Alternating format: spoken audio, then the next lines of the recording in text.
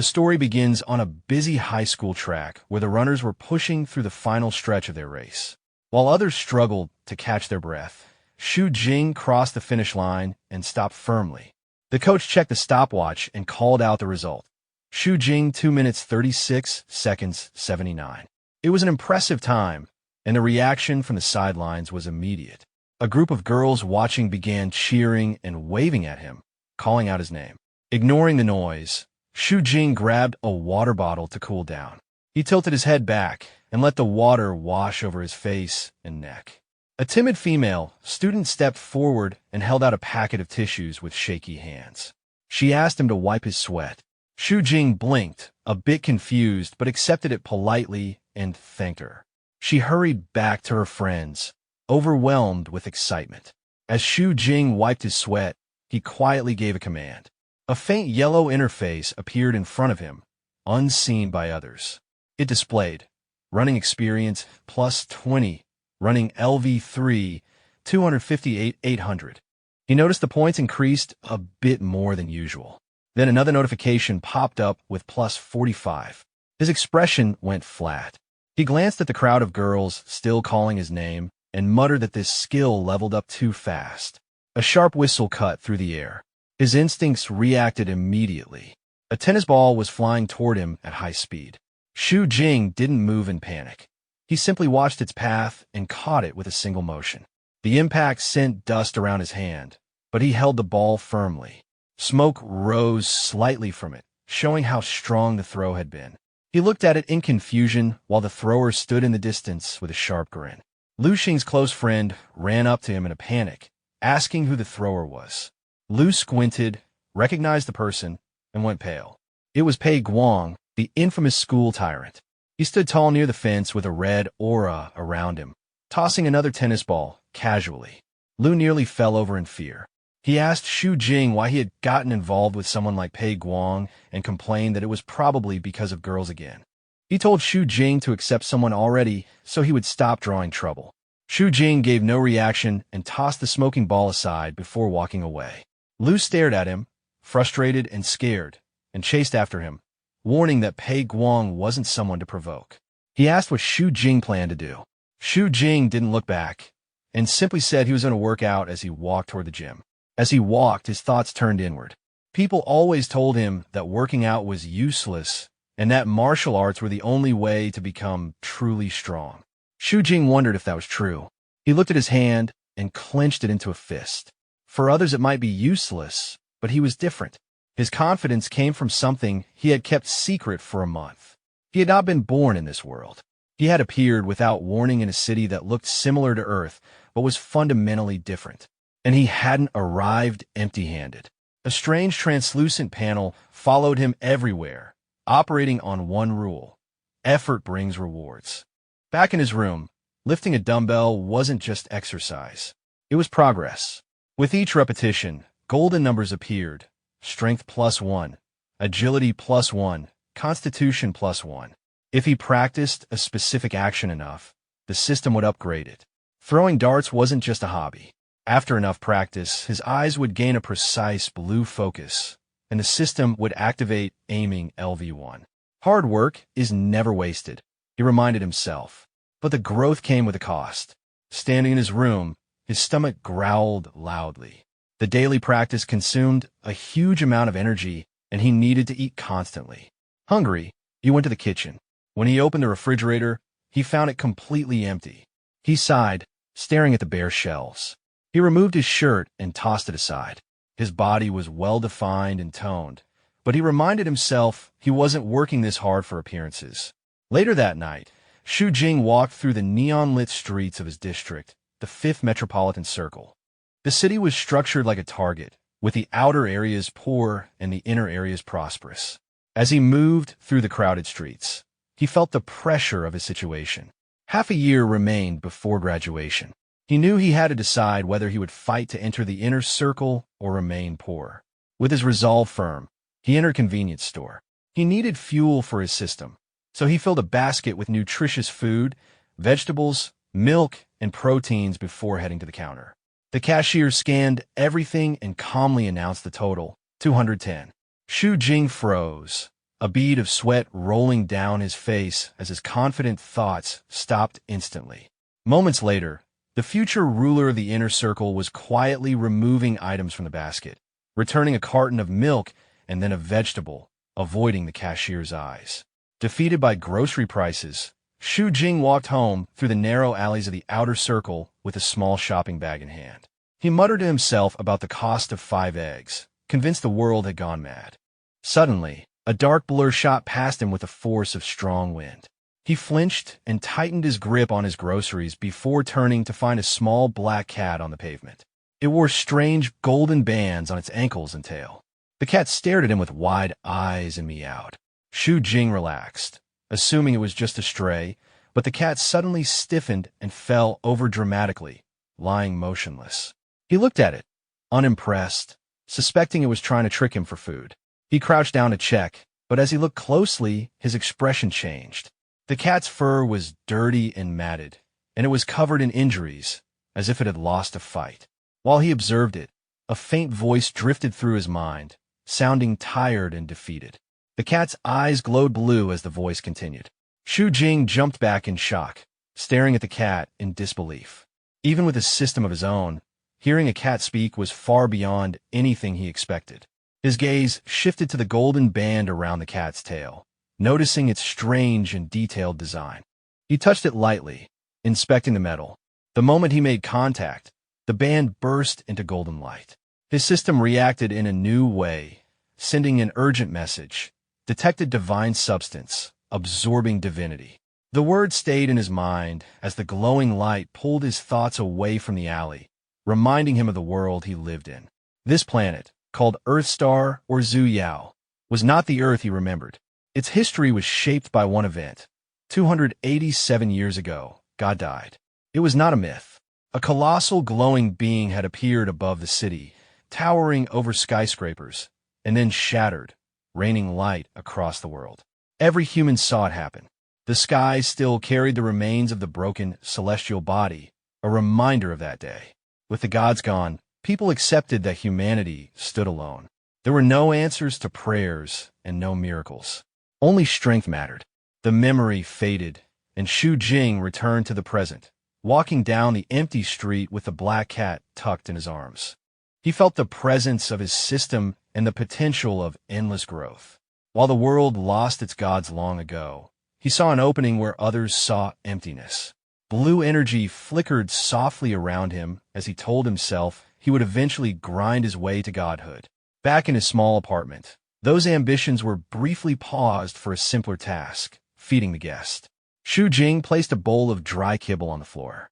The cat looked at it, then turned away with clear disapproval. Shu Jing's eyebrow twitched as he reminded the creature it was supposed to be a stray, but the same tired voice echoed in his mind, and he realized something. This might not be an ordinary cat. If it had intelligence and standards, then dry kibble wouldn't work. Shu Jing stood up and headed to the kitchen while the cat watched him. Inside, he cooked with efficiency and determination. His knife moved quickly as he chopped scallions. Flames rose as he tossed ingredients into the wok, and every movement was practiced. For him, cooking was just another chance to level up. Soon, the apartment filled with the aroma of a freshly cooked meal. Shu Jing held out the steaming bowl of green pepper and shredded pork rice. The change in the cat was immediate, its earlier arrogance disappearing at the smell. Its eyes brightened slightly as it let out a small sound and began eating quickly. Shed Jing watched from the side with a quiet sense of satisfaction. He realized his guess was correct. Watching the creature eat normal food, he confirmed his thought that it wasn't a real cat at all, but a human who had turned into one. His gaze shifted to the golden band around its tail, thinking that it was probably the cause. Suddenly, a process inside him finished, and he felt a clear change settle in his body. He blinked, surprised by how quickly it completed. The progress continued, and a new ability was ready for him to use. It required a large amount of divinity, but he had just enough. He didn't hesitate and activated it. A golden light filled the room as the ability took effect. The energy gathered into a small flame hovering above his palm before sinking into his skin. He felt a strange new force settle within him. The ability gave him a passive effect, an extra life. If he died, he could revive within 7 days. The cooldown was 3 months. Shed Jing was stunned by how useful it was. He checked if there was an active skill as well, but it remained locked. It needed much more divinity to unlock, and he didn't have enough. His eyes drifted toward the black cat, still eating without a care. He considered draining more divinity from it, but when he noticed the cuts and injuries on its body, he stopped. It already looked weak.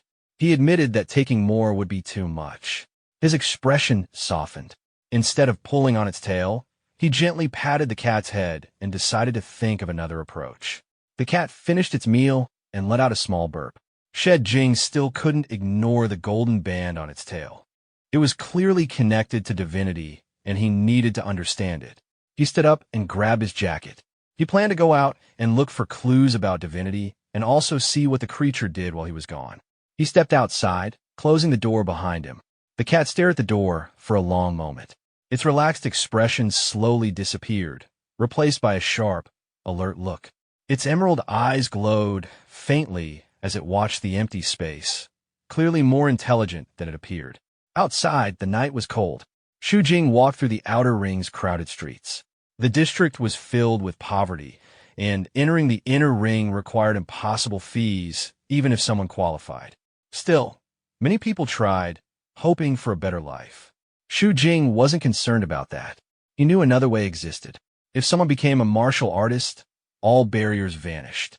A large character on a graffiti-covered wall spelled out, "Martial," like a reminder to everyone passing by. Shu Jing continued walking until a rough voice called out to him. A bald man holding a baseball bat stepped forward with a blond man carrying a metal pipe. They blocked his path confidently, claiming that he had offended someone named Pu Guang. Shu Jing looked indifferent. Before they could continue, he moved. His kick sent the blond thug flying backward. The bald man froze, unable to understand what happened. Before he could react, Shu Jing struck him as well, dropping him to the ground. Shu Jing picked up a few loose stones. His left eye glowed faintly as he used a targeting skill, sending the stones accurately into the thugs on the ground. A deeper voice came from behind them. A large blue dragon-shaped aura formed in the alley. Pei Guang stepped forward with clear hostility. He attacked, but Shu Jing dodged easily. Instead of feeling threatened, he became curious. This was the martial arts he had been searching for. Realizing that Pei Guang actually knew martial arts, Shu Jing stepped forward with calm determination. He no longer saw the man as a danger, but as someone who could give him information. He ordered Pei Guang to explain everything he knew. A heavy pressure filled the air as Shu Jing's presence grew stronger. The confrontation ended quickly. Pei Guang was slammed into the wall with enough force to crack it, leaving the alley filled with dust. The school tyrant slid to the ground, completely defeated. He leaned against the scattered debris, holding his bruised chest, his face drained of color. His earlier confidence was gone, replaced with panic as he pleaded desperately. Shu Jing stood in front of him, hands in his pockets, looking down with calm indifference. He found the fight unimpressive. He had expected more, but the opponent only had one predictable move. The brief exchange had been simple. Pian's attack looked strong, but followed an obvious pattern. Shu Jing dodged easily and countered with one accurate strike. As the dust settled, a golden notification appeared at the side of his vision, confirming that the conditions had been met and the fighting skill had activated. Shu Jing felt a shift in his fists. The ability was linking his earlier aiming improvement to the precision of his punches. Looking at the trembling man on the ground, he understood how large the gap between them truly was. Dealing with someone of Pei Guang's level was more than enough for him now. Pei Guang pressed himself against the wall, shaking as he begged Shu Jing not to hit him again. Shu Jing ignored the apology and leaned forward, asking about the punch Pei Guang had used earlier. Confused but too frightened to lie, Pei Guang explained that it wasn't a technique, but inner force. Energy collected throughout the body and released through a movement. Shu Jing asked how to train inner force and who taught him. Pei Guang admitted he only knew the basics and couldn't explain it clearly. Shu Jing watched him for a moment, then grabbed him by the collar, unimpressed by his attempt to appear helpless. He listed the rumors Pei Guang had spread about himself to build a tough reputation, pointing out how different reality was. P.O. Guang burst into tears, insisting it was all a persona and none of the stories were true. Xu Jing didn't accept the act and delivered one more strike to make sure the lesson stayed. He warned P.O. Guang that if he ever forgot this moment, he would be punished every time they crossed paths. As he turned to leave, he ordered P.O. Guang to write a self-criticism and recite it 10 times in front of the class the next morning. He also told him to have his friend record a video so Xu Jing could review it later. Terrified, P.O. Guang agreed repeatedly and quickly showed Xu Jing a location on his phone, a dojo. Xu Jing glanced at the screen, noting the dojo location, then walked away, leaving the shaken school tyrant behind. Entering the inner ring marked a clear change. The old brick buildings faded into tall glass structures that reflected the city lights. Following the navigation on his phone, Xu Jing walked quietly through the clean, bright streets. Golden notifications appeared again, calculating experience gained from the earlier fight. He compared it to regular workouts and realized that one short battle had given him more progress than hours of training. He also awakened a new skill, which led him to a simple conclusion. Picking fights would increase his strength faster. Eventually, he arrived at a large building with a golden sign, Golden Wind Dojo. After the phone indicated the destination was reached, he entered. The lobby was quiet, and as he greeted the receptionist, she quickly hushed him, explaining that the master was teaching a class. Inside, an elderly man with a long white beard instructed a group of students about breathing methods and the basics of circulating inner force. Xu Jing stood at the back, listening with interest. This was exactly what he needed. He asked the receptionist if he could join, and she agreed, slightly flustered. A small notification appeared above her head, indicating charm experience. Xu Jing took a seat on an empty mat. The master instructed the students to tighten their core, inhale deeply, and hold their breath. Xu Jing followed the guidance calmly. The assistant watched nervously, worried because the group rarely produced promising students. Soon enough, most students reached their limits. Faces turned purple, many coughed violently, and even their most hopeful student failed. The master looked disappointed. The assistant apologized, asking for more time to find a suitable student. She then quickly stopped him from speaking further and pointed at the back. Xu Jing was still holding on without difficulty. A faint blue aura circled him as he practiced. The breathing method was harder than it sounded, requiring lung capacity most people didn't have. Inside Xu Jing's body, the sensation was intense but manageable. His expression remained composed. When the assistant announced the time was up, Xu Jing released his breath steadily. A notification confirmed his success. Inner force activated. The master immediately approached him, asking if he felt any discomfort.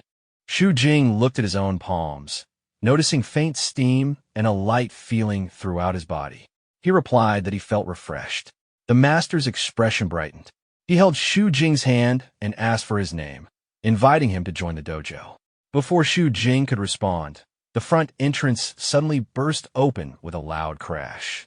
A dark silhouette stood in the doorway, radiating a menacing red aura. Without a word, the intruder swung a weapon and released a massive wave of crimson energy that tore through the room, instantly turning the peaceful training session into a battlefield. When the smoke cleared, the intruder was revealed to be a massive insectoid creature with glowing red eyes, pinning a disciple to the ground. Its mandibles clamped down with a sickening crunch, tearing into the student's chest as blood splattered across the dojo floor. Xu Jing stared at the scene, his pupils trembling as he shouted, "What the hell is this?" Chaos spread everywhere. The master, who was usually calm, shouted for everyone to leave quickly and not crowd together. He turned to his assistant and ordered Manager Jean to maintain order. She cried out in response, trying to guide the terrified students to the exit. But the monster fixed its multiple red eyes on the fleeing crowd and unleashed another wave of crimson energy with a high-pitched screech. The attack flew directly toward Manager Jean, who froze in fear, unable to dodge. Xu Jing moved instantly, diving forward and pulling her out of the attack's path. They crashed to the floor as the energy carved a gash into the wall behind them. Shu Jing hovered over her, breathing hard but focused. Manager Jean looked up, her face flushing red as she whispered, "Student, thank you," while her thoughts spiraled out of control. A golden notification appeared beside her head. Sham Prusuva. Shu Jing ignored it entirely, his attention locked onto the raging monster. His mind flicked back to He Yong's explanation in the alley. Inner force is gathering energy from all parts of the body and then expelling it externally through a move. Shu Jing analyzed the red aura surrounding the beast. Inner force versus inner force. Now is the perfect opportunity to experiment. The creature lunged at him with a screech, but he met it head-on. His fist, glowing with golden light, slammed into the monster's steel-hard exoskeleton. The impact felt like hitting a wall. He wondered if the thing was like a cockroach, able to withstand hundreds of times its own weight. He realized blunt force might not work. If that is really the case, he focused his strength into a single point. Golden energy inside his arm gathered into a concentrated needle. The shell shattered under the strike. Crack! Green blood sprayed as the creature was blasted backward. Skill activated. Inch force 80-20. Dust settled around him as he casually dusted off his jacket, unimpressed. "It's much weaker than it looks," he muttered. Manager Jean watched with starry eyes, completely forgetting the danger. "So cool," she sighed. The old master watched with fear and awe, realizing the boy had just mastered chi force and released a dangerous amount of it, something a normal body shouldn't handle. The creature rose again, its broken shell creaking as red energy flared around it. Shu Jing asked if it still wanted to continue. He took a stance, calm and cold, raising his fist as golden lines spread across his skin. "The result will be the same no matter how many times you try." Chi meridians gathered, ready to end it. But before he could strike, a fountain of blood burst into the air. Shu Jing froze, confused. A streak of crimson light tore through the room, followed by a brilliant slash of blue energy. It cleanly sliced the monster apart before it could react. Shu Jing blinked at the severed chunks, briefly thinking he might have overdone it, before realizing that the blue energy wasn't his. A silver-haired woman stood amidst the debris, wearing a sleek tactical bodysuit. "Void Blade taking over this area," she announced. "Unrelated personnel, please evacuate immediately." Shu Jing analyzed her, recognizing the White Raven Squad. To defeat the creature in one strike was impressive. She looked at him, trying to stay professional, though she was surprised by the damage he had caused with his bare hands. A faint blush crossed her face. She immediately decided she needed to recruit him. She stepped forward and handed him a note. "Sunday afternoon at 5 o'clock. Come to the address on the note. I will tell you what you want to know." Shu Jing unfolded it. Ching Ching Library 7F. A library, he thought. Outside, Manager Zhang rushed around him in excitement, worried and infatuated. She tried to check him for injuries and nearly said she would take him home before correcting herself to a hospital. He stepped back politely, saying he was fine and thanked the dojo staff. She called out for him to return tomorrow while hearts practically floated around her. The old master watched him leave, sighing that such talent couldn't be contained in a small dojo. Walking through the illuminated streets, Shu Jing checked his system notifications. Intense Battle EXP had given him Fitness EXP 29, Health Preservation EXP, Charm plus 50, and Fighting EXP 98. Conditions met. Activated. Inch Force. He studied the new technique, realizing it was simply concentrated chi accelerated in a short distance. He tried gathering chi again, but strain hit instantly, so he released it quickly, remembering the danger of internal injury. He decided to rest and try again tomorrow. The night's events weighed on him. White Raven Squad, Cockroach Man, this world hid many secrets. He touched the note in his pocket, planning to check the address on the weekend. When he reached his apartment, he checked the security feed. The camera showed his black cat sitting upright in his chair, typing on his keyboard. He kicked the door open and confronted the cat. "What were you just messing with on my computer?" The cat only blinked innocently. Meow. A silent standoff followed, until Shu Jing sighed from exhaustion and collapsed onto the bed without changing. The cat crept closer, curious, then caught the metallic smell of blood. Its expression hardened instantly. Energy crackled around it as it wondered who had hurt its person. In a spiritual vision, the cat appeared before Shu Jing, larger and imposing, declaring itself Ningfuna, leader of the dragon sect, demanding he explain what happened so it could seek justice. Shu Jing, half asleep, only muttered that he knew the cat could speak and said they would talk after he slept. Ningfa panicked, shaking him and shouting for him to stay awake long enough to explain. The morning sun shone into the apartment, lighting up the table where fried shrimp, fresh salad, and rice were set out. Shu Jing sat at the table looking completely refreshed. Full health resurrection had cleared away all the fatigue from the previous night. Across from him, the black cat was eating quickly, her cheeks full as she spoke between bites, sauce still on her face. So, you weren't beaten up by someone, but instead, you defeated a monster? Shu Jing ate calmly. Yeah. The cat swallowed, and her expression turned serious for a moment. I haven't heard of those things running into the city area, she said, bothered by the thought. Shu Jing watched her, his expression softening.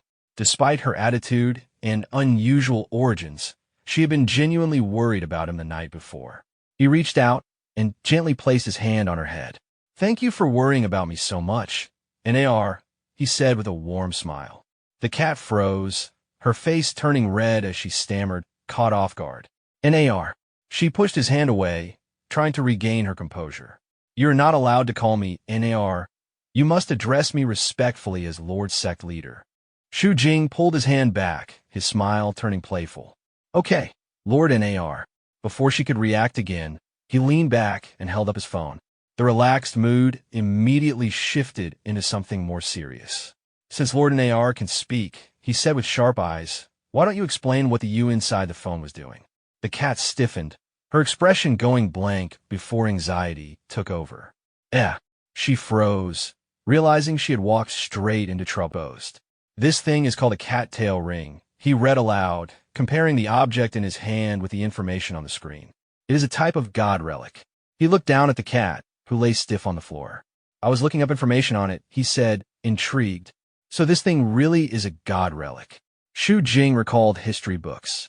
287 years ago, the god had died in the sky, and the golden specks that fell were fragments of divine power, god relics.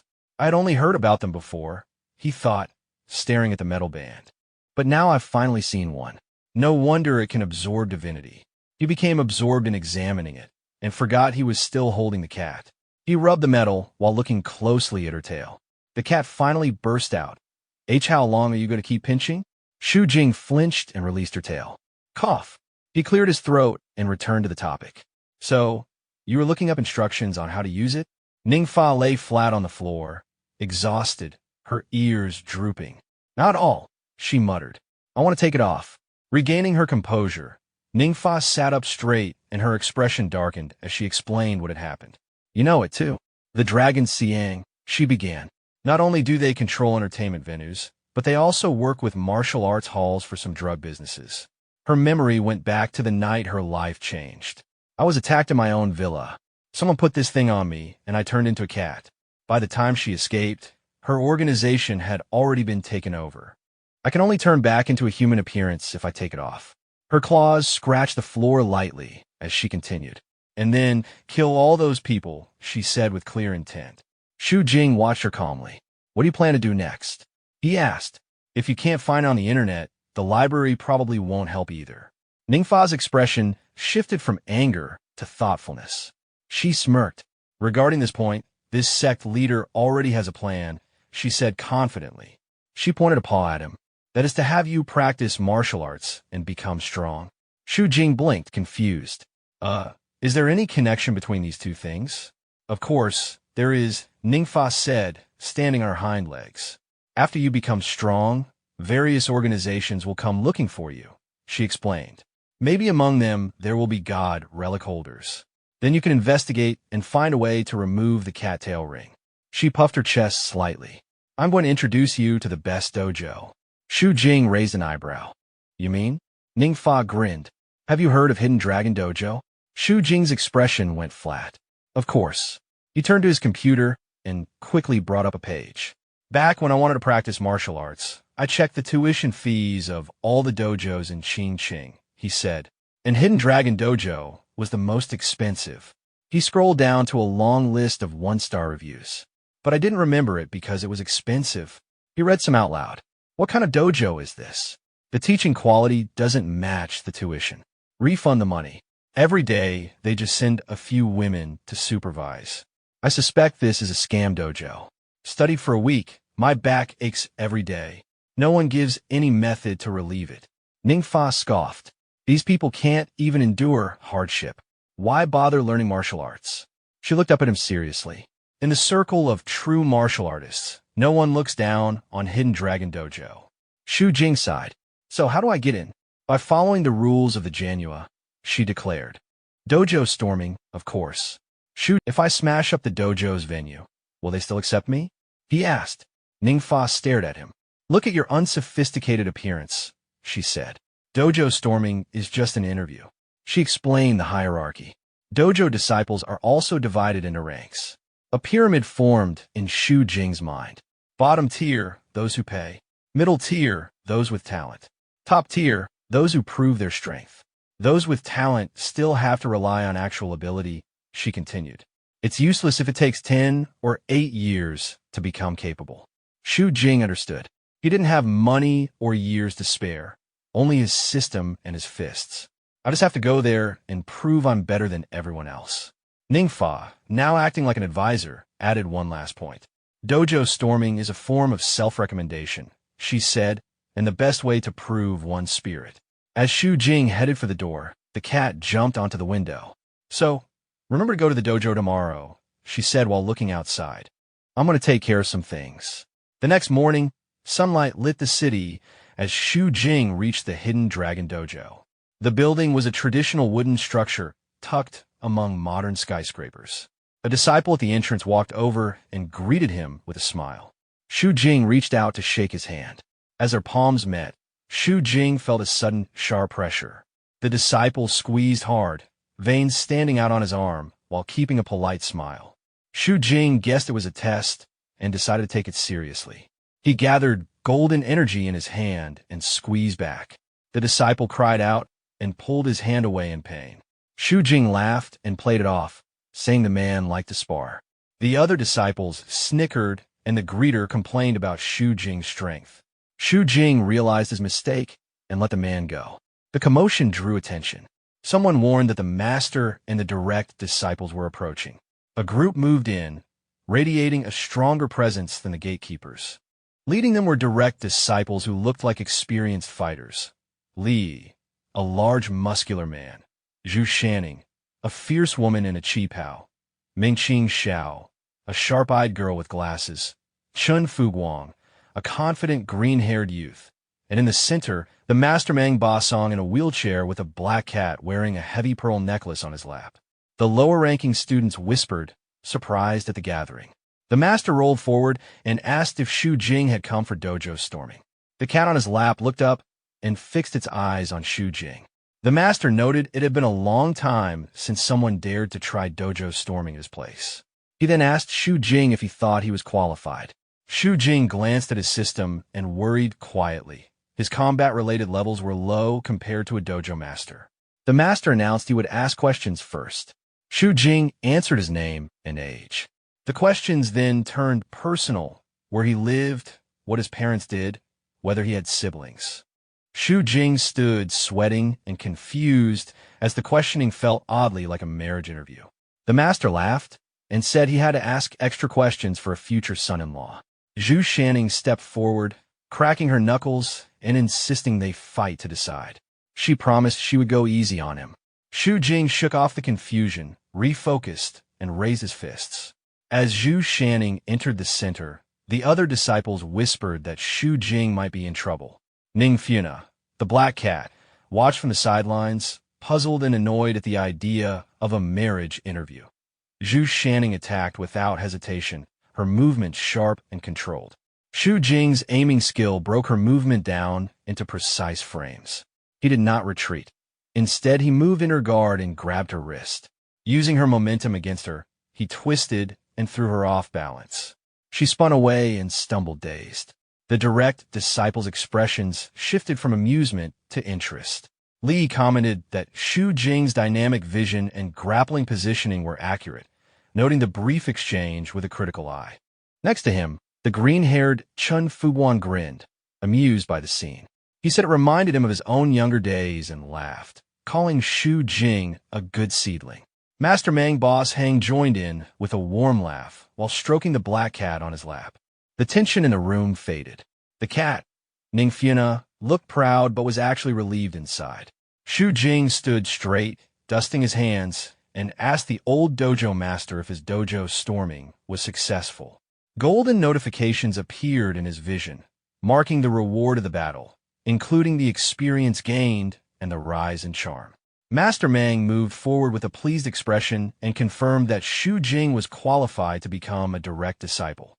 He then reminded him that it was time to change how he addressed everyone.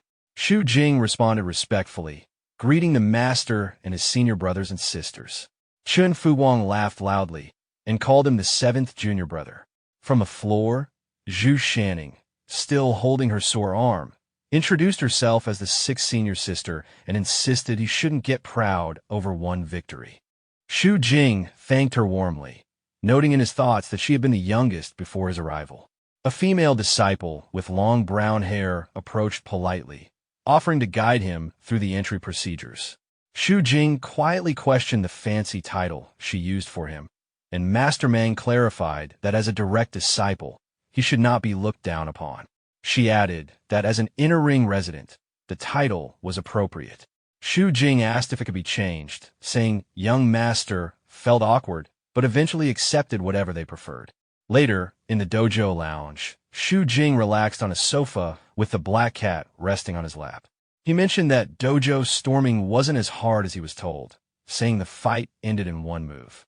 The voice of his guidance corrected him, explaining that Zhu Shanning was actually far stronger and that martial arts required more than just numbers.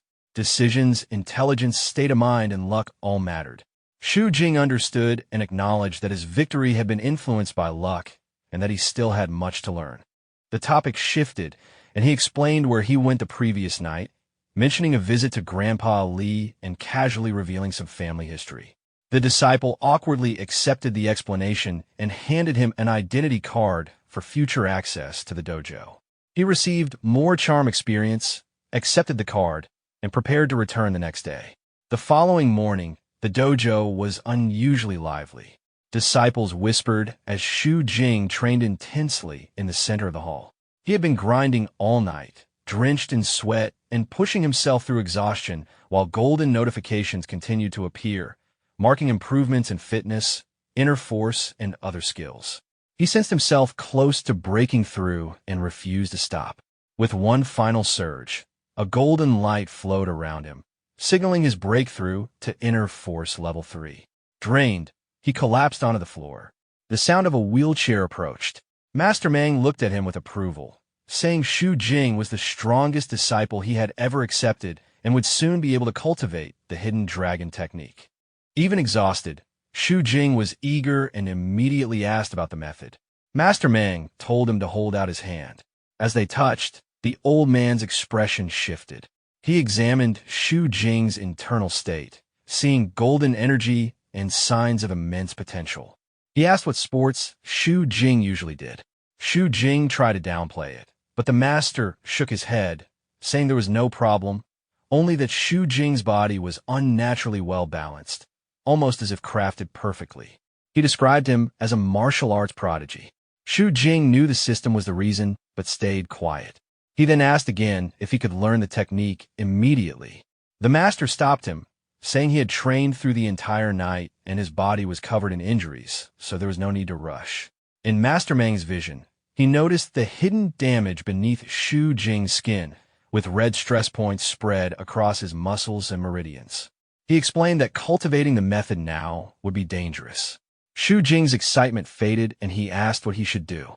Master Mang told him to go to the lounge and said he would send the sleeping dragon ointment shortly. A few minutes later, Xu Jing was waiting in the lounge. He stood up when he heard a knock at the door. Instead of servant, Zhu Shanning stepped inside. She looked different from her usual appearance, wearing a loose white t-shirt and holding a small bottle. Her cheeks were slightly red as she told him she was there to treat his injuries. Xu Jing felt uneasy.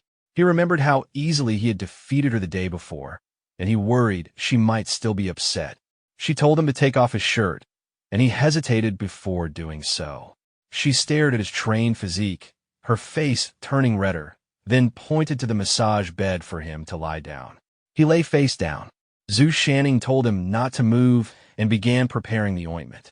Her mood seemed cheerful, but Xu Jing felt nervous. She applied the cream to his back with firm pressure, making him wince slightly. She leaned more of her weight onto him, asking why he wasn't reacting. He told her it was fine as long as she was comfortable. Hearing this, she paused. She admitted that she had acted out of her own frustration from losing and had tried to tease him. She asked timidly if he was angry. He reassured her that he wasn't and told her to continue. She finished treating his upper body and jokingly told him to take off his pants. Xu Jing panicked and quickly refused, causing her to laugh. She told him she was joking and left the room smiling. Xu Jing let out a long breath, feeling like he had just avoided trouble. After resting, he left the dojo and walked down the street. He stretched and felt more relaxed, but still thought about how tense the treatment had been. As he walked, he received a notification that he had leveled up in fighting and inner force. He checked the time and decided to go to the library for his appointment. He remembered the silver-haired woman from the White Raven Squad and thought about their name, noting that it sounded dramatic even though they were simply a special police group. He wondered why they wanted to meet him at a library. He arrived at the building, entered the elevator, and went up to the 7th floor of the Qingqing Library. The doors opened to a massive room filled with books, but the space was dead silent. The library was empty, and Xu Jing walked down the long aisle of bookshelves, wary of a possible trick. From the shadows emerged a young woman with long blonde hair, tied in a ponytail, radiating brightness and cheer, a stark contrast to the silver-haired soldier he had encountered before. She gestured toward a table by the window, bathed in warm sunlight. Xu Jing noted the setting, understanding that the meeting was conducted in secrecy, away from the special police station. Her expression carried appraisal, and it was clear she had already evaluated him. He considered the reasoning behind her interest and remained guarded, questioning the basis for her attention.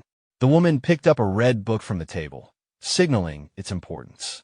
Xu Jing stiffened, realizing that his knowledge of god relics, information he had shared only with the cat, had drawn her notice. A chill ran through him as he assessed her background and intentions, noting that the recruitment process was far more complex than he had anticipated. She poured water into a cup and slid it across the table without explanation. Xu Jing drank it and found it ordinary, yet he remained suspicious. A second cup of liquid, clear and colorless, revealed sweetness when tasted, a revelation that unsettled him. It confirmed that her intentions were deliberate and layered with hidden knowledge. She then explained the true history of their world. 287 years ago, God had died. The scattered points of light from the deity's demise, later called God's blood, had fallen to the earth, embedding themselves in objects, living beings, and aspects of human fantasy. Objects containing this divine substance were known as god relics. She displayed a glass teapot glowing faintly with magical light, identifying it as a god relic, a sweet water kettle with a unique serial number. Xu Jing touched the kettle, and his system detected the divine substance, absorbing divinity points immediately. His heart raced as he realized he could gain divinity simply by touching god relics. Holding the kettle, he pretended to examine it while secretly continuing to absorb points. Observing the kettle, Xu Jing noted the water inside defied gravity and logic, effectively making it a perpetual motion device capable of overturning fundamental laws of the universe. He began connecting this to the inner ring of the city, where abundant electricity and resources existed, unlike the suffering outer ring. He hypothesized that god relics might explain the disparity. He restrained himself from overthinking, understanding that the very existence of a god relic symbolized unreasonableness and was beyond human replication. After reluctantly stopping his absorption of divinity, Shu Jing considered the motives behind the woman's revelation. She provided proof of her authority, including her company's official designation as a god relic containment and research entity, and acknowledged his recent feat in defeating a monstrous opponent with the body of a normal person. Shu Jing recognized that his courage and spiritual strength had impressed her. Determined, Shu Jing resolved to join the organization immediately, seeing it as an opportunity to access god relics and gain experience points. His determination was absolute, and he envisioned the possibilities of working in a god relic containment environment with unrestrained ambition. Excitement rose on the protagonist's face as his thoughts raced. A god relic containment company meant frequent contact with god relics. At present, god relics were the only known source of divinity. Even the passive skill twin life was already this powerful, and if the active skill was even more unreasonable, then no one in this world would be able to defeat him. In his mind, the future was clear, and wealth felt inevitable. While he was lost in his thoughts, Wu Yuqing observed him quietly and formed her own impression. To her, he looked like someone who had not yet seen much of the world. She took out a contract from behind her and handed it to him. The protagonist accepted it and began reading carefully. As he scanned the contents, he realized it was mostly identical to a standard labor contract, with the addition of a confidentiality agreement. His attention soon shifted to the second section. It detailed the dangers involved in god relic work, clearly stating that unforeseen risks were possible. In the event of disability or death during containment operations, the company would provide a compensation of $5 million to the family, covering medical costs, funeral expenses, and basic living support. It also specified that no further claims could be made and that incidents caused by personal negligence would not be covered. After reading this section, doubts surfaced in his thoughts. He began to wonder whether this job was far more dangerous than he had expected. Wu Yuqing then explained the grading system of god relics, which were divided into 4 levels based on danger. As a newcomer, he would only be assigned the lowest grade tasks. As long as procedures were followed, the risks would remain minimal. Only after showing sufficient growth would he be exposed to truly dangerous work. Confidence surfaced in his thoughts as he considered the higher grade relics. Wu Yuqing clarified that relics of the highest grade were beyond the scope of individuals or single organizations and would inevitably involve official government forces. Still, a lingering question troubled him. He could not understand why he had been chosen. Having contact with a god relic alone did not seem enough to qualify him. In his thoughts, he reasoned that she knew nothing about his panel or his martial arts training. Being invited solely based on Void Blade's recommendation felt suspicious. Wu Yuqing then revealed the true reason. According to her, god relics possessed a form of will. Rather than humans finding them, relics were drawn towards certain people. Among humanity existed rare individuals capable of attracting god relics naturally. She herself was one such person, and the protagonist shared the same constitution. To her, the offered salary alone was proof of sincerity. As he looked at the salary section of the contract, his thoughts shifted again. The pay was substantial, with a high monthly salary, a share of containment rewards, and additional stacked benefits. Realization dawned on him that this was why the company had acted so urgently. When he signed the contract, his thoughts were already settled. Salary was secondary. What truly mattered to him was access to god relics. He felt confident about the future and accepted the cooperation without hesitation.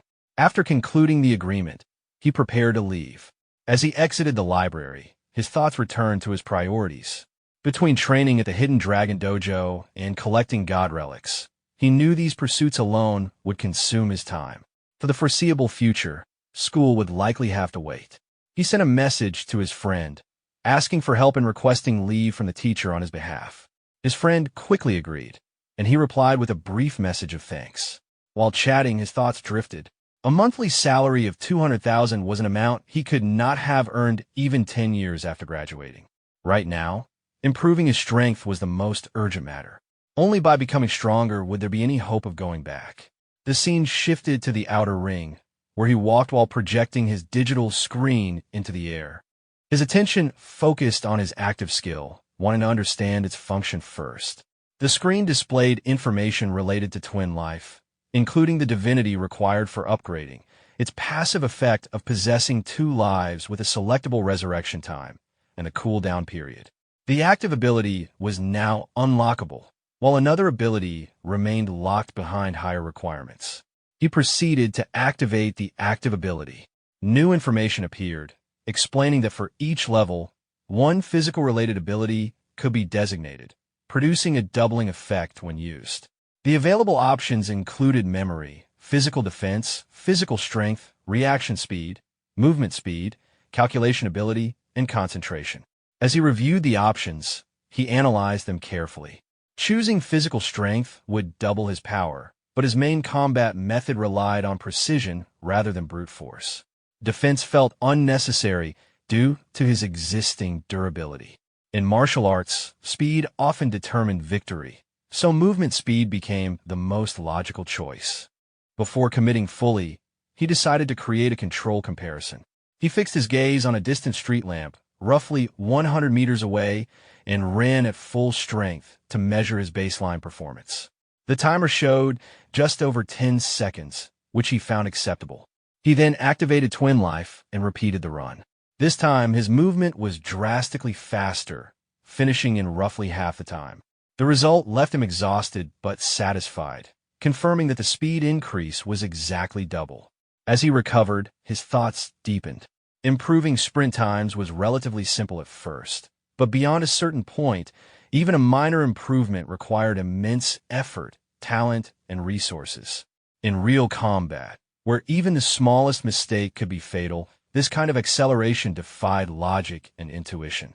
It was decisive and unavoidable. With a sense of achievement, he clenched his fists, recognizing Twin Life as a skill that ignored physical laws and limits entirely. He attempted to use the skill again while his body was still warm, only to find it unavailable due to a cooldown. Frustration followed, but he quickly realized that only around 20 seconds had passed since activation. This meant the skill would need to be used sparingly, with no clear indication of when it would fully recover. Exhaustion finally set in, and he decided to head home. As he walked toward his apartment, soreness spread through his body from an entire day of exertion. His plan was simple: bathe, sleep, and return to training the next day. He ended up falling asleep in the building hallway. When he woke, he checked his phone and saw that over 6 hours had passed, leaving him confused about how he had ended up there. He immediately checked the recovery status of Twin Life. The cooldown was nearly complete. From his calculations, each second of usage required 1,000 seconds of recovery, meaning full usage demanded roughly 6 hours to recharge. A message appeared reminding him of training. Panic set in, and he ran at full speed toward the dojo. Upon arriving, he pushed open the gate and was quickly noticed. He was led forward without delay, pulled directly into a sparring session meant to demonstrate proper gene force usage. The surrounding trainees whispered among themselves, assuming the outcome was obvious and hoping he would not get hurt. Hearing this, he recognized that the situation mirrored the previous encounter. Despite being framed as a demonstration, he knew she intended to reclaim her pride from last time and would not hold back.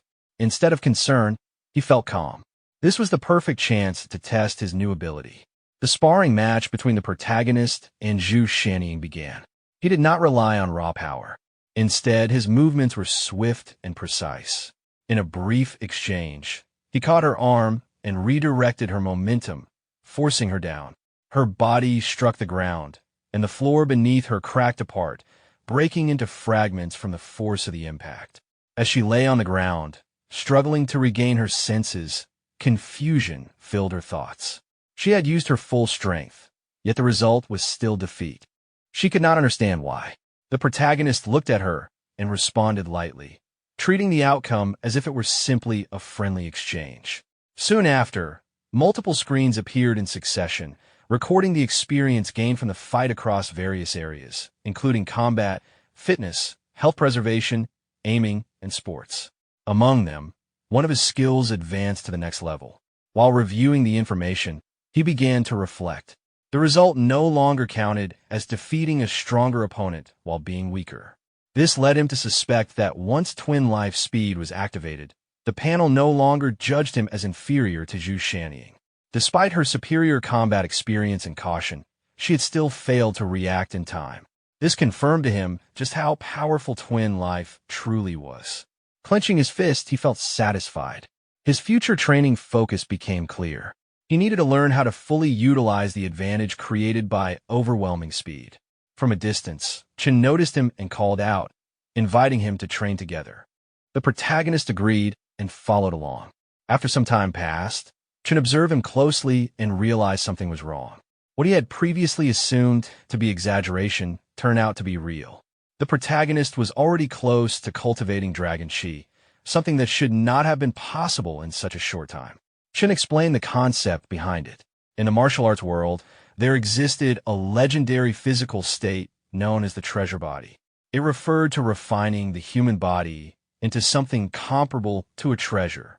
This state was said to involve 5 types of perfection: muscles like dragons and elephants, tendons like iron tree roots, flawless glazed glass skin, molten gold blood, and indestructible jade bones.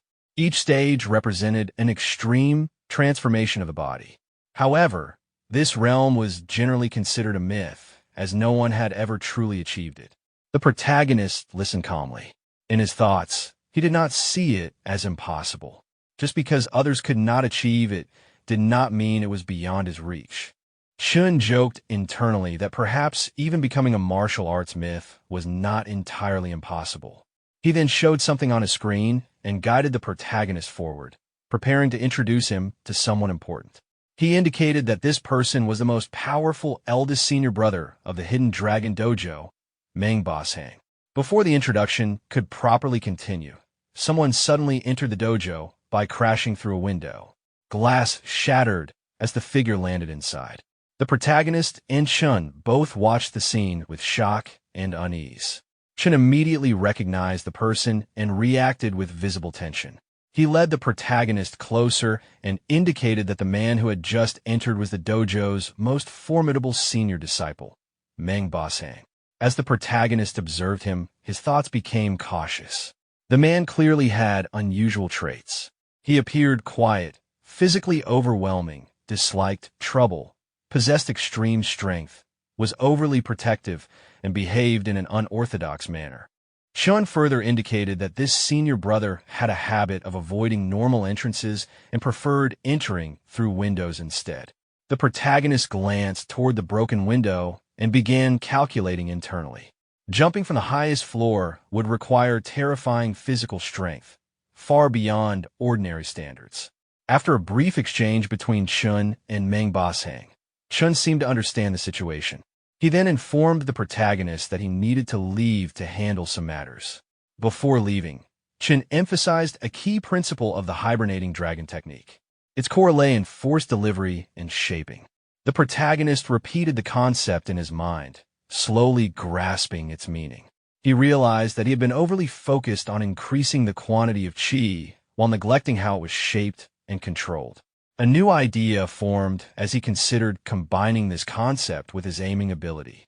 3 hours later, the protagonist sat in meditation, breathing steadily and focusing his mind. He gathered his power into his index finger and released it toward the wall. The impact created a large hole, far exceeding anything he had achieved before.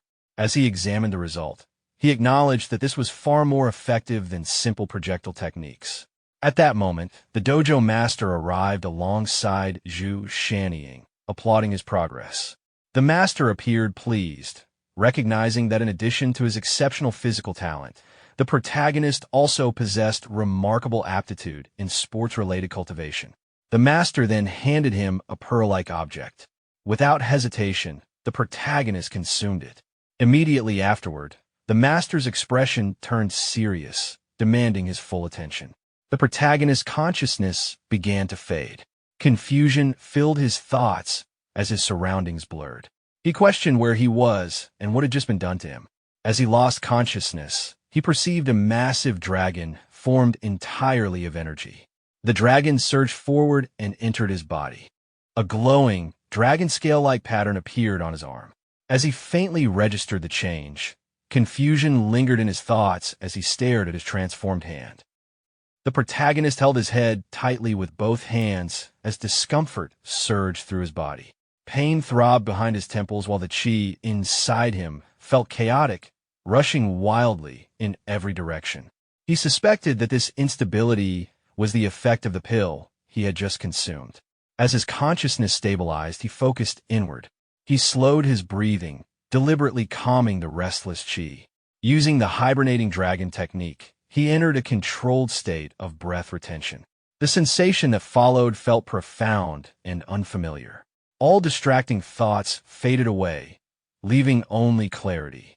In that moment, he realized that complete focus on cultivation alone was enough. His consciousness was soon pulled back into the dreamlike dimension. Once again, he found himself seated before the gigantic dragon formed from particles resembling god relics. As he faced it, his eyes transformed, taking on the same presence as the dragon's. Several translucent screens appeared before him, indicating that the conditions had been met and a new skill had been activated. The visualization ability appeared, newly unlocked, and still at its initial level. When he fully regained awareness, confusion surfaced. He did not understand how he had returned so suddenly. Observing him, the dojo master appeared calm and satisfied. The master had intervened just in time, preventing the protagonist's chi from being completely exhausted. Cultivating dragon chi on the first attempt was no small feat, and the master clearly regarded this achievement as extraordinary. The protagonist wondered what dragon chi truly was. The dojo master explained that dragon chi was fundamentally tied to emotion. Strong emotions enhanced strength and vitality, especially in moments of anger or survival. Within the hidden dragon style, stimulating emotions was referred to as chi of motion, while controlling emotions was known as chi of stillness. Mastery came from combining both states, allowing success in any pursuit. Motivated by this explanation, the protagonist considered how such power could be trained. The dojo master believed he had already grasped the core of it and encouraged him to reflect rather than ask further. The protagonist realized that the essence might lie in the distraction-free state he had entered earlier. As memories surfaced, he noticed something strange. Knowledge from his past life felt intact and vivid. Problems he once struggled with now seemed simple and effortless. Concepts he had not studied in years appeared clearly in his mind. This sudden clarity led him to realize that his intelligence had improved. The dojo master acknowledged this, but implied that it was only a minor aspect of the transformation. The protagonist also noticed that ordinary matters no longer stirred his emotions easily. His imagination had strengthened significantly. He could now visualize a giant dragon with extreme precision, down to individual strands of its mane and every golden scale. He suspected that this ability was closely related to visualization itself. The dojo master made it clear that understanding alone was insufficient and that only practice would reveal the truth. He then instructed Qingjiao to spar with the protagonist. Qingjiao was known for having the best motion control among all disciples, surpassing even her father, Boss Hang. As Qingjiao approached, the protagonist's thoughts wandered briefly, distracted by her appearance. He wondered how her strength compared to that of the sixth senior sister. Pushing those thoughts aside, he charged forward, mentally asking forgiveness from the fourth senior sister. Qingjiao remained calm. With a single raised hand and a simple gesture, she halted his attack and sent him flying effortlessly. Observing this, the dojo master laughed, noting that the protagonist's intentions had been far too obvious. As the protagonist sat on the ground preparing for another attempt, he questioned whether her strength surpassed even his golden finger. When Qingjiao formed another hand seal, he rose again, determination burning in his chest. He surged forward at full speed, resolved to win this time no matter the cost. The protagonist tried using various strengthening skills and techniques against her while continuing to attack. In his thoughts, he believed that in martial arts, methods did not matter. Only the one who remained standing was considered the winner, while the one on the ground was the loser. She countered with a clean kick that struck him directly, sending him flying backward and crashing to the ground at a distance. After a moment, He forced himself back up, gathering what strength he had left, and pushed himself to continue the sparring. From outside the dojo, the sounds of continuous combat could be heard as both of them fought without holding back. During one exchange, the protagonist landed a solid punch to Qingjiao's chest. The force behind it sent her flying through the air, carried by the energy contained within that strike. The protagonist felt a strange sensation travel through his hand at the moment of impact. It was unfamiliar and different from anything he had experienced before. The dojo master stepped in and ended the match, deciding that it was enough for the day. Qingjiao was sent away to rest, as continuing any further would no longer be effective. As she left, the protagonist wondered why the fourth senior sister never spoke. The dojo master explained that something had happened when Qingjiao was very young, and that her story could not be explained quickly. It was something that would need to be discussed another time. The protagonist accepted this explanation without pressing further. The dojo master then observed him closely and asked about the results of the day's training. Sweat streamed down the protagonist's face as he reflected on how he felt. His body was completely exhausted, more tired than he had ever been in his life. At the same time, he felt an unfamiliar sense of happiness and fulfillment. On his way home, the protagonist thought about the sparring session. The fourth senior sister was extremely fierce. After sparring with her for more than 4 hours, his experience had increased significantly. He realized that continuing to train alongside her would be extremely beneficial. When he reached his apartment, he opened the door and called out to his cat, bringing fried chicken with him. When there was no response, unease settled in. He searched around the apartment, growing increasingly worried as time passed. It was already late, and the cat was nowhere to be seen. As he approached the bathroom, he noticed that the light inside was turned on. Seeing this, a thought crossed his mind. Someone appeared to be inside the bathroom. Standing near the bathroom door, the protagonist noticed a single pair of shoes placed neatly beside it. He reasoned that Warner had not brought any guests home. With only one pair present, it meant she was likely inside. A sense of unease followed. His thoughts turned cautious as he recalled that Warner had mentioned having enemies before. The possibility that something had gone wrong crossed his mind. He hurried forward and pushed the bathroom door open. Inside, he saw Warner bathing calmly. The tension in his mind immediately eased, and he realized there had been no danger at all. He sat down beside the bathtub and gently held her paw, reminding himself that the fried chicken he brought back would get cold if they wasted time. At the mention of food, Warner's attention shifted, her thoughts clearly drawn toward hunger.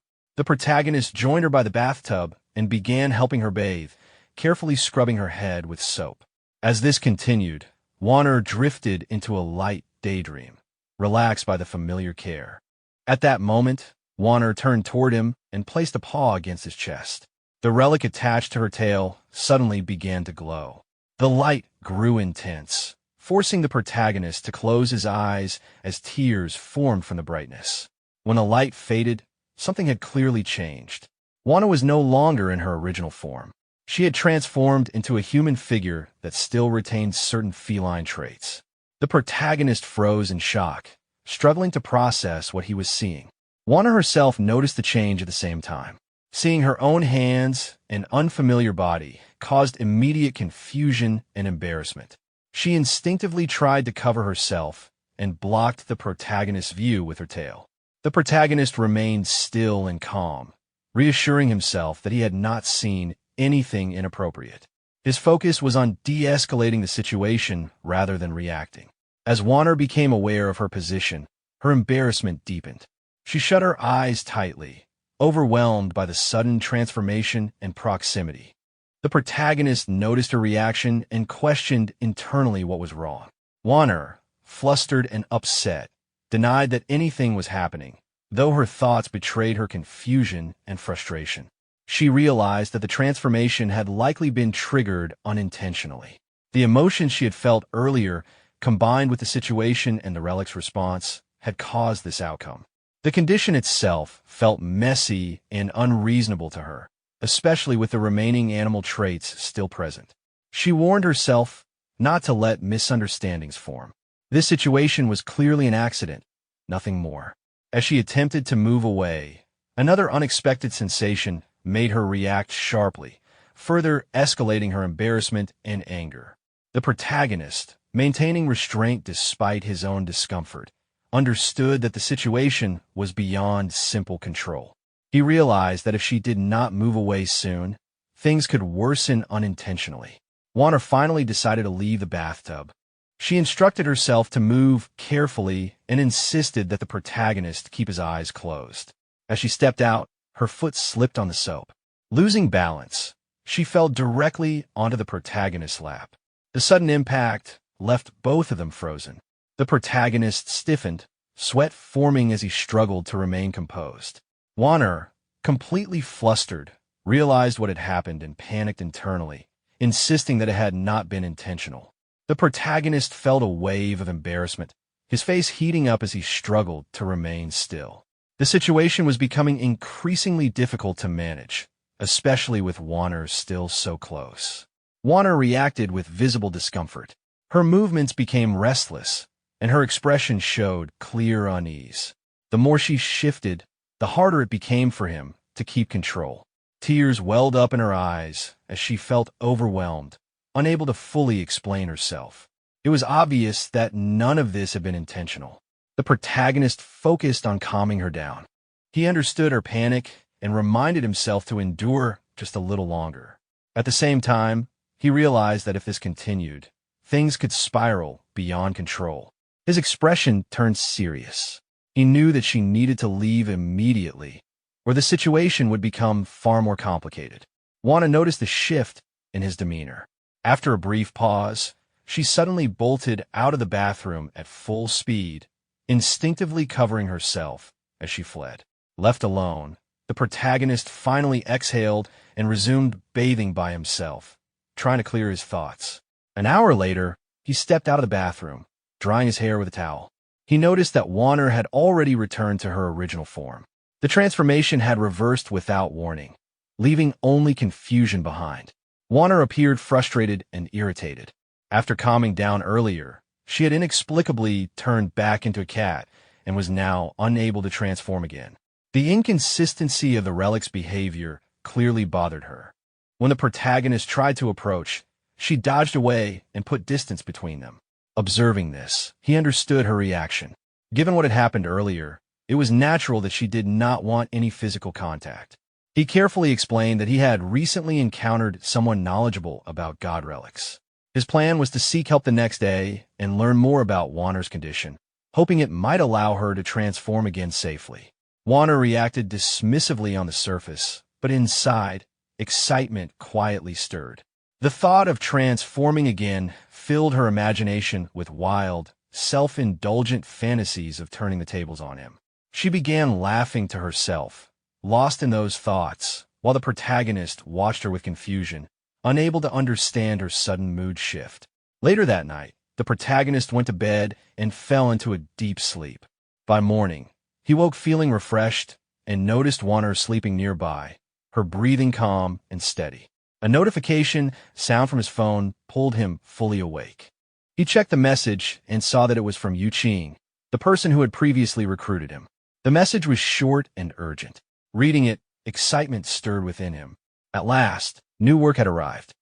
The scene shifted to the next morning inside the Qingchang library.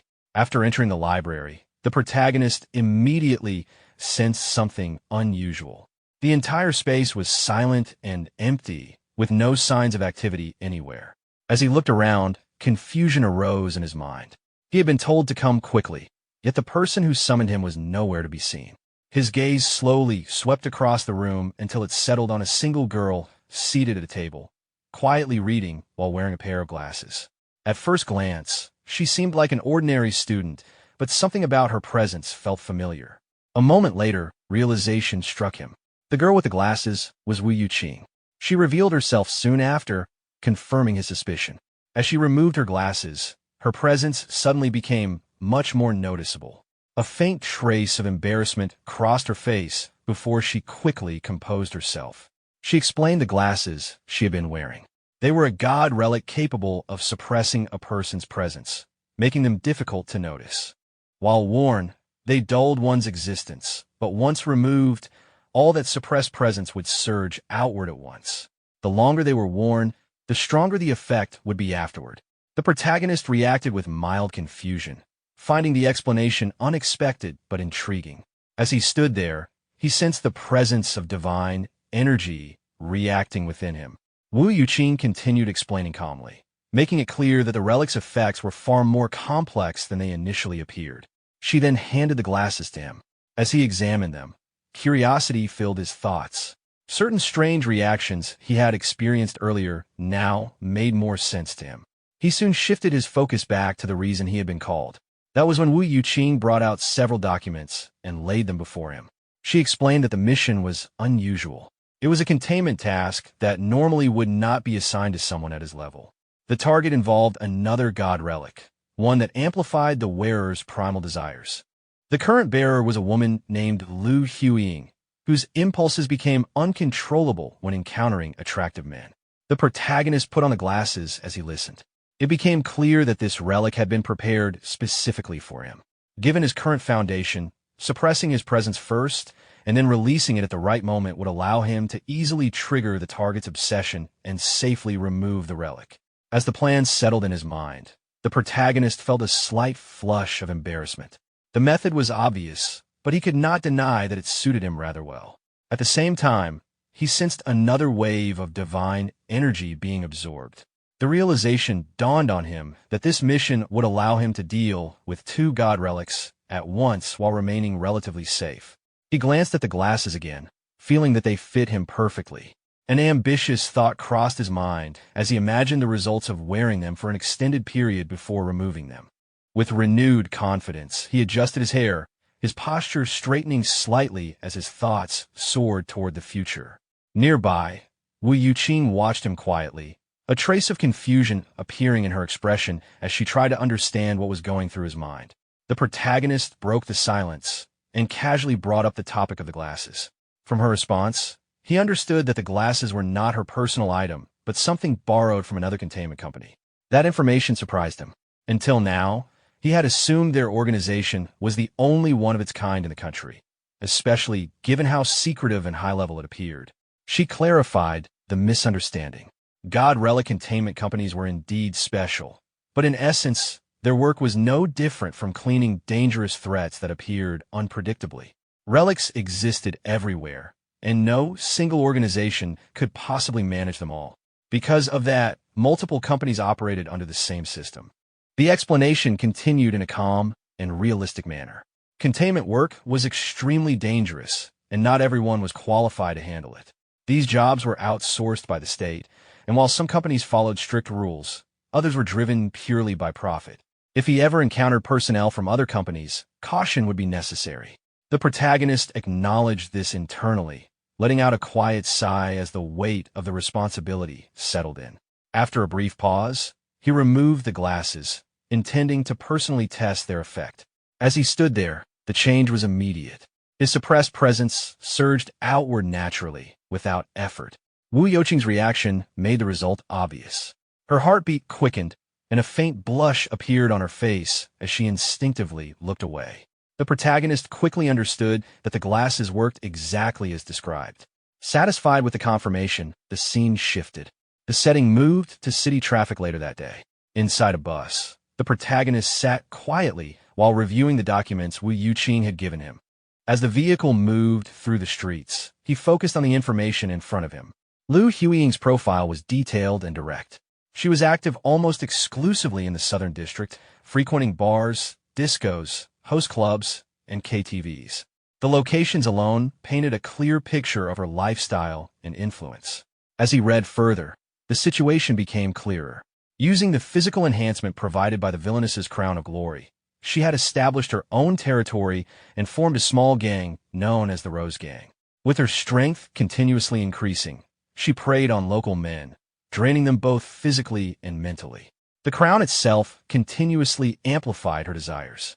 The stronger those desires became, the greater the boost to her physical abilities. Left unchecked, the effect would only continue to stack endlessly. The solution, however, was straightforward. Removing the crown would return her to a normal state. The challenge lay in creating the right opportunity to do so.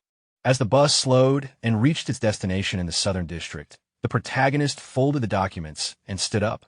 Stepping off the bus, he felt another subtle surge of divine energy within him, signaling that his involvement with God relics was only deepening as he moved forward. The scene shifted to the Southern District. On a street corner, Lu Huiying was violently assaulting a man with a bat. A heavy strike landed squarely on his abdomen, forcing blood to spill from his mouth as he collapsed in pain. She casually swung the bat in her hand, clearly enjoying the complete lack of restraint that her current state allowed. Her expression was twisted with satisfaction. To her, acting freely without consequences felt intoxicating. Anyone who tried to interfere or restrain her would only become another target of her violence. From a distance, the protagonist observed everything in silence. His attention was fixed on the crown resting on her head, and disgust rose in his thoughts. Her behavior felt excessive and absurd, but there was no doubt that she was the target he had been searching for. As Lu Huiying prepared to leave, an elderly man approached her cautiously. His posture was submissive, and fear was evident in his movements. She stopped and questioned him instead, clearly not done with her amusement for the day. The old man bowed deeply, offering compliance without resistance. His desperation was obvious. Lu Huiying suddenly closed the distance between them, her expression darkening as her intent became unmistakable. The protagonist, still watching from afar, felt immediate revulsion. The thought of approaching her himself made his skin crawl, and the assignment felt far more unpleasant than expected. Before the situation could escalate further, a group of men arrived, advancing toward Lu Huiying with hostility. Their formation was aggressive, and their intent was clear. They had come seeking revenge. Recognizing the sudden shift, the protagonist decided to remain hidden and continue observing. This unexpected development could reveal valuable information. The leader of the group stepped forward, openly challenging Lu Huiying. It quickly became clear that he was Duan Kaiping, the leader of the Razor Gang. Lu Huiying turned toward him dismissively, showing no recognition or concern. One of her injured subordinates hurriedly explained his identity, confirming that the Razor Gang had suffered greatly at his hands before losing their territory. Lu Huiying approached Duan Kaiping slowly, examining him with obvious interest. Her attention lingered on his physique, and her behavior only further provoked him. Anger exploded from Duan Kaiping. He surged forward and launched a powerful punch, demanding the return of his territory. Lu Huiying evaded the attack effortlessly, moving with speed and confidence that far exceeded his expectations. Enraged, Duan Kaiping continued attacking relentlessly, shouting insults as his strikes repeatedly failed to land. From his vantage point, the protagonist pieced together the situation. The Southern District had originally belonged to the Razor Gang, but Lu Huiying had seized it using the power granted by the Crown, igniting an ongoing feud between the two groups. As the conflict escalated, Duan Kaiping's men joined the fight, charging toward Lu Huiying and her followers. The street quickly descended into chaos as both sides clashed violently. In the confusion, one of Duan Kaiping's men struck the old man's young son in the head with a brick. The child screamed in pain and collapsed to the ground. The sight instantly enraged Lu Huiying. Her attention snapped toward the injured child, and fury surged through her. The old man cried out in despair, rushing toward his son. Gripping her bat tightly, Lu Huiying turned back to her enemies, her rage now fully ignited.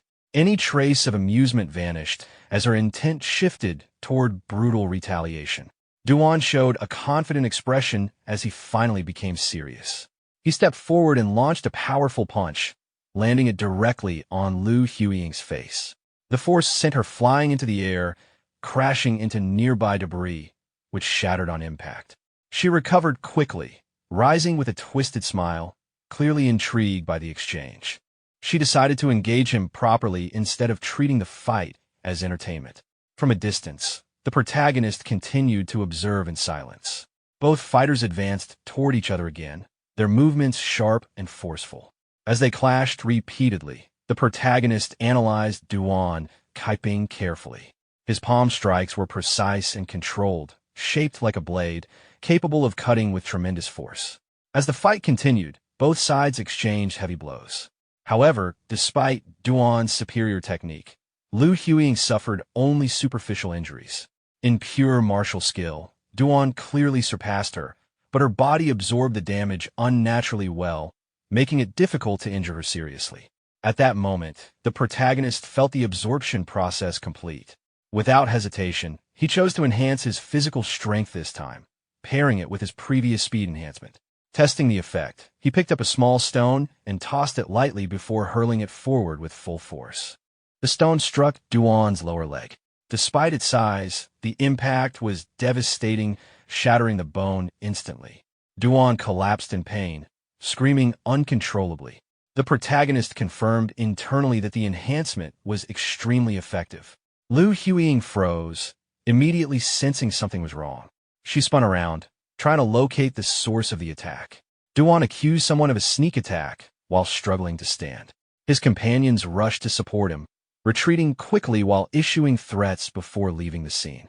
Liu Huiying watched them go, blood spilling from her mouth, clearly injured but still standing. The strike had caused noticeable damage. At that moment, the protagonist stepped forward and entered the scene. Liu Huiying focused on him, questioning whether he was responsible. The protagonist admitted it calmly, standing with confidence. She suspected he had used some kind of weapon. He neither confirmed nor denied it directly, only implying that it was not meant for her. While observing her stance and movements, the protagonist noted that her fighting style lacked discipline. It was clear she had never undergone formal training. He clenched his fist and prepared himself, deciding to confront her directly rather than relying on external control methods unless absolutely necessary. Liu Huiying reacted with vulgar confidence, attempting to provoke him. The protagonist remained silent, inhaling deeply and maintaining composure. His calm response unsettled her.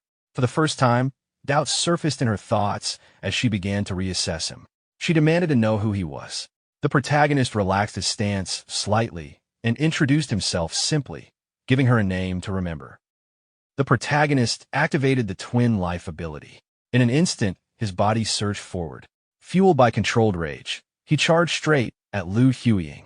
Before she could react, a powerful kick landed squarely on her abdomen, forcing blood out of her mouth. Without giving her time to recover, he followed up immediately with a heavy punch to her face. He continued pressing the attack, delivering multiple consecutive punches, each one landing cleanly and without hesitation. The final strike sent her flying backward. Her body crashed into the wall behind her, shattering it completely. Broken concrete and debris collapsed around her, burying her beneath the fragments. The protagonist shook his hand lightly, feeling the recoil from the impact. Even with reinforcement, her body was unnaturally solid. Nearby gang members froze in disbelief. The scene in front of them felt unreal. The wall itself had collapsed, and the person who had previously dominated the area was now buried beneath rubble. The fact that even Duan Kaiping had been suppressed by her made this outcome even harder for them to accept. Moments later, Liu Huiying forced her way out from under the debris. Her expression twisted with rage as she slammed her bat against the ground, directing her fury toward the protagonist. The protagonist observed her calmly, his expression steady. Internally, he recognized that this was the kind of battle he had been craving. Liu Huiying rushed forward again, swinging her bat as she charged. The protagonist avoided the attack effortlessly, stepping aside with precise movement. He grabbed her by the neck and drove his knee in her face while restraining her. Blood spilled again as the impact landed cleanly. Instead of collapsing, Liu Huiying began laughing uncontrollably. Her eyes glowed with madness as she clutched onto the protagonist, convinced he would not escape.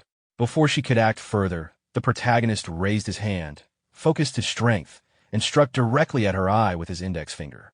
She convulsed violently from the pain, losing all composure. Standing before her, the protagonist reflected on his master's teaching. In real combat, morality did not matter. Victory alone determined who had the right to stand and speak. Weak points existed regardless of gender, and exploiting them was simply part of survival. He did not pause. A powerful kick landed once more on her abdomen, driving the air from her lungs. Immediately after, he clasped his hands together and delivered a decisive strike to her head. Her body collapsed face first onto the ground. The violent force caused the crown on her head to dislodge and roll away. The protagonist picked up the fallen crown, holding it in his hand as the battle finally came to an end. The protagonist took a photo of the crown and sent it to Wu Yuqing, informing her that the containment had been completed. Lu Huing lay on the ground nearby, only partially conscious. The protagonist glanced at her briefly and thought that she should at least not die from suffocation. As for the consequences of the harm she caused while wearing the villainess's crown of glory, he decided to leave that matter to the residents who had suffered under her during this time. As the divinity absorption continued, the protagonist noticed that the progress seemed faster than before. This change caught his attention. At the same time, a new option appeared at the bottom of his awareness, making him instinctively focus on it. Before he could examine it further, a presence approached. A white-haired man dressed in a black suit appeared nearby, causing the protagonist to turn toward him in surprise.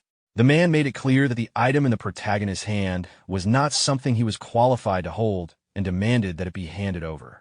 The protagonist immediately realized that the divinity absorption had not yet finished. At such a critical moment, allowing interference was not an option. He rejected the demand outright. The man's hostility rose instantly. After assessing the protagonist's condition and compatibility, he judged that despite the protagonist's young age and background, his evaluation level was unexpectedly high.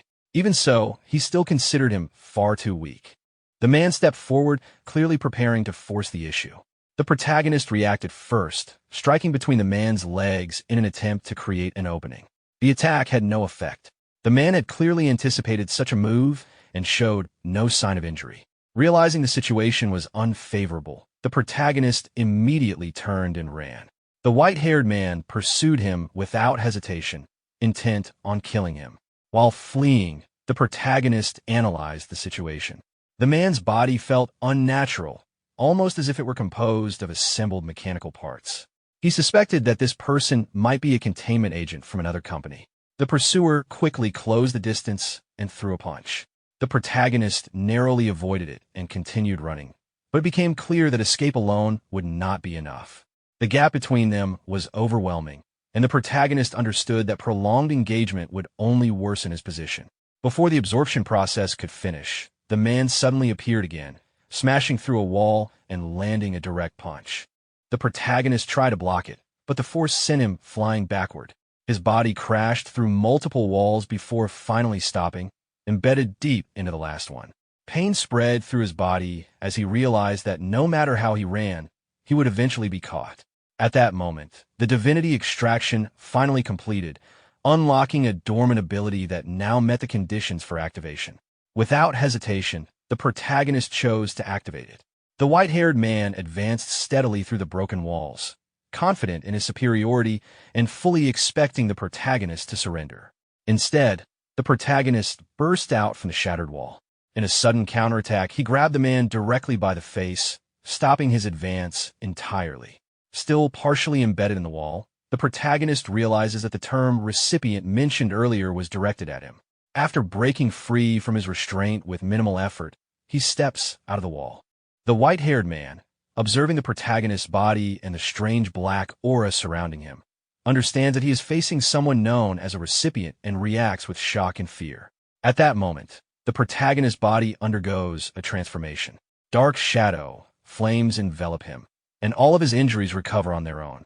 The ability responsible for this transformation enhances shadows into a tangible black flame, though its higher form remains locked due to insufficient requirements. The protagonist begins to question the meaning of recipient and why the white-haired man immediately associated the black flame with that title. Before he can think further, the white-haired man attempts to flee. As the man tries to escape, the shadow flames move on their own and begin pursuing him. The protagonist notices that the flames respond automatically to his intent, without any conscious control. This leads him to realize that the shadow flame may function as an automatic attack mechanism. The flames quickly catch up to the fleeing man, engulfing him completely and invading his body from within. Unable to endure the scene unfolding before him, the protagonist becomes physically sick and vomits. After the battle ends, the protagonist gains significant combat experience, resulting in multiple improvements to his physical abilities and combat proficiency. While standing over the unconscious body of the white-haired man, the protagonist carefully examines him. He notices that the man's entire body is covered in artificial skin with extremely high durability. Despite being burned for a long time, only minimal external damage is visible. He realizes that defeating him would have been extremely difficult if the damage had not occurred internally. To compare, the protagonist picks up a nearby stone. Even though it appears solid, it shows signs of damage after only brief exposure to the black flame. He concludes that the flame's destructive power is linked to the density of its target. Additionally, the stone shows no signs of charring and feels cold to the touch, suggesting the flame functions differently from normal fire. Due to the effect of the black flame, the stone gradually disappears from the protagonist's hand. From this, he understands that the black flame does not behave like ordinary fire. Instead, it originates from shadows. As the surrounding shadows diminish, the strength of the black flame weakens as well.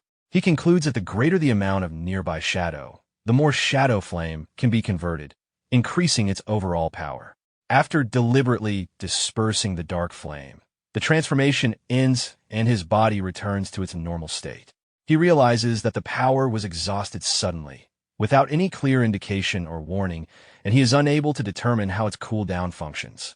He then takes photographs of the unconscious white-haired man lying on the ground, deciding to set aside his questions for now. He plans to explain the situation involving this individual to Wu Yuqing first. The scene then shifts to the Southern District. Inside a massive building, a long-haired man stands before a grotesque creature composed of flesh and veins. One of his injured subordinates kneels before him, clearly aware that he had been warned repeatedly not to cause trouble recently. In an instant, the long-haired man moves close and grips the subordinate's head, applying pressure with his nails until blood begins to flow. The subordinate suffers intensely, trembling and sweating as the pain worsens. After a brief moment, the long-haired man allows the subordinate to rise and questions him about the two individuals who were sent out earlier. The subordinate reports that they appear to have been destroyed. The long-haired man initially considers White Raven as the cause, but learns that one of the attackers was instead injured by a young man. This revelation angers him greatly.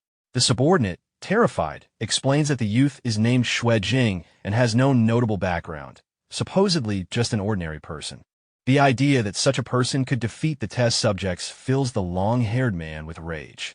Although the test subjects were imperfect, he believes they should not have been overcome by someone ordinary. Enraged, he orders that the youth be captured. Turning his attention back to the massive creature before him, he decides that the captured youth will be personally fed to the sky-lodging insect mother. He believes this will allow the creature to produce stronger offspring, and sees this as another step toward his ultimate ambition of taking control of the planet. The scene shifts to Qingcheng Library. Standing inside the elevator, the protagonist reflects on the mission. He recognizes that the incident escalated far beyond expectations, and is uncertain how Wu Yuqing will handle the aftermath. After a brief moment of concern, he dismisses his worries, deciding that dwelling on it is pointless. He accepts that problems must be faced directly and resolves that, at worst, he will make amends through future achievements. After exiting the elevator, Wu Yuqing greets him with a respectful bow. Her behavior immediately catches him off guard. She takes full responsibility for the unexpected developments during the mission, acknowledging that leaving him to face danger alone was a serious failure on her part. Her formal apology and attitude leave him momentarily stunned. She then informs him that the mission's rank will be upgraded and that compensation will be provided, expressing hope that he will accept it. He agrees without objection, but is internally surprised, as her reaction is completely different from what he had anticipated. As they move together toward a table, Wu Yuqing explains that the identity of the man he killed has been confirmed. The individual was named Zhu Yingquan, born in Source City, and affiliated with Su's containment company as a body modification specialist. According to the company, his actions were deemed personal and unrelated to any official containment mission. After taking their seats, the protagonist considers this explanation questionable, especially given the man's interest in the villainess's crown of glory. Wu Yuqing shares the same concern and presents a map outlining the division between the inner ring and outer ring. Su's containment company operates within the inner ring, while her own organization is based in the outer ring. Given this separation, it would indeed be unreasonable for Su's containment company to dispatch someone so far outside their jurisdiction. She believes this statement holds no obvious loopholes. She then suggests that there may be a deeper story behind the incident and advises the protagonist not to get involved further for the time being, stating that she will handle the matter herself. The protagonist places the crown on the table and removes his glasses, mentioning that he nearly forgot to return both items. Wu Yuqing stops him, insisting that he keep the glasses, as they may still be useful in future missions. She then brings up a disturbing detail from Zhu Yingquan's autopsy report. All of his internal organs had vanished without leaving any trace. She expresses curiosity about how such a result was achieved. Internally, the protagonist reflects on the danger of the shadow flame. He realizes that even he does not fully understand its principles and decides that it would be best to keep this power secret for now. He avoids giving a direct explanation. As he removes the glasses, Wu Yuqing becomes visibly uncomfortable and quickly looks away, her reaction suggesting that the glasses have a significant effect on her perception. She tells him that if he does not wish to explain, he does not have to, acknowledging that everyone has their own secrets, and asks him to put the glasses back on properly. While doing so, the protagonist internally concludes that the glasses are nothing short of a divine artifact. He then turns his attention to a card he received and seeks clarification about its purpose. Wu Yuqing explains that it is a containment card. With it, conducting containment missions in the future will be far more convenient. Realizing the implication, the protagonist understands that this effectively grants him official status. Wu Yuqing confirms this and further explains that, in addition to the conveniences provided by certain official organizations, all data stored within the Qingqing library will now be fully accessible to him. Wu Yuqing stands up from her chair, indicating that she still has pending work to handle.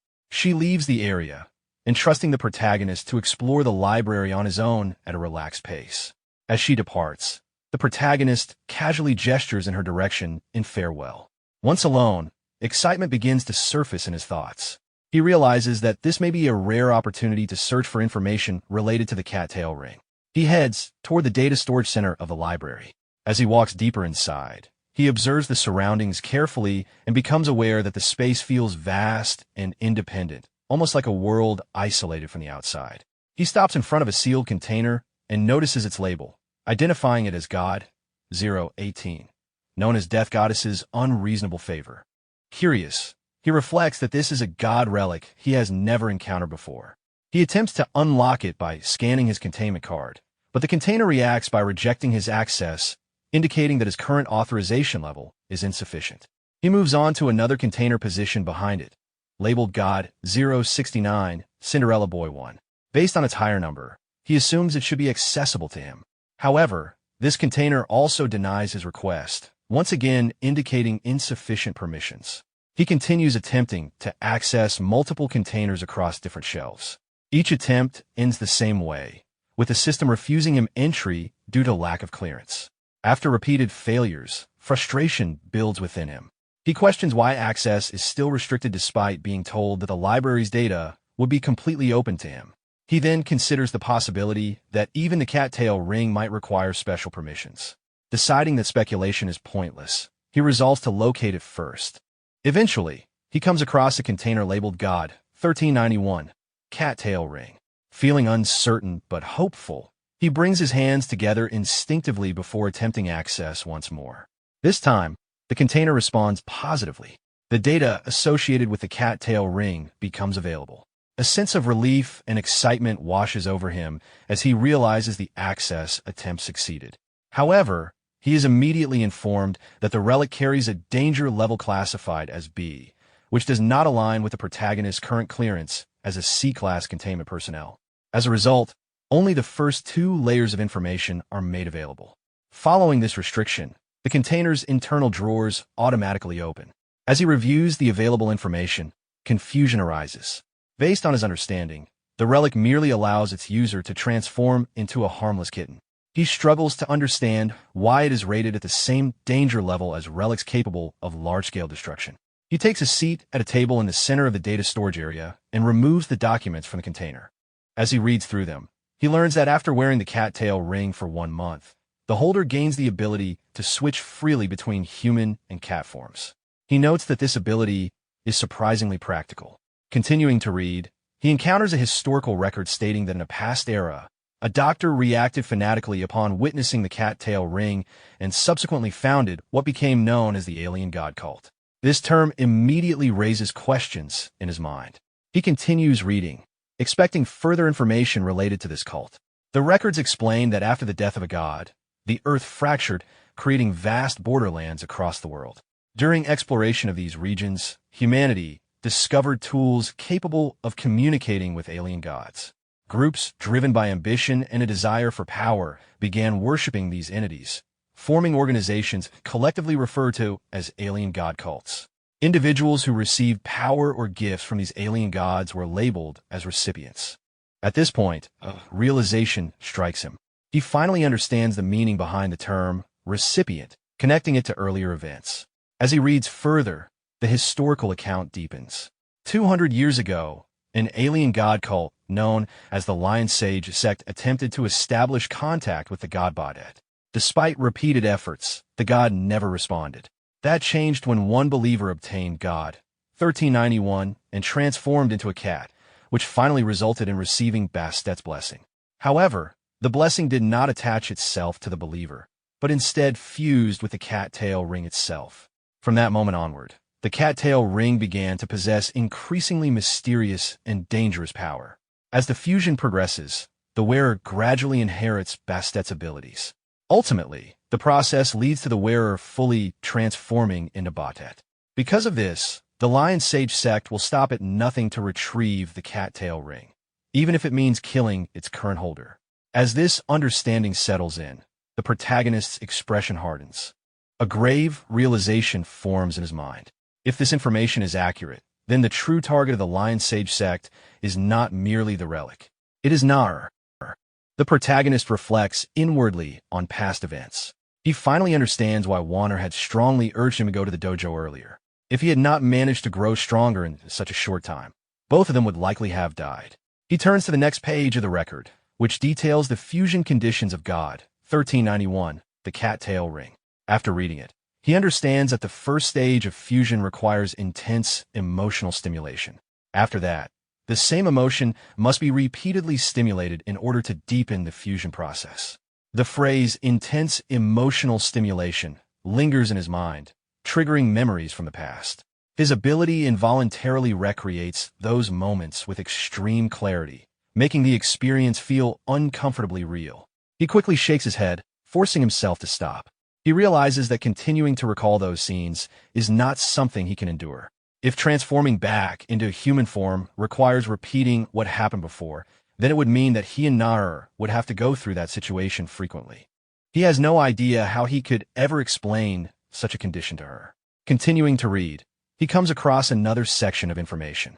According to the records, the cat-tail ring only grants divine authority and has no inherent side effects. The only real danger associated with it comes from the Lion Sage sect. This discovery eases his mind. The absence of side effects is actually good news. As he reaches the end of the material, confusion sets in. The records abruptly stop without explaining what abilities Bastet actually possesses, nor do they mention how the ring can be removed once worn. He realizes that these unanswered questions are likely due to his low clearance level as a C-class containment personnel. At that moment, his phone receives a notification. He glances at the screen and initially assumes it might be his wages being paid unusually early. After checking the message, he realizes it is actually the compensation transferred by Wu Yuqing. The amount is far larger than he expected. With this sum, he no longer needs to carefully calculate his daily expenses. More importantly, it gives him the freedom to dedicate more time to training and becoming stronger.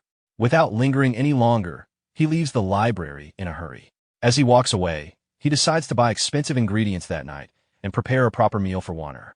As for the condition required to turn back into human form, he resolves to find another opportunity to explain it to her later. 5 days pass.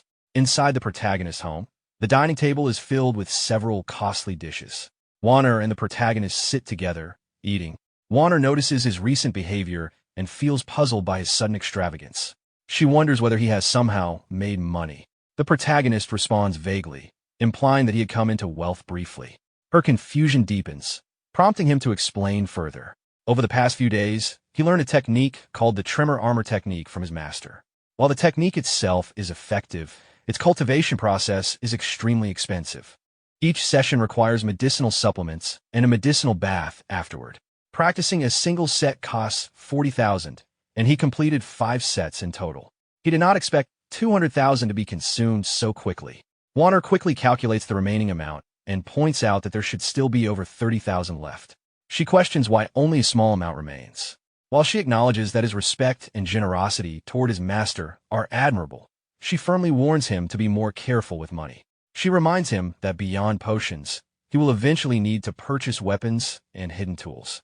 In addition, proper formal attire is necessary for entering high-end venues, and even the cheapest options cost over 100,000. The protagonist is taken aback by this information. He realizes that the expenses ahead are far greater than he had anticipated. Warner points out that buying such luxurious ingredients should be limited to once a month at most. The protagonist responds casually, not arguing with her. As he continues eating, his thoughts drift. He realizes that there are far too many ways to spend money. Payday is still far away, and Wu Yuqing is unlikely to arrange any missions for him anytime soon. If he does not find a way to earn money soon, he and Warner will once again struggle just to get by. After the meal, he looks through available job listings but finds nothing suitable. Left with few options, he sends a message to Chun, explaining that money is tight and asking whether there is any work available. He mentions that bodyguard work or physical labor would both be acceptable. Chun replies quickly, telling him that he asked the right person. Chun instructs him to come to the Hidden Dragon Dojo the next afternoon, explaining that a senior brother will first assess his ability. While the protagonist is still processing the reply, he notices Warner rapidly finishing the remaining food. He reacts instinctively, realizing too late that she has nearly eaten everything. The scene then shifts to the Hidden Dragon Dojo. Inside the dojo, the protagonist practices his newly unlocked soft force technique. His movements are controlled and precise, showing clear progress from his previous training. From the side, Chun observes quietly. He realizes that this junior brother is far from ordinary. In just 5 days, the protagonist has already cultivated the tremor armor technique to an impressive level. A brown-haired female disciple approaches the protagonist, clearly nervous and slightly flustered. She gestures toward the strength testing area, suggesting that he demonstrate his ability so everyone can see. Chun encourages the protagonist to step forward, seeing this as a good opportunity. Although the protagonist hesitates at first, Chun quietly urges him on, pointing out that this is a perfect chance to test the results of his recent training and allow others to witness his strength. Accepting this reasoning, the protagonist steps forward and agrees to try. Some nearby disciples whisper among themselves. Since the protagonist has not been at the dojo for long, they assume his strength is probably lacking and suggest that he should not push himself too hard. Others joke lightly, implying that he might hurt himself. The brown-haired girl becomes visibly annoyed by these comments, clearly believing in the protagonist's ability. The strength testing begins. The punch force machine registers Ning Mingming's previous result at 232 kilograms. The protagonist then steps up and delivers a light punch to the testing device. The motion appears casual, lacking any obvious build-up. This immediately causes confusion among the onlookers. Some wonder why he did not charge up his strength, while others begin to laugh, assuming that he held back out of fear of embarrassment. Suddenly, the testing machine reaches its limit. The device strains, tears apart, and breaks, indicating that the maximum measurable punch force has been exceeded. The surrounding disciples are stunned. None of them expected such a result from such a seemingly gentle strike. Standing calmly before them, the protagonist explains the principle behind what he used. Rather than relying on brute strength, he applied soft force. He clarifies that stronger force does not always mean better results. Soft force is an advanced application of gene force, where power is concentrated into a single point, injected into the target, and then released internally. He suggests that others attempt to comprehend this method themselves. Ning Mingming listens intently, clearly impressed and grateful for the explanation. Some nearby disciples react with subtle jealousy, unable to hide their envy. The protagonist then instructs a short-haired junior to retrieve a punch pad from the warehouse and place it on the force testing machine. Afterward, Chun approaches the protagonist and hands him a business card. Based on the skill he has just demonstrated, Chun feels confident in recommending him. He explains that a powerful individual is currently looking for a bodyguard. While the situation surrounding the job is somewhat complicated, the opportunity itself is genuine. The protagonist carefully examines the card. When he notices the compensation listed, his attention sharpens immediately. Without hesitation, driven by instinct and necessity, he expresses a strong desire to take the job. The scene then shifts to the Rueju Hotel. The protagonist steps out of a luxurious car and walks into the hotel. His presence immediately draws attention from the people inside. Based on his attire and bearing, several guests quietly observe him, trying to guess his identity. Some assume he is a martial artist rather than a wealthy second-generation heir attending the banquet, while others speculate that he must be part of the hired security, though his young age makes them doubtful. Hearing the surrounding whispers, the protagonist smiles inwardly. He recalls the words his senior sisters once told him, realizing that appearances truly do matter. His thoughts drift back to a past memory. At that time, one senior sister had questioned his choice of clothing, clearly surprised. The protagonist had replied that there was nothing wrong with them and that they were comfortable to wear. The senior sister, however, insisted that clothes shape how others perceive a person, warning him that dressing too cheaply would invite contempt. She then produced a red blazer she had prepared for him, proudly explaining that it was designed by a famous designer. The protagonist had responded awkwardly, feeling that it was far too flashy and unnecessary, as he was not attending a blind date. At that moment, senior sister Manga appeared, holding a black martial-style outfit. Another senior sister immediately reacted with jealousy, complaining that she had arrived first. Returning to the present, the protagonist reflects inwardly that when it comes to taste, senior sister Meng truly stands above the rest. From a distance, two beautiful women watch him as he walks through the hotel. One of them is clearly captivated by his appearance, while the other seems tempted to approach him. Nearby, two men dressed elegantly also observe him closely. One of them wonders whether the protagonist could be a high-level disciple from the Hidden Dragon Dojo. His companion quickly dismisses the idea, explaining that he has seen all 6 direct disciples of the dojo, including the youngest female disciple, and does not recognize this person. He further reasons that although the Dragon King, Li Qi, once intended to accept a 7th disciple, that person would have to be an extraordinary prodigy with exceptional talent and physique. In his view, the protagonist appears more like a handsome youth than a powerful martial artist. The first man, however, disagrees. He notes that the protagonist's lower body is extremely stable, with each step measured precisely, neither more nor less. His upper body remains completely steady, showing no unnecessary movement. This level of body control and force delivery clearly indicates advanced martial skill. The second man remains unconvinced, arguing that no matter how refined one's force control is, a single person would still lose when facing overwhelming numbers. Frustrated by this narrow-minded view, the first man storms off, no longer willing to continue the discussion. As the protagonist approaches the reception counter, a male receptionist steps forward and verifies his identity as the martial artist responsible for security. The protagonist introduces himself as a member of the Hidden Dragon Dojo. The receptionist then provides him with a map and explains the job arrangement. This event has hired 6 martial artists in total, each assigned to oversee a specific area. The protagonist is assigned responsibility for the stage area, which has relatively poor lighting and therefore requires extra attention. Taking the map, the protagonist responds calmly. He remarks inwardly that with so many martial artists present, serious trouble is unlikely to occur. However, the receptionist makes it clear that precaution is still necessary. Hiring extra personnel is simply a way to prevent problems before they arise. With that, the receptionist excuses himself to attend to other duties. The protagonist acknowledges this and turns his attention toward his assigned area, ready to carry out his responsibility. While observing the surrounding area, the protagonist reflects inwardly that calling in extra manpower is not unusual, but hiring 6 martial artists clearly indicates something serious. Beyond that, a large number of bodyguards have also been deployed. Judging by their equipment and posture, they are all well-trained professionals. The number of surveillance cameras is also far beyond what a normal hotel would require. From his experience, such excessive preparation only happens when something abnormal has already occurred. This makes him wonder what kind of incident could justify such a large-scale arrangement. Soon after, a man dressed in white approaches him. The man introduces himself as a member of the Tiger Soul Dojo named Li Zhaoquan. He makes it clear that he has no intention of causing trouble, but as fellow martial artists, it is reasonable to understand each other's strength beforehand. The protagonist agrees, understanding that this so-called exchange is a customary way for martial artists to gauge one another's level. He realizes that the man likely doubts his strength due to his young age. At the same time, the protagonist also sees this as a chance to evaluate his own standing. As the two begin crossing hands, several people nearby take notice.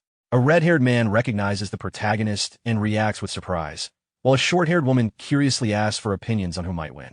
Before any conclusion can be reached, a pink-haired man arrives, immediately drawing attention from the surrounding crowd. His presence alone is enough to make others react with respect. While observing the exchange, the pink-haired man quickly assesses the situation. In his view, although the protagonist appears slender, his body has clearly undergone intense tempering and is far tougher than it looks. His internal energy is clean and stable, far beyond what Li Xiaoquan can contend with. The red-haired man, hearing this evaluation, feels shocked. He cannot understand how the protagonist's strength has grown so rapidly in such a short time. On the other hand, Li Xiaoquan initially assumes that the protagonist has no visible flow of energy and dismisses him as inexperienced. However, as the exchange continues, the protagonist gradually increases the pressure in his grip. Li Xiaoquan soon realizes something is wrong. The force pressing back at him suddenly surges beyond his expectations, and no matter how hard he tries, he cannot suppress it. As the pressure intensifies, Li Xiaoquan struggles to maintain his composure. A faint cracking sound reaches the protagonist's ears, causing him to immediately grow concerned. He fears that he may have unintentionally injured the other man. Li Xiaoquan, however, forcefully maintains a calm appearance, masking the pain and praising the protagonist's ability before withdrawing from the exchange. He quickly excuses himself and leaves the area. Once inside the restroom, away from others, Li Xiaoquan finally breaks down. Clutching his injured hand, he curses inwardly, overwhelmed by the pain. In his mind, the image of the protagonist lingers, no longer as a mere junior, but as something far more terrifying than he had anticipated. The protagonist briefly wondered if the man was really fine, since the sound earlier had clearly been bones breaking. At that moment, a red-haired man approached him. The protagonist turned toward him and immediately recognized the familiar face. It was Pei Youguang, someone he had not seen in a long time. The scene then shifted to the stage area. After entering, the protagonist realized that Pei Youguang truly came from a wealthy background, something he had previously doubted. Pei Youguang casually explained his family situation, mentioning that his comfortable life depended largely on his elder brother's attitude toward him. The protagonist then understood that Pei Youguang had approached him because of the earlier exchange with Li Xiaoquan. That display had caught the attention of Pei Youguang's elder brother, a talented individual who had entered Inner Ring University through the martial arts exam. As Pei Xiao arrived on the stage, Pei Youguang subtly indicated him. The protagonist acknowledged it without much reaction. Pei Youguang also pointed out that several young ladies and wealthy women nearby were interested in getting to know the protagonist and asked about his availability. The protagonist made it clear that he still had work to do and would not stay. He also expressed that casual acquaintance was fine, but real connections should be pursued personally rather than through intermediaries. With that, the protagonist prepared to leave. From behind, Pei Youguang watched him go, silently admiring his presence. Nearby, some of the women agreed with the protagonist's attitude and began approaching him directly. One woman stepped forward confidently, followed by others who showed the same interest. The protagonist, however, noticed a few unfamiliar men nearby and felt something was off, as he had not been informed about anyone delivering items. As he tried to move toward them, one of the women grabbed his arm to stop him. Feeling overwhelmed by the situation, the protagonist finally took out his phone, deciding to end the interaction quickly by exchanging contact information. The woman responded with a satisfied smile, and several people nearby followed along, showing the same interest. At the same time, the strange men the protagonist had noticed earlier revealed their purpose. One of them activated a detonator. As the device turned on, it began emitting light, and multiple laser-like beams spread out from it. The protagonist's phone suddenly malfunctioned. At first, he suspected a simple electrical issue, but after quickly observing his surroundings, he realized something was wrong. Moments later, the power in the entire area shut down. Confusion spread among the crowd as people attempted to use their phones for light, only to find that none of the devices were functioning. The protagonist calmly assessed the situation. His phone had been fully charged, yet it was unusable. In the darkness, not a single person was able to activate a phone or any electronic device. Combined with the complete loss of lighting, it became clear that all electrical equipment had failed at once. This strongly indicated the use of an electromagnetic pulse, a high-level method designed to disable electronic systems instantly. What puzzled him was the scale of such a method, which seemed excessive if the goal was merely to kill someone. Suddenly, the sound of shattering glass echoed through the building. Startled by the noise, a nearby woman panicked and clung to the protagonist. He immediately understood that a serious incident was unfolding. The scene then shifted to the banquet area. People reacted with confusion, speculating about the source of the noise while checking for others around them. Some began to notice that individuals who had been nearby moments earlier were now missing. Pei Youguang lit a lighter, providing the first visible source of light in the darkness. Pei Xiao quickly realized the danger and instructed everyone to stop moving and stay grouped together. Before order could be restored, a sudden sound came from nearby. Panic spread as someone was attacked and killed instantly. The realization that blood was present pushed the crowd into chaos, and people began running blindly. Pei Xiao attempted to stop them, but an attacker suddenly struck at him. He managed to dodge, though he was slightly injured. Another attack followed, which he countered, knocking the attacker to the ground. However, before he could recover fully, an even stronger strike was launched toward him. Pei Youguang reacted in time, pushing Pei Xiao out of the way and saving him. The attack instead hit a nearby person, killing him instantly. In the dim light, they finally saw the attacker clearly. It was a creature resembling a giant grasshopper. Both brothers panicked as the creature prepared to strike again. With no clear path of escape left, the situation seemed desperate. At that moment, the protagonist appeared. He descended from above and delivered a powerful kick directly into the creature, smashing it into the ground and halting its assault. He then looked at the creature, trying to understand exactly what it was. The force of the protagonist's kick drove the insect-like creature straight into the wall behind it, embedding its body deep into the surface. As he observed the creature, the protagonist realized it was the same type of enemy he had encountered before. The ease with which he had sent it flying confirmed that his recent training had not been wasted, as such an outcome would have been impossible in the past. The people nearby reacted in shock, amazed that the monster had been sent crashing into the wall with what appeared to be a casual kick. Others quickly noticed the absence of the bodyguard experts from the various dojos and realized they had already fled long ago.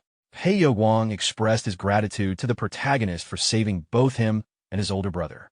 However, the protagonist immediately warned everyone not to approach, as the creature had not yet been killed. As expected, the creature soon broke free from the wall and launched another attack. While evading its assault, the protagonist assessed the situation. The creature's vitality was far greater than before, suggesting that it had evolved. He decided to test its limits, knowing that if he could not overpower it, retreating would be the wiser option. There was no reason to risk his life for such a small reward. Gathering strength, he concentrated power into his elbow and struck the creature directly. The impact sent it skidding violently across the floor, accompanied by the sound of bones crushing.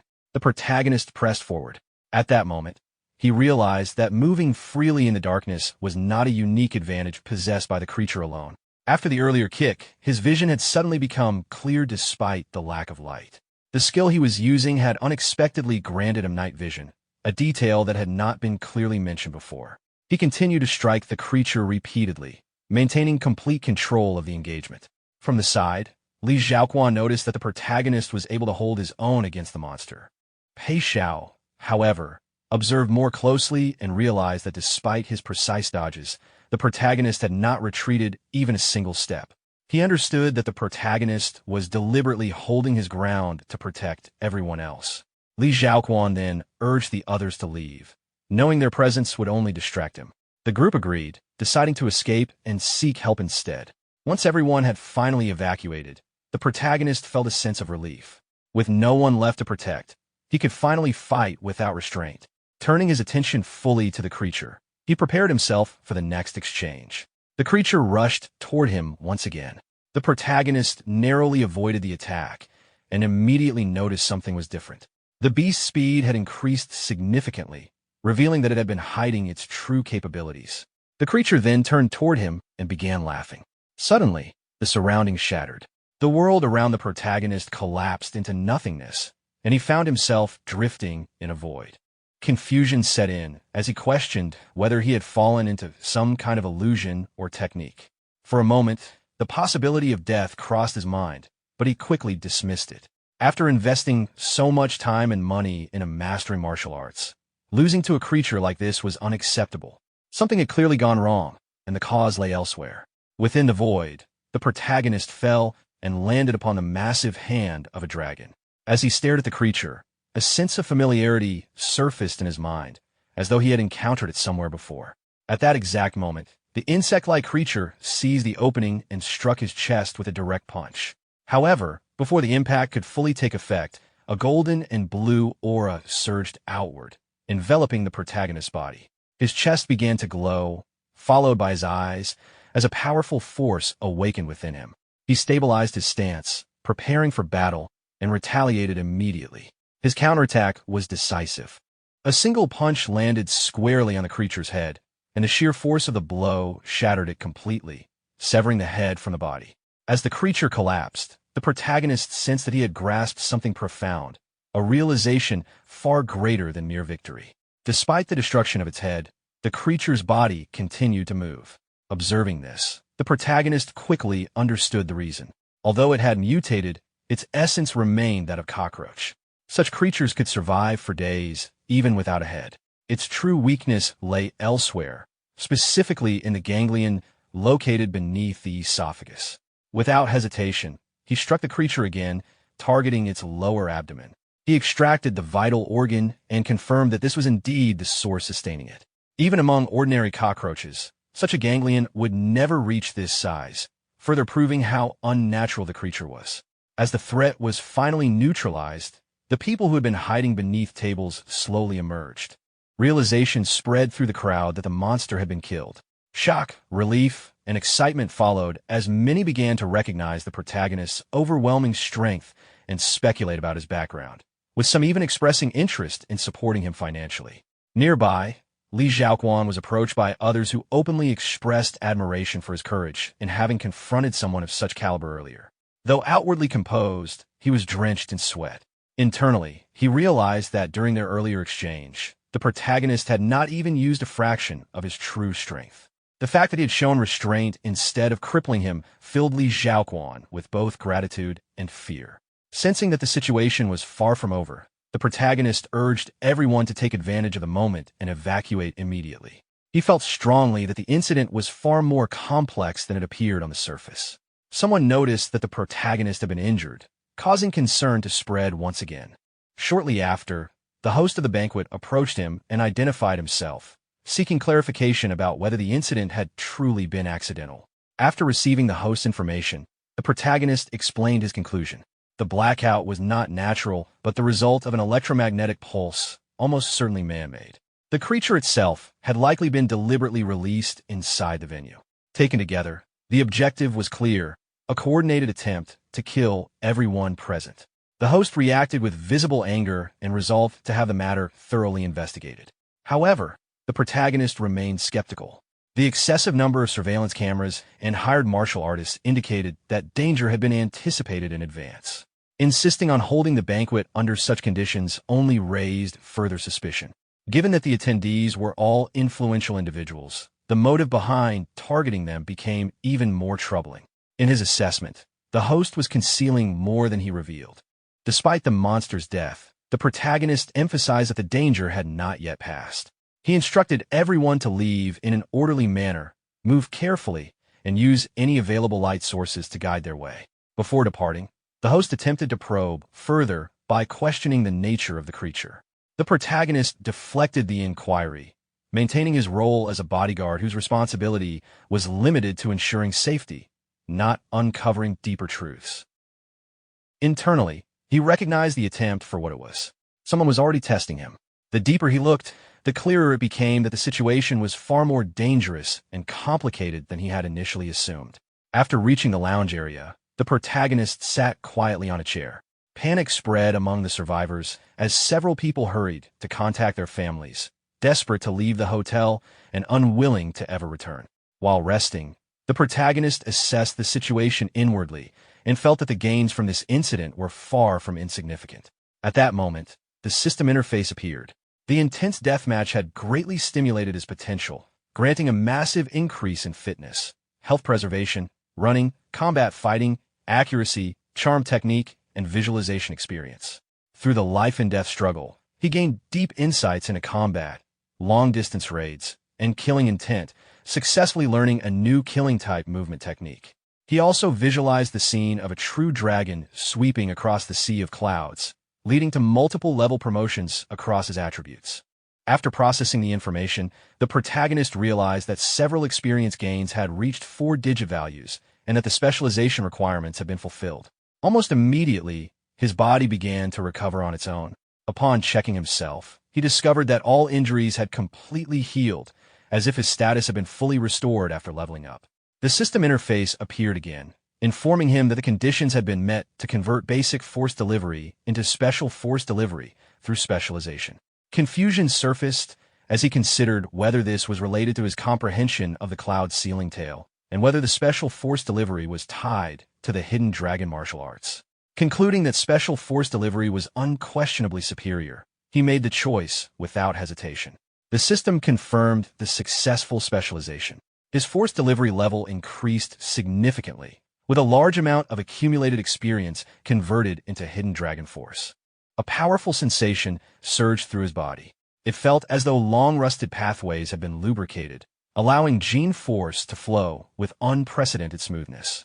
Recognizing the rarity of this opportunity, he immediately decided to take advantage of it and began practicing the tremor armor technique once more. Not long after, the medical team arrived to treat the injured.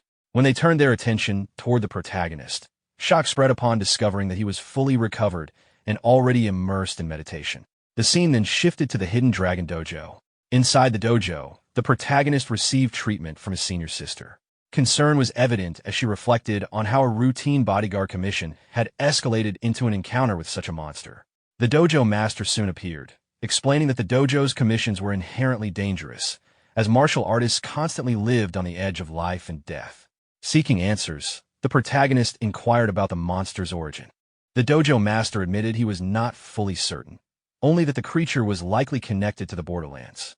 This caused the protagonist to reflect inwardly on the naturally occurring rift mentioned in the data that appeared after the god's death, wondering what truly existed within it. The dojo master advised him not to overthink it, emphasizing that survival itself was already a great blessing. Moreover, through this experience, the protagonist had comprehended the hidden dragon style's killing move, cloud ceiling tail. For a martial artist, tempering oneself between life and death remained the greatest teacher. The protagonist explained to his master that he seemed to have comprehended the essence of the hidden dragon style. The dojo master was so shocked that he stood up from his wheelchair and moved closer to him. After carefully examining the protagonist's hand, the master lost his composure, fell to the ground, and realized that the protagonist had unknowingly nurtured a dragon within his body. The senior sister, confused by their reaction, could not understand what they were referring to. The master, however, was clearly pleased. He explained that the hidden dragon style was not merely a martial technique, but a method of cultivating a living dragon force within the physical body. This dragon was not an illusion, but a real force with its own spirituality. From that moment onward, martial cultivation became a process of nourishing that inner dragon. According to the master, this was the true essence of the hidden dragon style, and the protagonist had already grasped the key step towards surpassing human limits. The master then clarified what breaking the limit meant. He explained that once the body had fully perfected skin, flesh, tendons, bones, and blood, progress normally stopped. To go further, one had to elevate the level of life itself. This involved remolding the physical body. Although the appearance remained human, the essence of life changed. Those who achieved this state were known by Taoists as earthly immortals and by Buddhists as living Buddhas, capable of living far beyond ordinary lifespans while maintaining peak physical condition. While listening, the protagonist noticed that the master's crippled legs were likely the result of a failed attempt at this transformation. The master reassured him that he had already crossed a critical threshold, greatly reducing the risk of failure. From here on, steady and patient cultivation was all that was required. The senior sister then questioned why the master had still grown old despite once being powerful enough to cross the dragon gate. The master revealed that the dragon he had nurtured was killed. This revelation shocked both disciples. The master went on to recount his past. In the North District, he had relied on his overwhelming martial strength and acted recklessly, constantly engaging in duels alongside Manhwa Sang. His arrogance led him to offend many powerful enemies. When they failed to defeat him directly, they targeted Manhwa Sang's family instead. Consumed by anger, the master sought revenge without restraint, killing all who stood in his way. For a time, he believed himself invincible, but eventually retribution arrived. A powerful enemy shattered his legs and destroyed the dragon within him, breaking his spirit and leaving him crippled. When others abandoned him, only Meng Basang remained loyal. To escape their enemies and protect Qin Jiao, they left the North District and eventually established the Hidden Dragon Dojo in this remote area. Although the master admitted that thoughts of revenge still lingered, he explained that his enemies were figures from the inner ring of the North District, far beyond their current reach. He considered the matter part of the past and advised the protagonist not to dwell on it unless he someday legitimately entered the inner ring. Later, the scene shifted to the outskirts of the city. As the protagonist walked toward his apartment, he received confirmation that a large sum of money from the hotel had been transferred into his bank account, leaving him with a substantial balance. He noted the efficiency of the hotel's payment process. After returning home, he entered the apartment but found Warner absent once again. Sensing something unusual, he activated his visualization ability and noticed movement outside. Looking through the window, he saw two unfamiliar men approaching, and he immediately realized that Warner was in danger. Warner confronted the two men, questioning why they had returned after fleeing earlier. One of them explained that the infinite dragon crown had reacted to her, indicating that she possessed outstanding aptitude and could become a suitable recipient.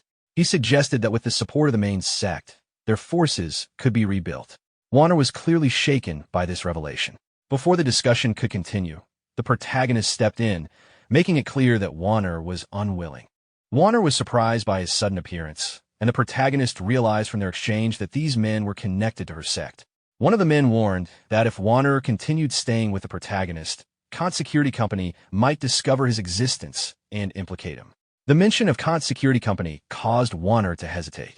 The protagonist, however, could not ignore what he had heard. As the man elaborated, he implied that Kant Security Company posed a serious threat and that the protagonist would inevitably be dragged into danger if Warner stayed.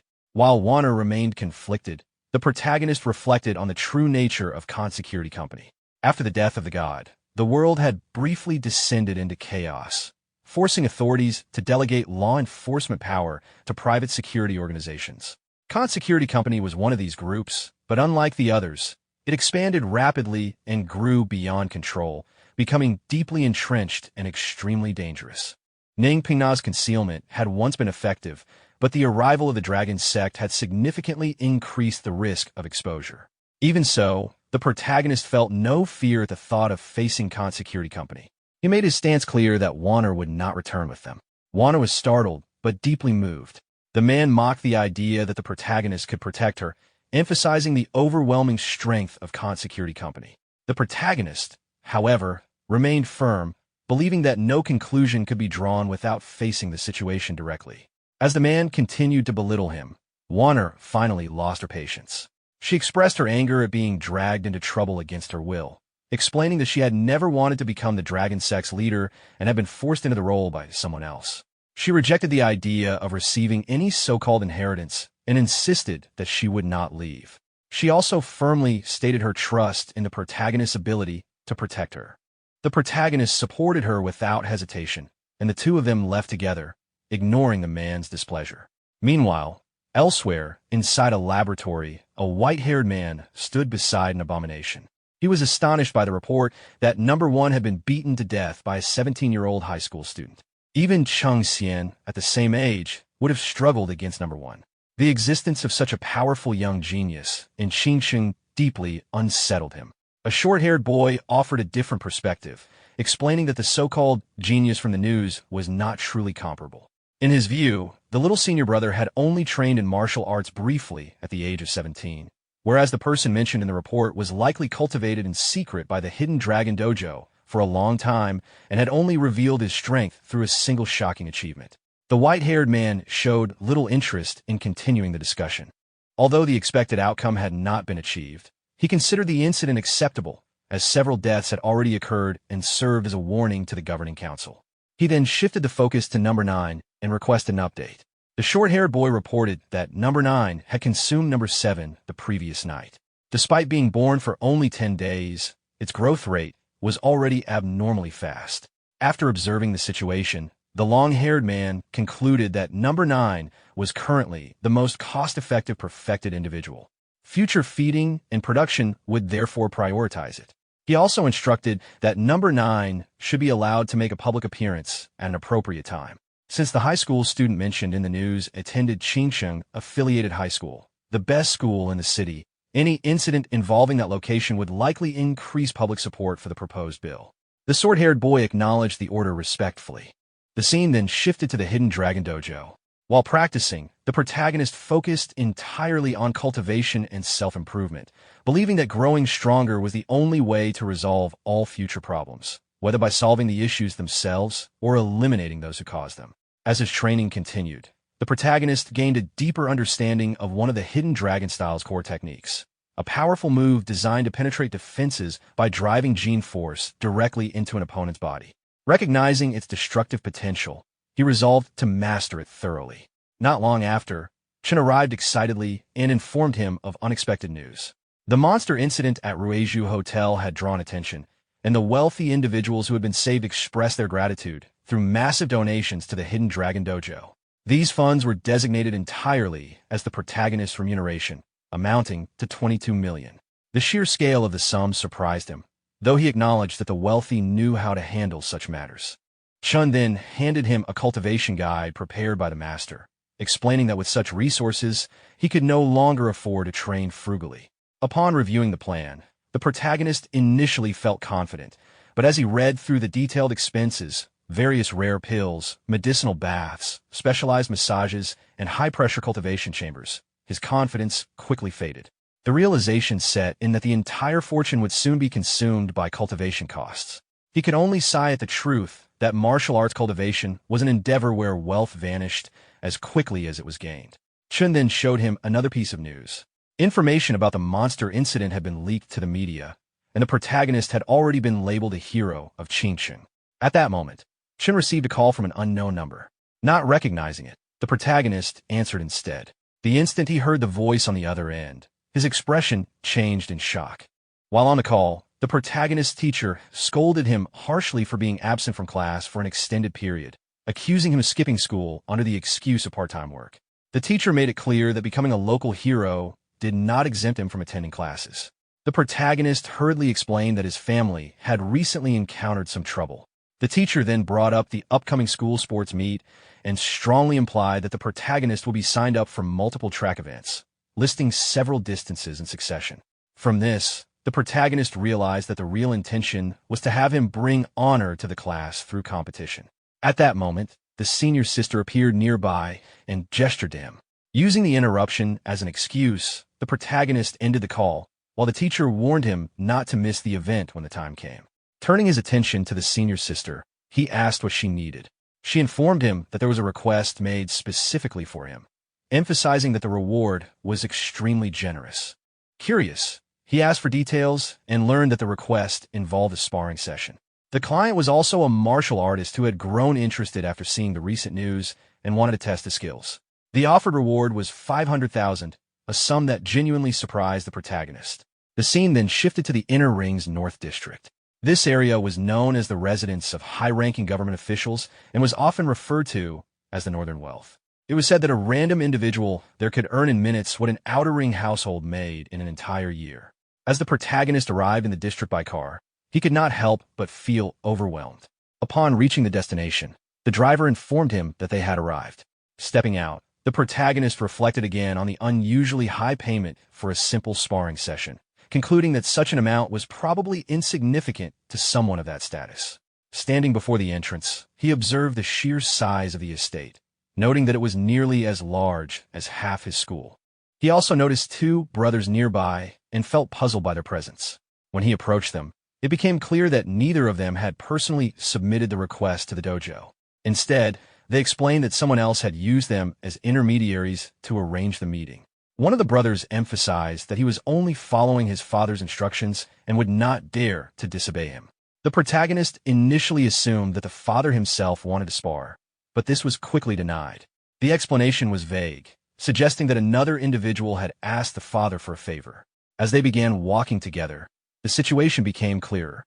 The person behind the request came from an official organization, though the exact affiliation was unknown. The brother's father had stressed that this person's requirements must be met as thoroughly as possible. During a dinner the previous night, he had instructed them to arrange a meeting with the protagonist, which led to the current situation. Pei Xiao questioned whether the protagonist truly had no idea who was behind the meeting. The protagonist made it clear that he had no clues at all, though inwardly he wondered if the matter was connected to Kant's security company. As Pei Xiao opened the door, he warned the protagonist not to lower his guard. Even though the protagonist was strong, the person inside might be stronger than anyone he had encountered before.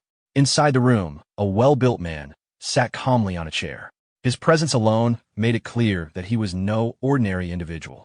The protagonist greeted him politely, but while observing him closely, he noticed scars on the webbing between his thumb and forefinger, along with a bullet wound on his shoulder.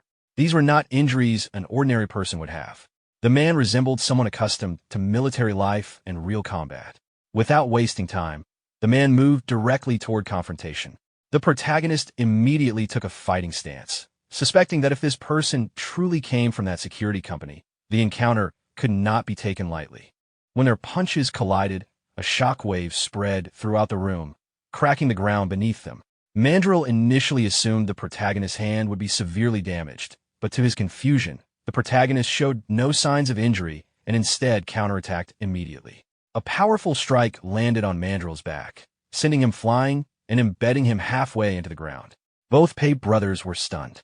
One realized that if he had taken Mandrill's punch directly, his entire hand would have been destroyed, yet the protagonist remained unharmed and even managed to counter.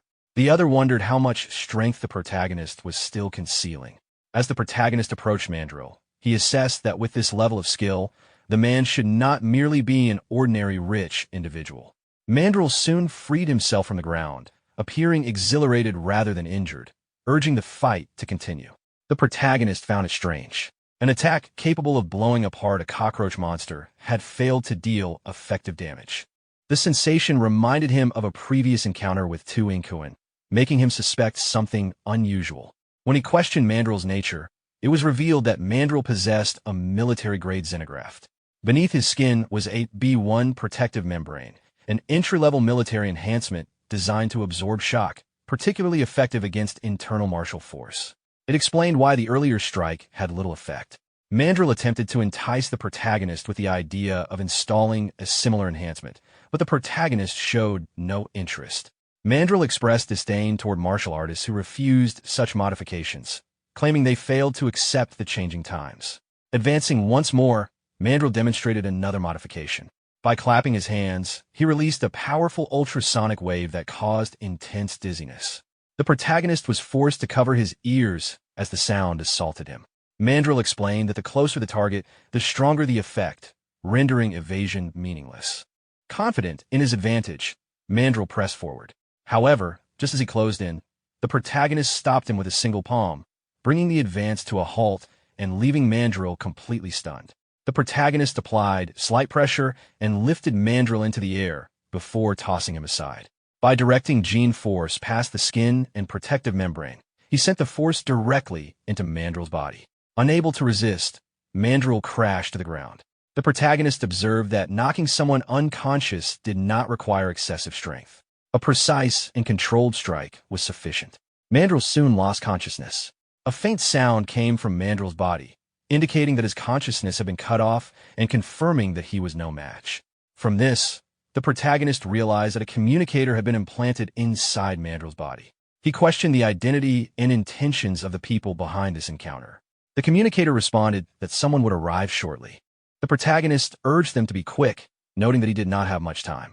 Soon after, Pei Yowang arrived with his brother. They speculated that this might be some kind of test conducted by a mysterious organization and wondered what such people wanted with the protagonist. The protagonist dismissed the idea, though he acknowledged that it did resemble such a situation. Mandrill's body suddenly began to tremble. The protagonist prompted him to get up if he was conscious. Mandrill soon regained awareness, clearly injured, and wondered how his previous technique had been countered. The protagonist assessed that the technique relied on sonic waves affecting the brain and that neutralizing it only required applying a stronger opposing force. Mandrill realized that the protagonist had not yet used his full strength. He instructed the Pei brothers to leave the area, and they complied.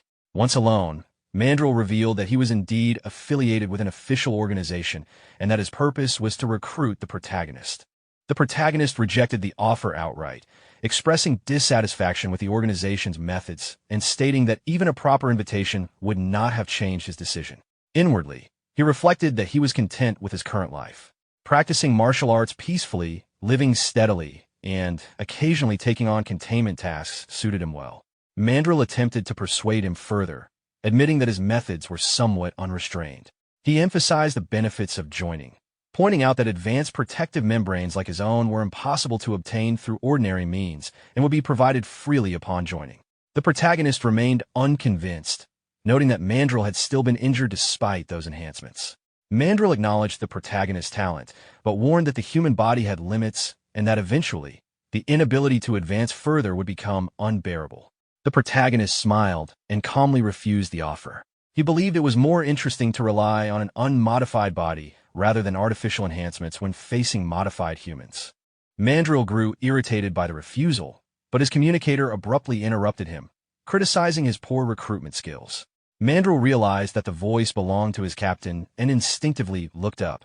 Both he and the protagonist raised their heads as a figure descended directly from the sky. As the figure came into view, the protagonist recognized the falling silhouette as Voidblade. A white-haired woman landed in front of them. She revealed her identity as the captain of White Raven Squad 838 and indicated that Mandrill was a member of her squad. The protagonist quietly recalled that this same person had previously introduced him to Wu Yuqing and questioned why she was attempting to recruit him again. Internally, he sensed that this time the approach was driven by higher authority rather than personal initiative. Aside from recruitment, she had another purpose for appearing. She brought up the monster the protagonist had killed several days earlier and questioned whether he knew its true origin. The protagonist identified it as a Borderlands creature, but she clarified that this was only partially correct. She explained that the creature did possess the defining characteristics of Borderlands organisms, including a core that served as its power source. Such cores were not always located in the heart and could exist in various parts of the body. As long as the core remained intact, the creature could revive repeatedly. The protagonist realized that he had unknowingly destroyed the core during the fight, which explained the outcome. When he asked why she claimed it was not entirely a Borderlands creature, she identified it as a sky-lodging insect mother originating from Borderlands F-056, known as Carrion Lake. Its assessed danger level was extremely high. Noticing the protagonist's confusion, she proceeded to explain the danger level system using combat data gathered from Mandrill. Based on the evaluation, the protagonist's current danger level was far beyond that of an ordinary adult, while the sky-lodging insect mother, at peak condition, exceeded even that by a massive margin. She clarified that such a high rating represented an extreme scenario. In its unawakened state, the sky-lodging insect mother was far less threatening and primarily functioned as a reproductive organism. It possessed the ability to absorb genetic traits from consumed creatures and produce corresponding offspring, even combining multiple genetic sources into new species. About a month earlier, a smuggling group had captured one such organism from Carrion Lake and transported it out of the Borderlands. The official forces had pursued them into Qingqing's southern district, but eventually lost track of the trail. The recent incident involving the protagonist had finally provided a new lead. From this explanation, the protagonist understood that the cockroach-like monster he had killed was an offspring created by the sky-lodging insect mother. As the implications settled in, he connected the traits he had observed and realized that the creature had likely been formed through the fusion of a cockroach and a human. The leader pointed out that the cockroach man's strength had been steadily increasing. She believed the person controlling the sky-lodging insect mother was continuously enhancing it, and because the protagonist had repeatedly disrupted their plans, he had already become a target. The protagonist realized that the invitation to join was not meant as protection. The leader made it clear that her intention was recruitment. She acknowledged his young age, his exceptional talent, and his courage in facing Borderlands creatures directly. She explained that White Raven, backed by the agency, possessed the most advanced and professional training system in Juxia and claimed it could fully develop his potential.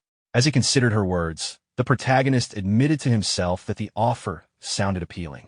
However, he also knew that a system that prioritized training above all else was something he had already possessed from the very beginning. Because of that, he chose to refuse.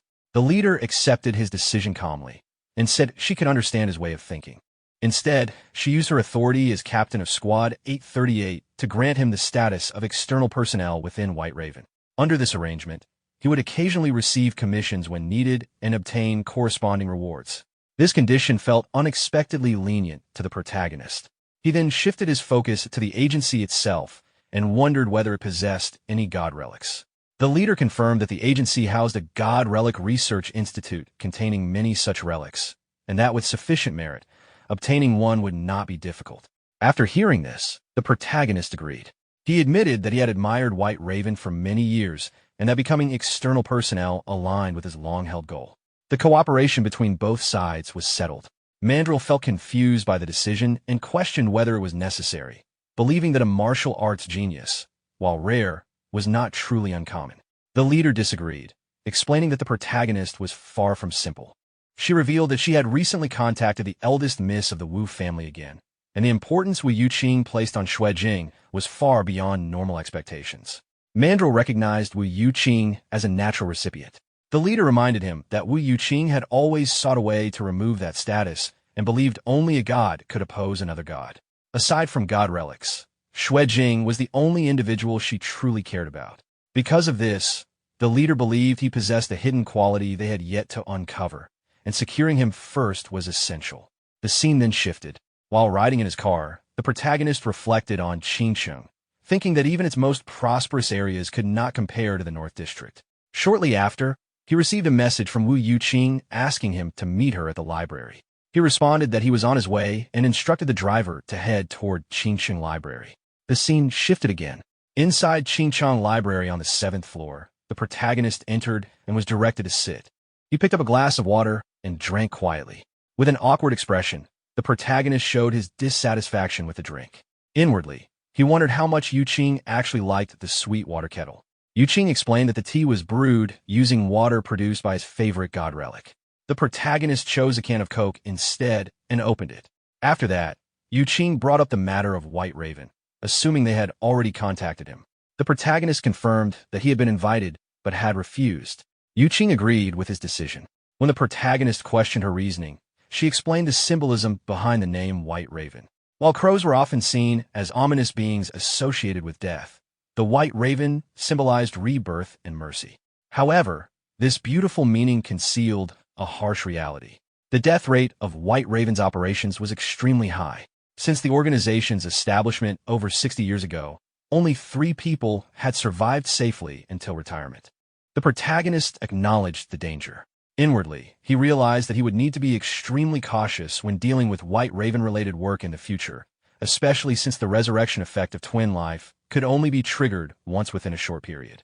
He then asked about the background of the agency. Yuqing explained that its full name was the Abnormal Disaster Emergency Management Special Agency. It was established after the start of the new era to handle various abnormal disasters. The organization operated independently from the 5 great agencies and was therefore referred to as the 6th agency. Its authority was so extensive that even extreme actions within Qingcheng would not result in arrest. The protagonist questioned whether such power worried the government. Yuqing explained that the agency was overseen by 13 high-level officials, most of whom resided in the Azure Court. In that sense, the 6th agency was equivalent to the nation itself. The protagonist realized that the background of the agency was far greater than he had imagined. Yuqing then stated that the main purpose of calling him here was simply to remind him about the White Raven matter, and that he was free to leave. The protagonist asked whether there were any missions or god relics for him to see, but received no such arrangements. When he confirmed there was truly nothing else, Yuqing suggested that he could help by sweeping the library if he had spare time. The protagonist immediately stood up to leave, stating that he still had other matters to attend to. At that moment, he received a call from his teacher. Realizing he had completely forgotten about it, he quickly answered and reassured his teacher that he would arrive soon. The scene then shifted to the South District.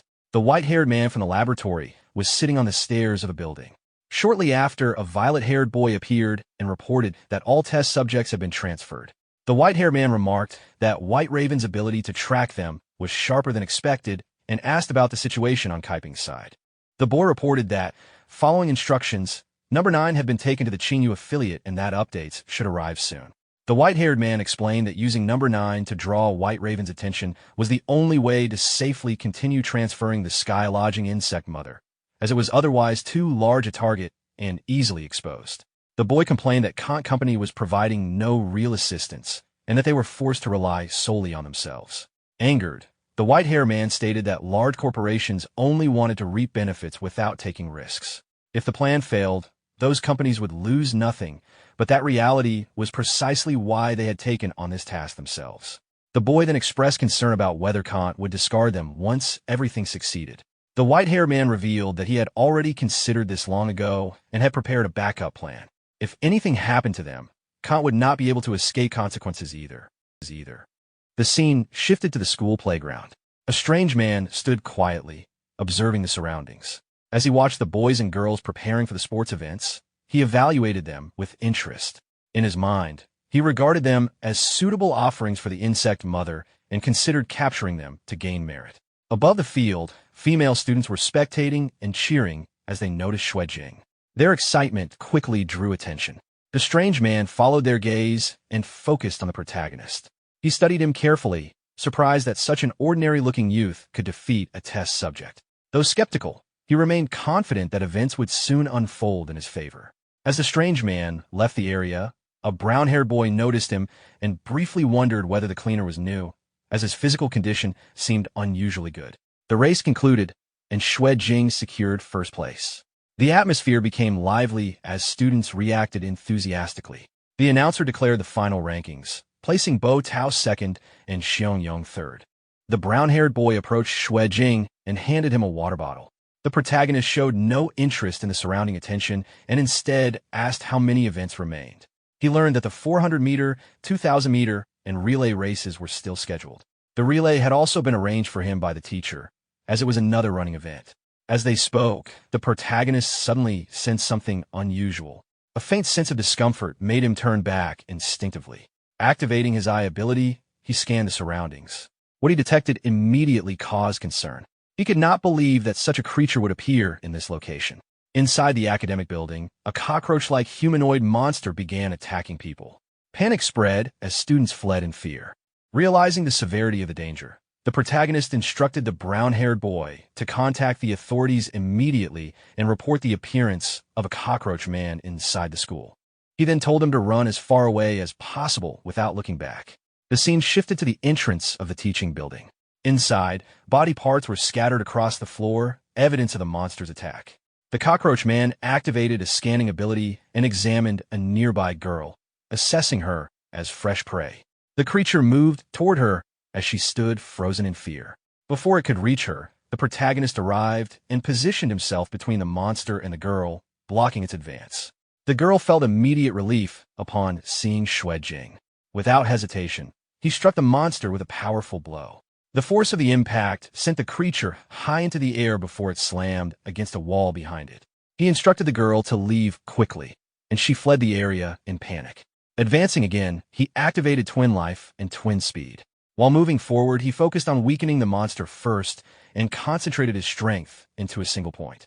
He then delivered a direct punch to the creature's chest. The impact sent it crashing through multiple walls before it finally fell outside the building. Moments later, a severely injured man covered in blood staggered into the room. He pleaded for help, claiming the situation had spiraled out of control. The protagonist recognized his voice as Duan Kaiping from Golden Wind Dojo and was confused about his presence there. The injured man attempted to ask him to find his master, but before he could finish, the monster reappeared, charging back through the holes in the walls. The protagonist dodged, but the creature redirected its attack toward the injured man. In a single motion, it tore him apart and began consuming the remains. The protagonist realized the monster's speed was overwhelming.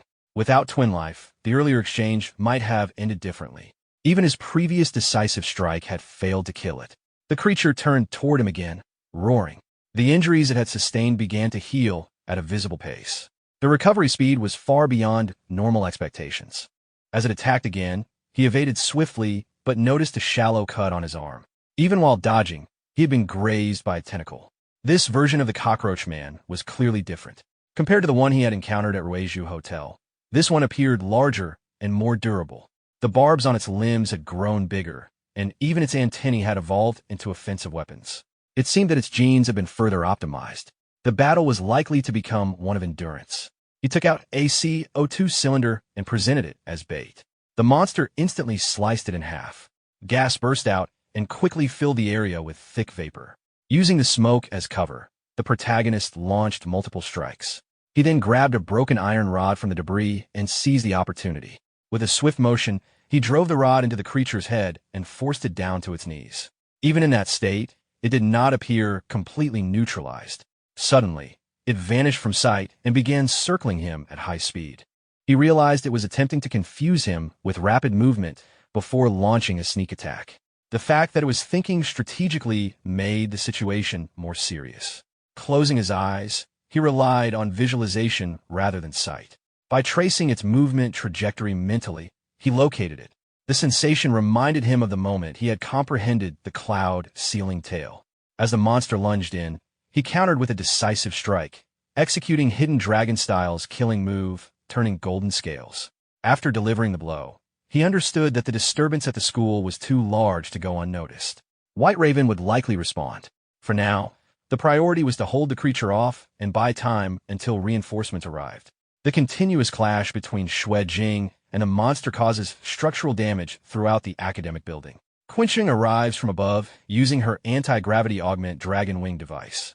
Observing the extent of the destruction in such a short time, she determines that Xue Jing is still engaged inside. A helicopter approaches the area, but a concentrated air vortex bursts upward through the roof, forcing it to adjust position. Mandrill questions whether they should descend. After scanning the battlefield and confirming Xue Jing's location, Quincheng informs the team that combat data has already been synchronized to their systems. She decides to enter first to secure Xue Jing. The remaining squad members are assigned to capture the sky-lodging insect mother's offspring alive. Quincheng descends into the damaged building. She assesses the residual airflow disturbance and considers that it may have been generated by the cockroach-type monster. Approaching Xue Jing, she places a hand on his shoulder. He reacts instinctively but stops upon recognizing her. His physical condition deteriorates from accumulated injuries and strain, and he collapses. Quincheng stabilizes him and administers a fast-acting painkiller. After taking it, he warns her about the monster's strength. She confirms that the full White Raven squad is present. 2 squad members land near the monster and begin coordinated engagement. Mandrill initiates frontal pressure while receiving tactical reminders from Quincheng regarding the creature's thrust patterns. The monster attempts a direct advance, but is intercepted. A black-haired squad member follows with a precision strike to disrupt its balance. Quincheng gains altitude and demonstrates proper attack positioning. She releases multiple knives from her belt, embedding them precisely into the monster's joint structures. After a brief delay, the knives discharge an electrical current.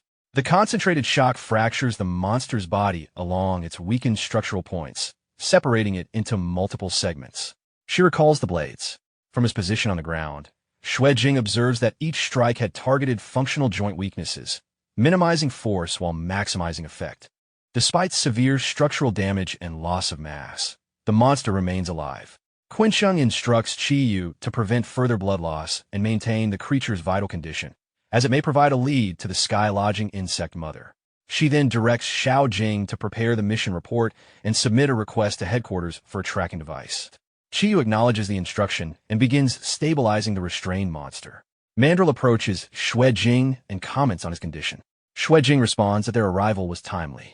Mandrill explains that after the captain received the call, they immediately deployed by helicopter from the southern district, noting that the captain places significant importance on him. Xue Jing struggles to stand and asks about the investigation progress in the southern district. Mandrill reports that less than 1/3 of the area has been searched and no findings have been made so far. Xue Jing states that he has obtained a new clue. Quincheng asks him to explain. He describes the situation involving Duan Kaiping, pointing out that as the leader of a delinquent group, his appearance at the school was unusual, especially since he had been posing as a cleaner. Given the circumstances, Xue Jing suspects a deliberate setup.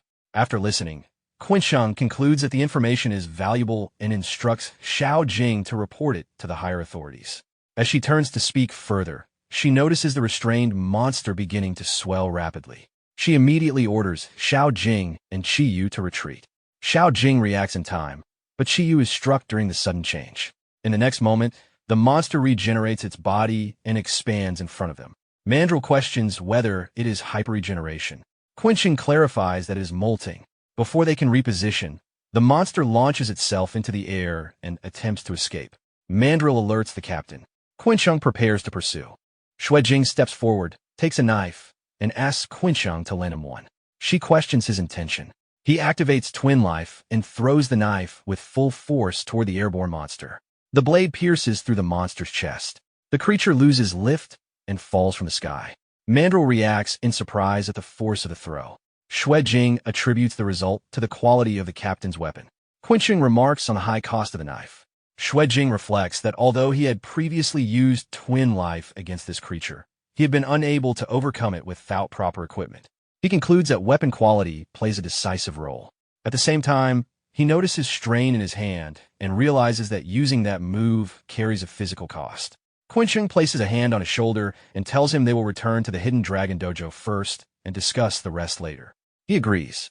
As they proceed toward the helicopter, Xuejing considers that circulating energy alone will not heal his injuries and that he will require assistance from his senior brothers and sisters, likely accompanied by reprimand. The squad boards the helicopter and departs from the school. During the flight, Mandrill reports that they have lost another member and asks whether reinforcements should be requested.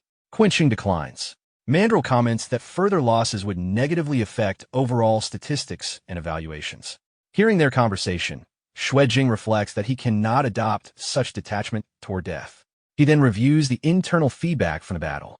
The system records significant growth across multiple attributes as a result of the death-level combat, including improvements in physical conditioning, aiming precision, internal force, and visualization. After processing the information, he feels satisfied despite the physical toll. As the helicopter moves steadily through the air, Xuejing reviews the changes in his abilities.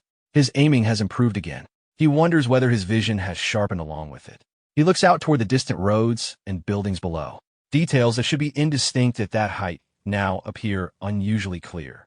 Vehicles, intersections, and even small movements on the streets are sharply defined in his sight. He realizes that his visual range has advanced beyond normal human limits. If combined with Hidden Dragon Force, accurately striking a target from a long distance may now be achievable.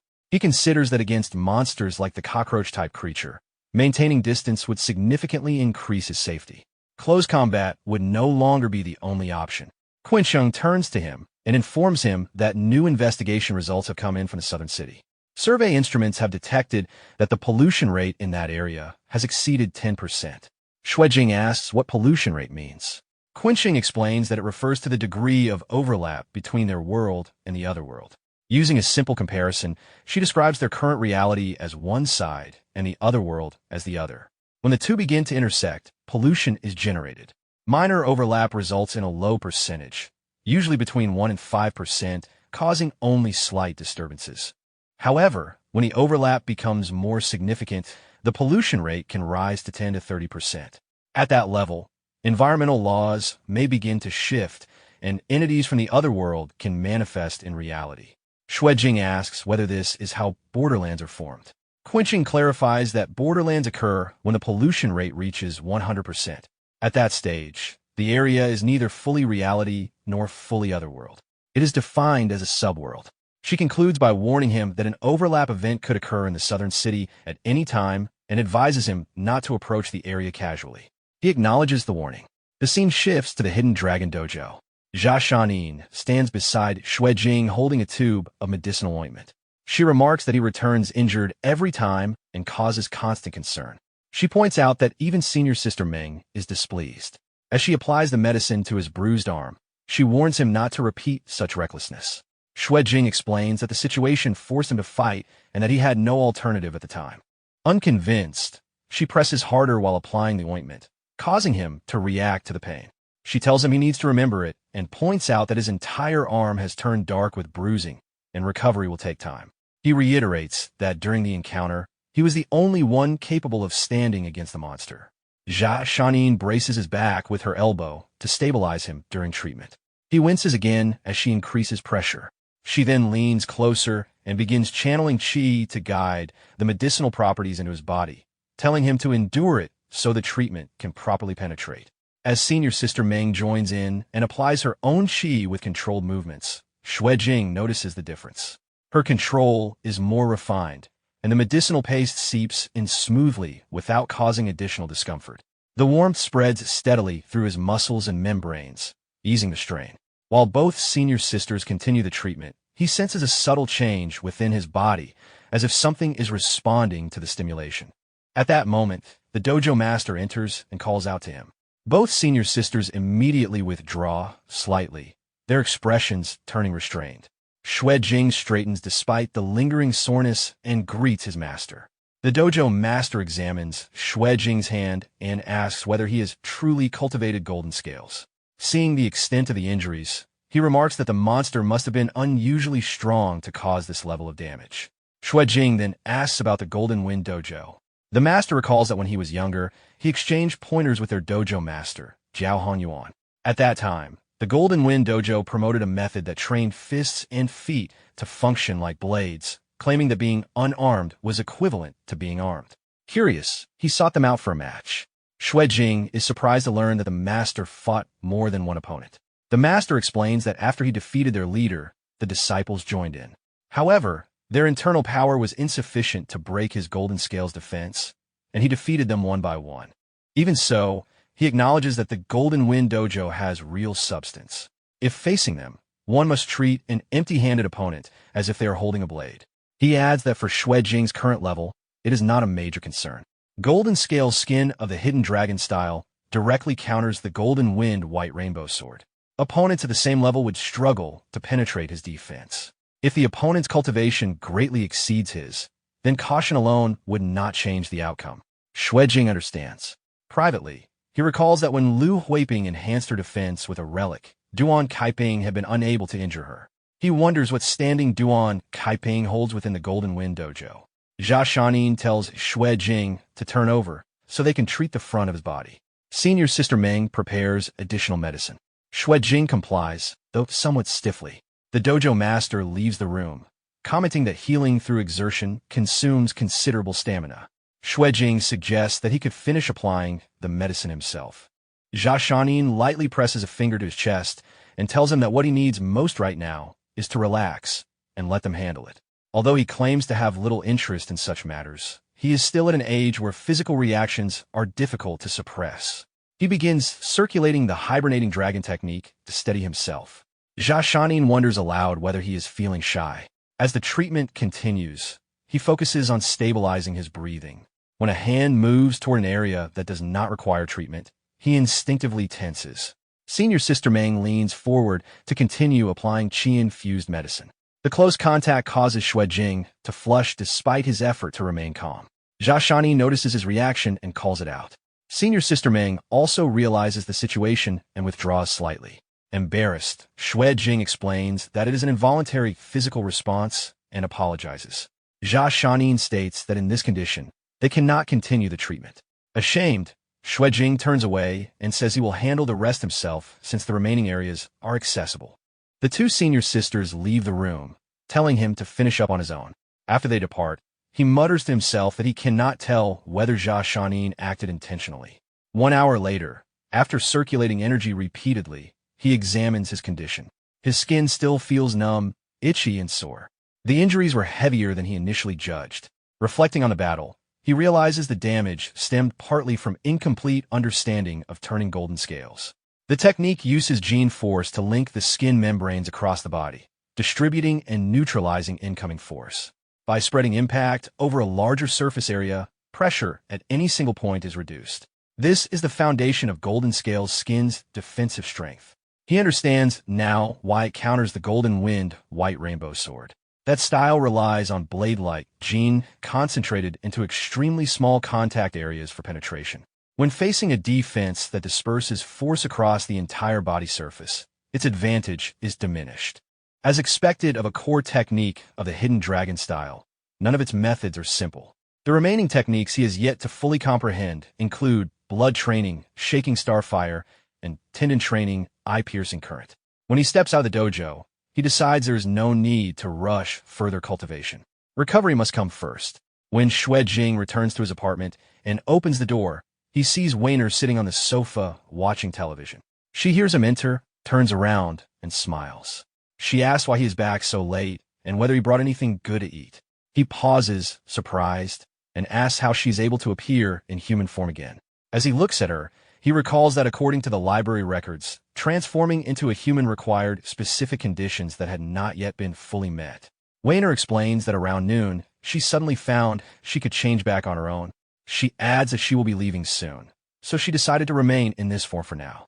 Jing sits beside her and asks why she plans to leave and whether living here has been uncomfortable. She replies that staying by his side brings him danger. She mentions Khan's security company, the Dragon Sect, and possibly other forces he may not even be aware of. Remaining near him only increases the risks he faces. Holding his hand, she says that during the days she stayed with him, she felt genuinely happy. Living as a cat allowed her to be carefree, focusing only on simple things without the burdens of leadership. However, she is the sect leader of the Dragon Sect, and she cannot ignore that responsibility. She concludes that it is time for her to go. Her expression softens, and tears gather in her eyes as she leans closer. Jing holds her firmly and tells her that abandoning her out of fear would make him worthless. He says that no matter what danger comes, they will face it together. She looks at him and asks whether she can truly stay. He confirms that she can. She embraces him tightly. At that moment, his internal system registers a sharp increase in favorability and a significant rise in charm-related experience, pushing the charm technique to a higher level. He notes that the increase is far greater than usual. Typically, such growth is modest. Looking at Wainer holding him closely, he begins to suspect that her emotional state is directly influencing the synchronization process. He tells her that he needs to discuss something important. She looks at him, confused. After he explains his observations about the system feedback and emotional fluctuations, she considers it carefully. She concludes that when her emotions intensify, it likely accelerates the fusion progress with the cat-tail ring, eventually leading to incarnation as Batet. Jing awkwardly explains that it is not just any emotion that advances the fusion, but a specific kind, similar to what she experienced during their first fusion in the bathtub. Wainer immediately blushes in surprise. Her expression shifts to caution as she asks what he intends to do. He clarifies that it is not about what he wants, but whether she is willing. He emphasizes that he is asking if she wants to actively receive and control this power. She moves slightly away on the sofa and asks what he means. He explains that so far, those who incarnated as Batet have not shown abnormalities and have only gained strength. Since they are already making enemies of a large organization like Khan's security, increasing their available strength is a practical consideration. Hearing this, Wainer realizes he is treating the matter seriously rather than impulsively. She asks whether the source of the cat-tail ring is reliable. He answers that he believes the person who provided it had no reason to deceive him. After a brief pause, she suddenly pushes him back onto the sofa and climbs over him, saying that if that is the case, they should try immediately. He asks her to wait, but she clarifies that her decision is based on practical reasoning. More strength means greater security. He tells her there is no need to explain. She then asks how they should proceed. He suggests recreating the conditions from that earlier day. She nods. They enter the bathtub together. Wainer takes his hand and lightly scratches it. The cut opens easily due to her increased strength. Jing endures the sting without reacting outwardly. She leans against his chest, resting her head there, quietly wondering whether anything is happening. At that moment, the relic on her tail begins to glow faintly. Jing observes the change and gently holds the cat-tail ring. As he focuses, he senses a subtle trace of divinity within it. He realizes that deepening the fusion involves extracting the divine power belonging to the foreign god Batet contained inside the relic. If Batet is a deity, then divinity existing within the artifact is logical. Wainer looks up and says she feels slightly stronger. He confirms that he sensed the change as well. With his current physical condition, an ordinary blade might struggle to injure him, yet her casual scratch broke his skin easily. Seeing the wound, she apologizes. He tells her not to worry and asks whether the enhancement is purely physical or if she senses any additional abilities. As the absorption continues at a slow pace, she concentrates and identifies another power. In their terminology, it is called Serpent-Slaying Vanguard. Batet, known as the Wildcat War Goddess, bears the title Serpent Slayer after defeating the Chaos Serpent Apep. Because of this, she possesses a restraining effect against snake-related beings. Jing questions what qualifies as snake-related. Wainer smiles and points out that dragons and snakes share similar traits. By that logic, even techniques associated with dragons could fall within her restraint range. Jing feels puzzled by the situation. The martial art he practices is only called the Hidden Dragon style and does not involve an actual dragon, yet it still seems to fall within the restraint effect connected to Bastet's power. Weiner explains that divine abilities do not operate according to normal logic. According to her understanding, anything associated with the concept or name of a dragon could be affected. After thinking about it, Xuejing wonders if this means Weiner would also have an advantage against the dragon sect. Weiner realizes the implication and becomes excited at the thought that she may no longer need to obey them and could deal with them confidently if they appear again. Seeing her reaction, Xuejing stops her and reminds her not to focus on future conflicts right now. She calms down afterward. Later, while resting, Xuejing remembers the earlier fusion and checks his inventory. He notices that even though he only advanced the fusion of the cattail ring once, he obtained a surprisingly large amount of divine substance, roughly equal to the amount found in a complete divine relic. This makes him question what divine substance actually is. If it is truly the source of a divine relic's power, then relics that have had their divine substance absorbed should lose their abilities. However, the relics he previously absorbed from have shown no visible changes.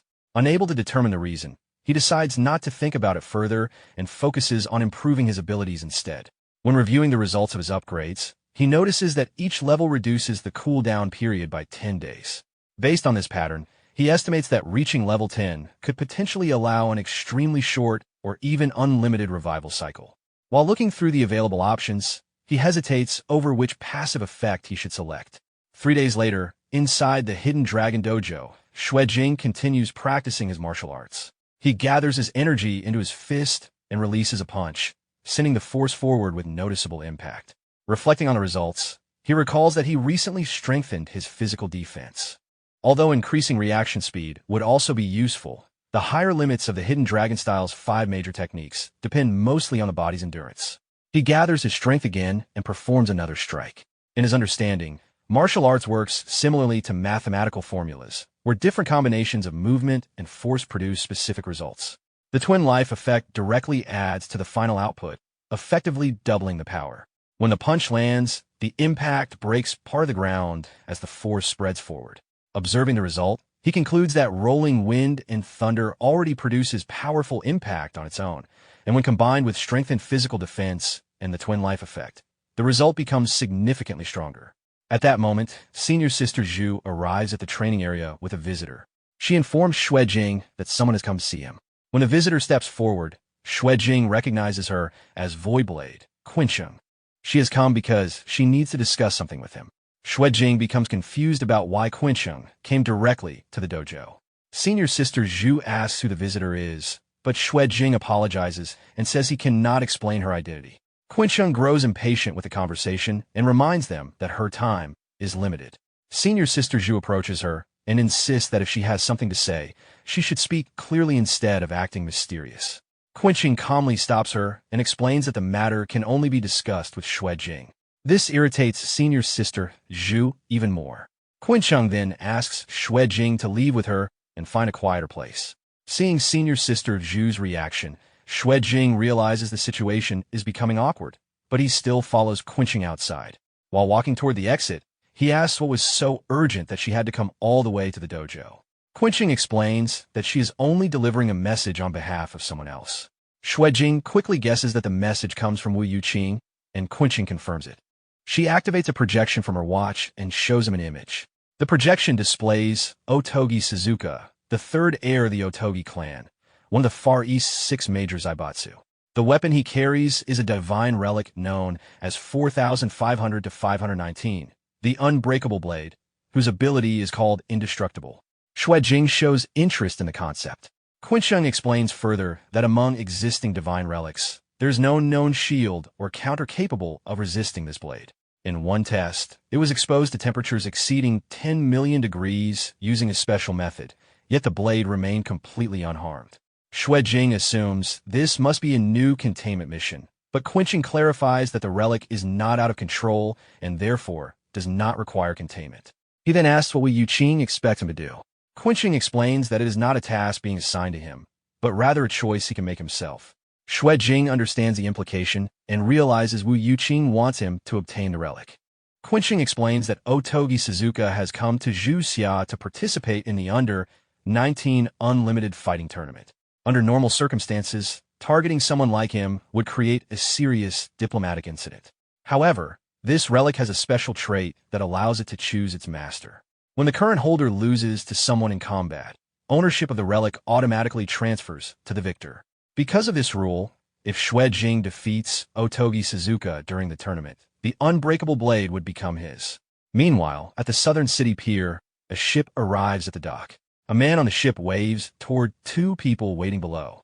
They are Jiao Honyuan, the master of the Golden Wind Dojo, and one of his disciples. The disciple reports that their junior brother has been gaining attention in Fengsheng by winning 12 preliminary matches with overwhelming victories. As a result, the reputation of the Golden Wind Dojo has been spreading rapidly.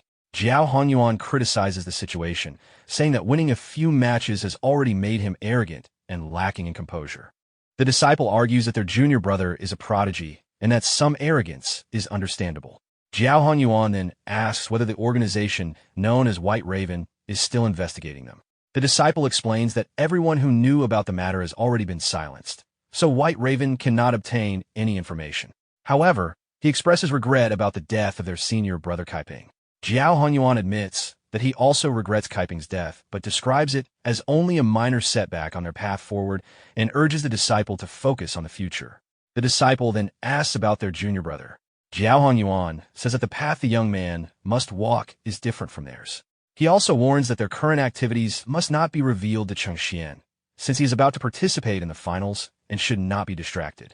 The disciple bows and acknowledges the order. After arriving in Fengsheng, Xue Jing feels irritated because he had only informed his master about participating in U19 Unlimited Fighting Tournament, yet several others followed him there.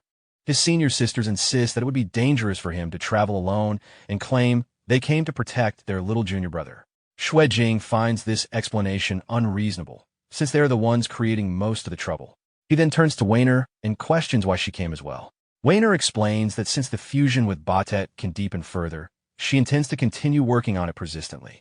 Xue Jing becomes suspicious that she might be getting overly invested in the process, though she denies it.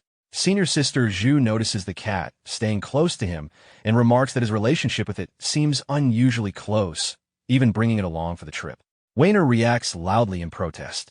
Senior sister Zhu suggests leaving the cat at the hotel so it will not interfere with training, which causes both Weiner and Xue Jing to react immediately. Weiner strongly objects, and Xue Jing eventually gives in, allowing everyone to stay together. Later, back at the dojo in Fengsheng, senior sister Zhu begins explaining the situation more seriously. She tells Xue Jing that with his current strength, defeating Otogi Suzuka is unrealistic. Xue Jing asks what level she believes he is at right now. She estimates that he is around level 3. When he asks whether this level system is specific to Fengsheng, she casually reveals that it is simply a system she invented herself. Despite the informal method, she supports her judgment with examples. Otogi Suzuka entered his sect at the age of 10, became the head disciple within 5 years, and 3 years later earned a title within the martial arts world. His strength is considered comparable to their eldest senior brother. She then asks whether Xue Jing believes he could defeat their eldest senior brother at his current stage. After thinking about it, Xue Jing admits to himself that there is still a considerable gap between them, and if they fought now, he would most likely be defeated. Senior sister Zhu notes that at least he understands his own limits. However, she explains that her main concern is not just the difference in strength. The U19 Unlimited Fighting Tournament is the only global fighting competition where weapons are permitted. Because of this rule, the weapon used by a contestant can heavily influence the outcome of a match. At the same time, a fighter's effectiveness in battle is closely tied to their familiarity and skill with their chosen weapon. Senior sister Zhu points toward the weapons in the room and asks Xue Jing which one he would choose if he had to pick a suitable weapon. Xue Jing replies that he would not choose any of them because he prefers relying on his fists. Senior sister Zhu then explains that if Otogi Suzuka fights with a weapon, his strength could be considered equivalent to 9 of their eldest senior brothers combined. Hearing this comparison surprises Xue Jing. She writes something on the board, indicating the use of the Joshi sword. After seeing it, Xue Jing reflects on the strength of their eldest senior brother. Although he has never fought him directly, he knows that the eldest senior brother has already mastered all the killing moves of the Hidden Dragon style. Even if Xue Jing were to push the turning golden scales technique to its limits, it would still be difficult to withstand a full power strike from him. If several opponents of that level attacked at the same time, The result would almost certainly be defeat. At that moment, senior sister Zhu brings out a weapon covered with cloth and presents it to him. When Xue Jing touches it, he immediately senses its quality and recognizes it as a blade. Senior sister Zhu becomes curious about how he realized it so quickly.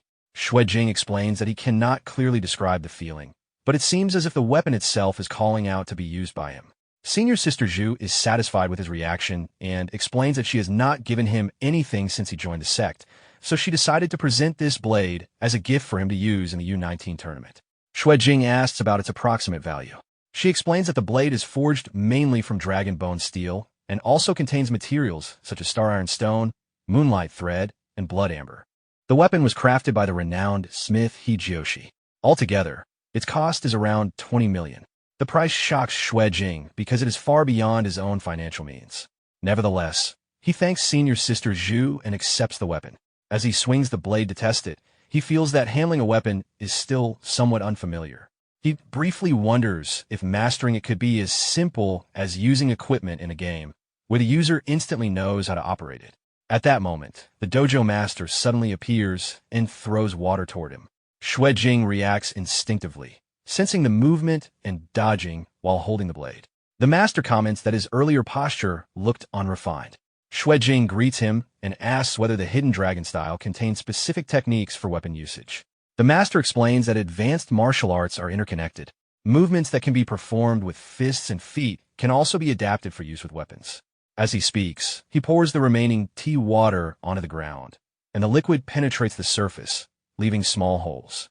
Xue Jing notices this and realizes how much control the master possesses. The master then states that the competition is approaching and that Xue Jing should learn a decisive technique. He demonstrates a killing move within a mental training space, allowing Xue Jing to witness the power of a single strike directly. The overwhelming force of the move shocks him. After the demonstration, the master asks how it felt. Still surprised by what he experienced, Xue Jing recognizes the nature of the technique and realizes it is the concept of killing intent. The dojo master explains that the technique known as Asura Blade Intent is created by pushing the chi of motion to its extreme. At that level, the user can influence others purely through spiritual consciousness, even without direct physical contact. Xue Jing finds the idea difficult to relate to ordinary scientific logic. The master responds by pointing out that the hidden dragon style itself already involves phenomena that cannot easily be explained scientifically, such as manifesting dragon-like power during techniques. Because Xue Jing wants to learn weapon usage, the master decides to teach him Asura Blade Intent. He explains that even without perfect body coordination or specialized killing moves, simply swinging a blade with this intent would already produce considerable power. Training begins immediately. Xue Jing hesitates, thinking that sparring directly with the master would be excessive. The master clarifies that the one assisting with the training will be Qing Jiaoming instead. Xue Jing is instructed not to worry about refined techniques for now and to attack with full determination.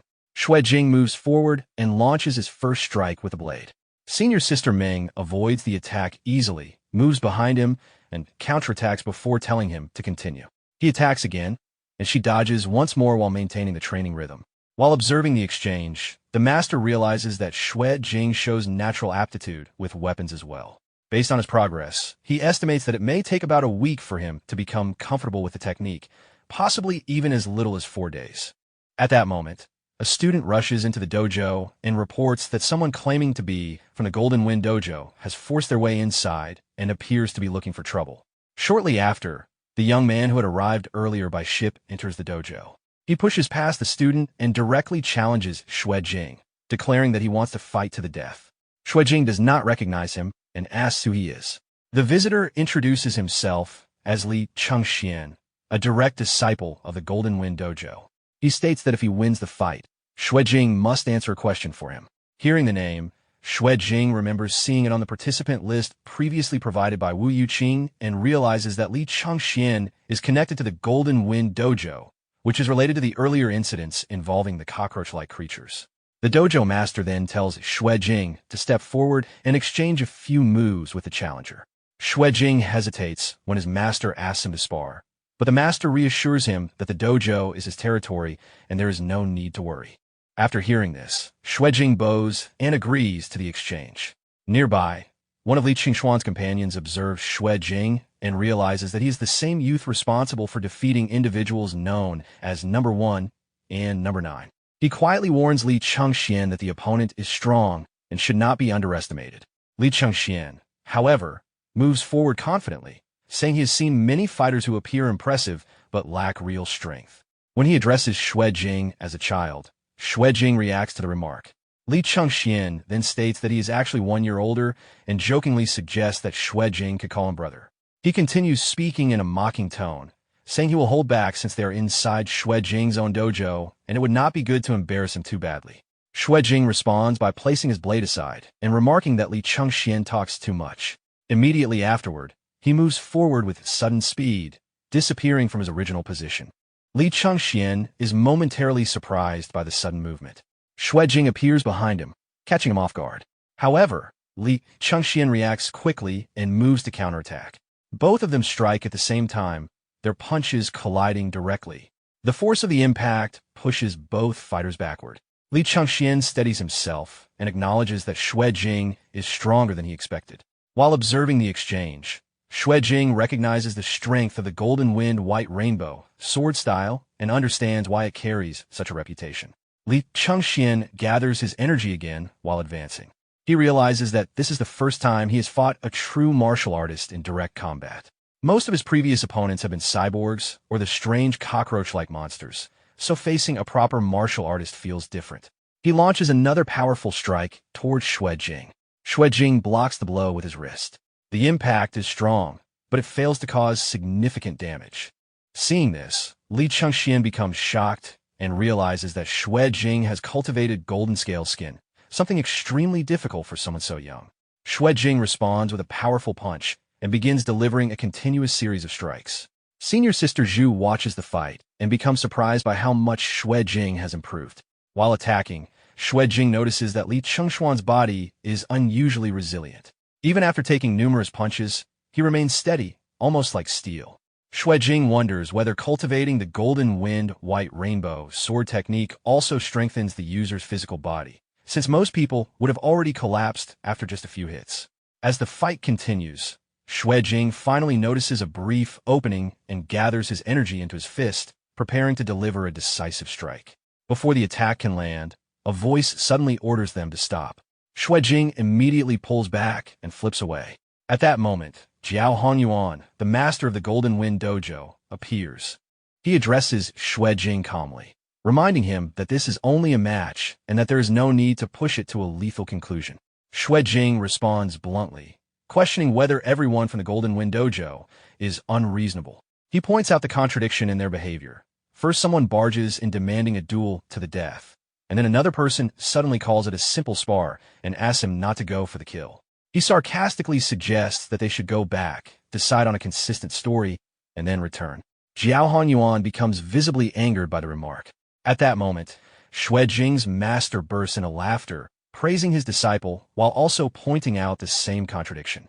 He remarks that the Golden Wind Dojo came looking for trouble first, yet they are now the ones asking for restraint, which does not make much sense.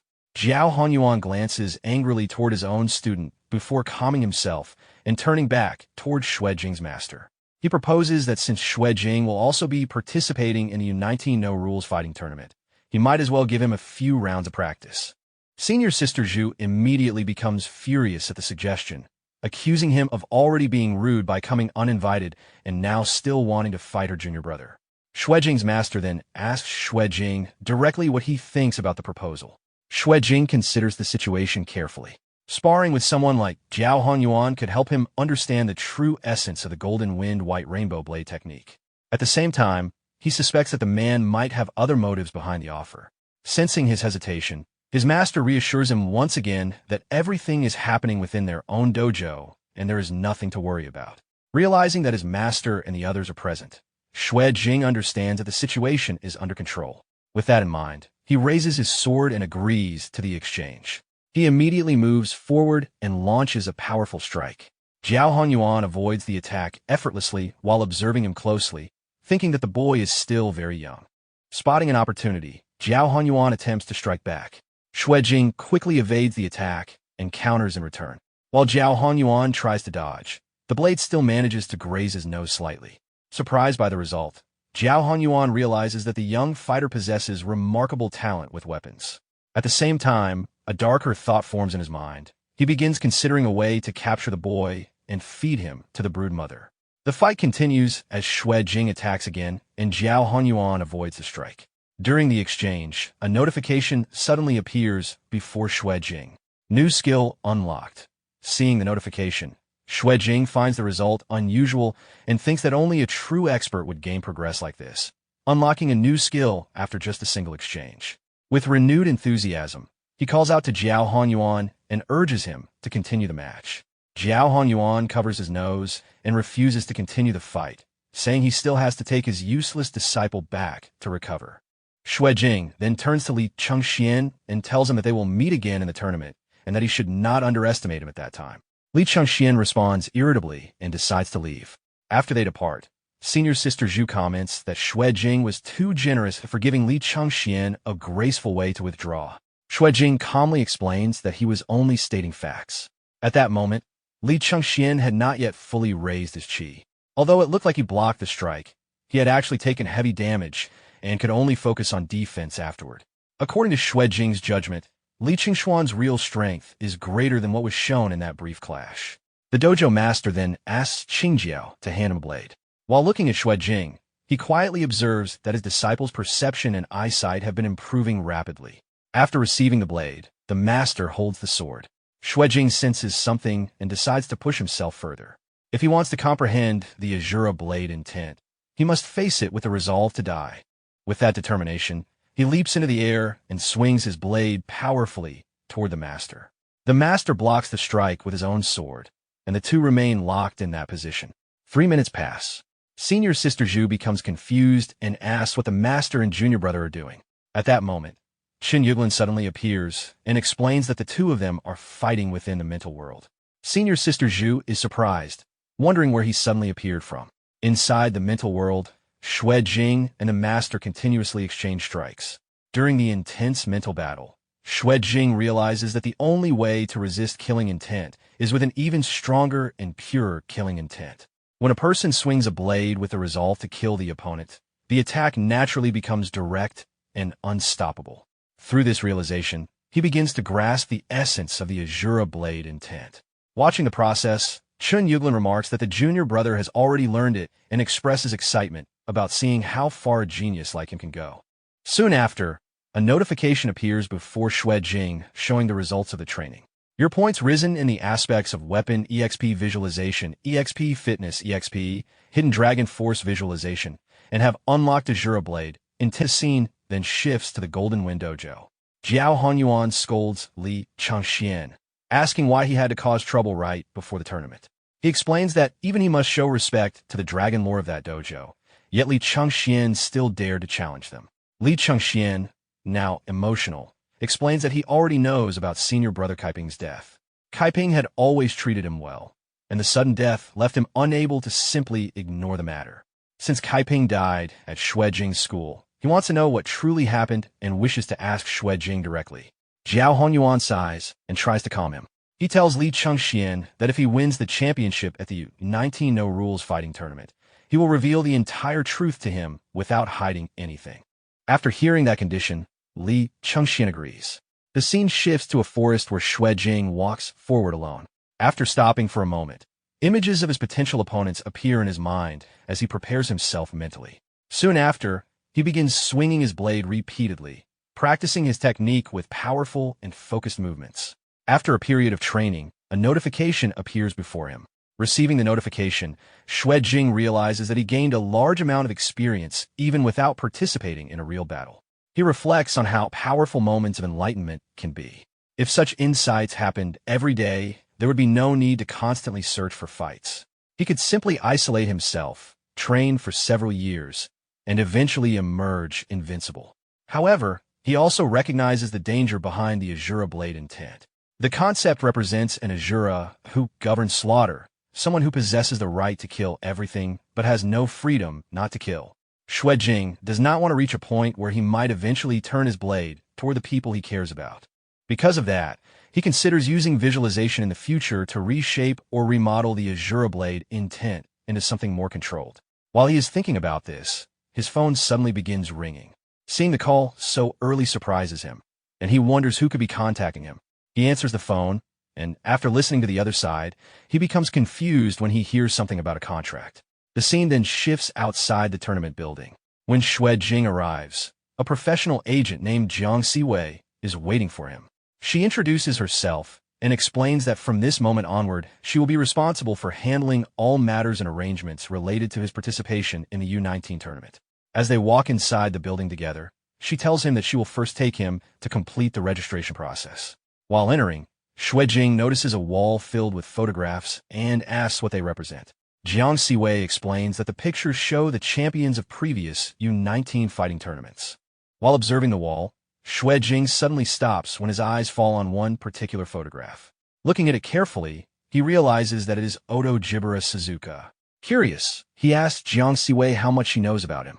She explains that Oto Jibara Suzuka was last year's champion, and because of that victory, he has already been seeded directly into the finals of this year's tournament.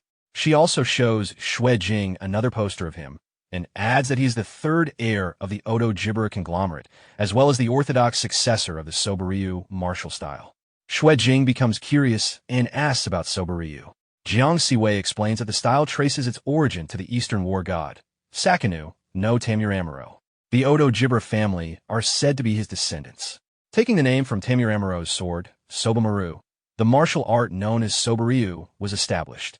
The style is famous for its incredible speed, and at its peak it is said that a practitioner can deliver 1,000 slashes in a single second. Hearing this, Xue Jing feels both confused and shocked.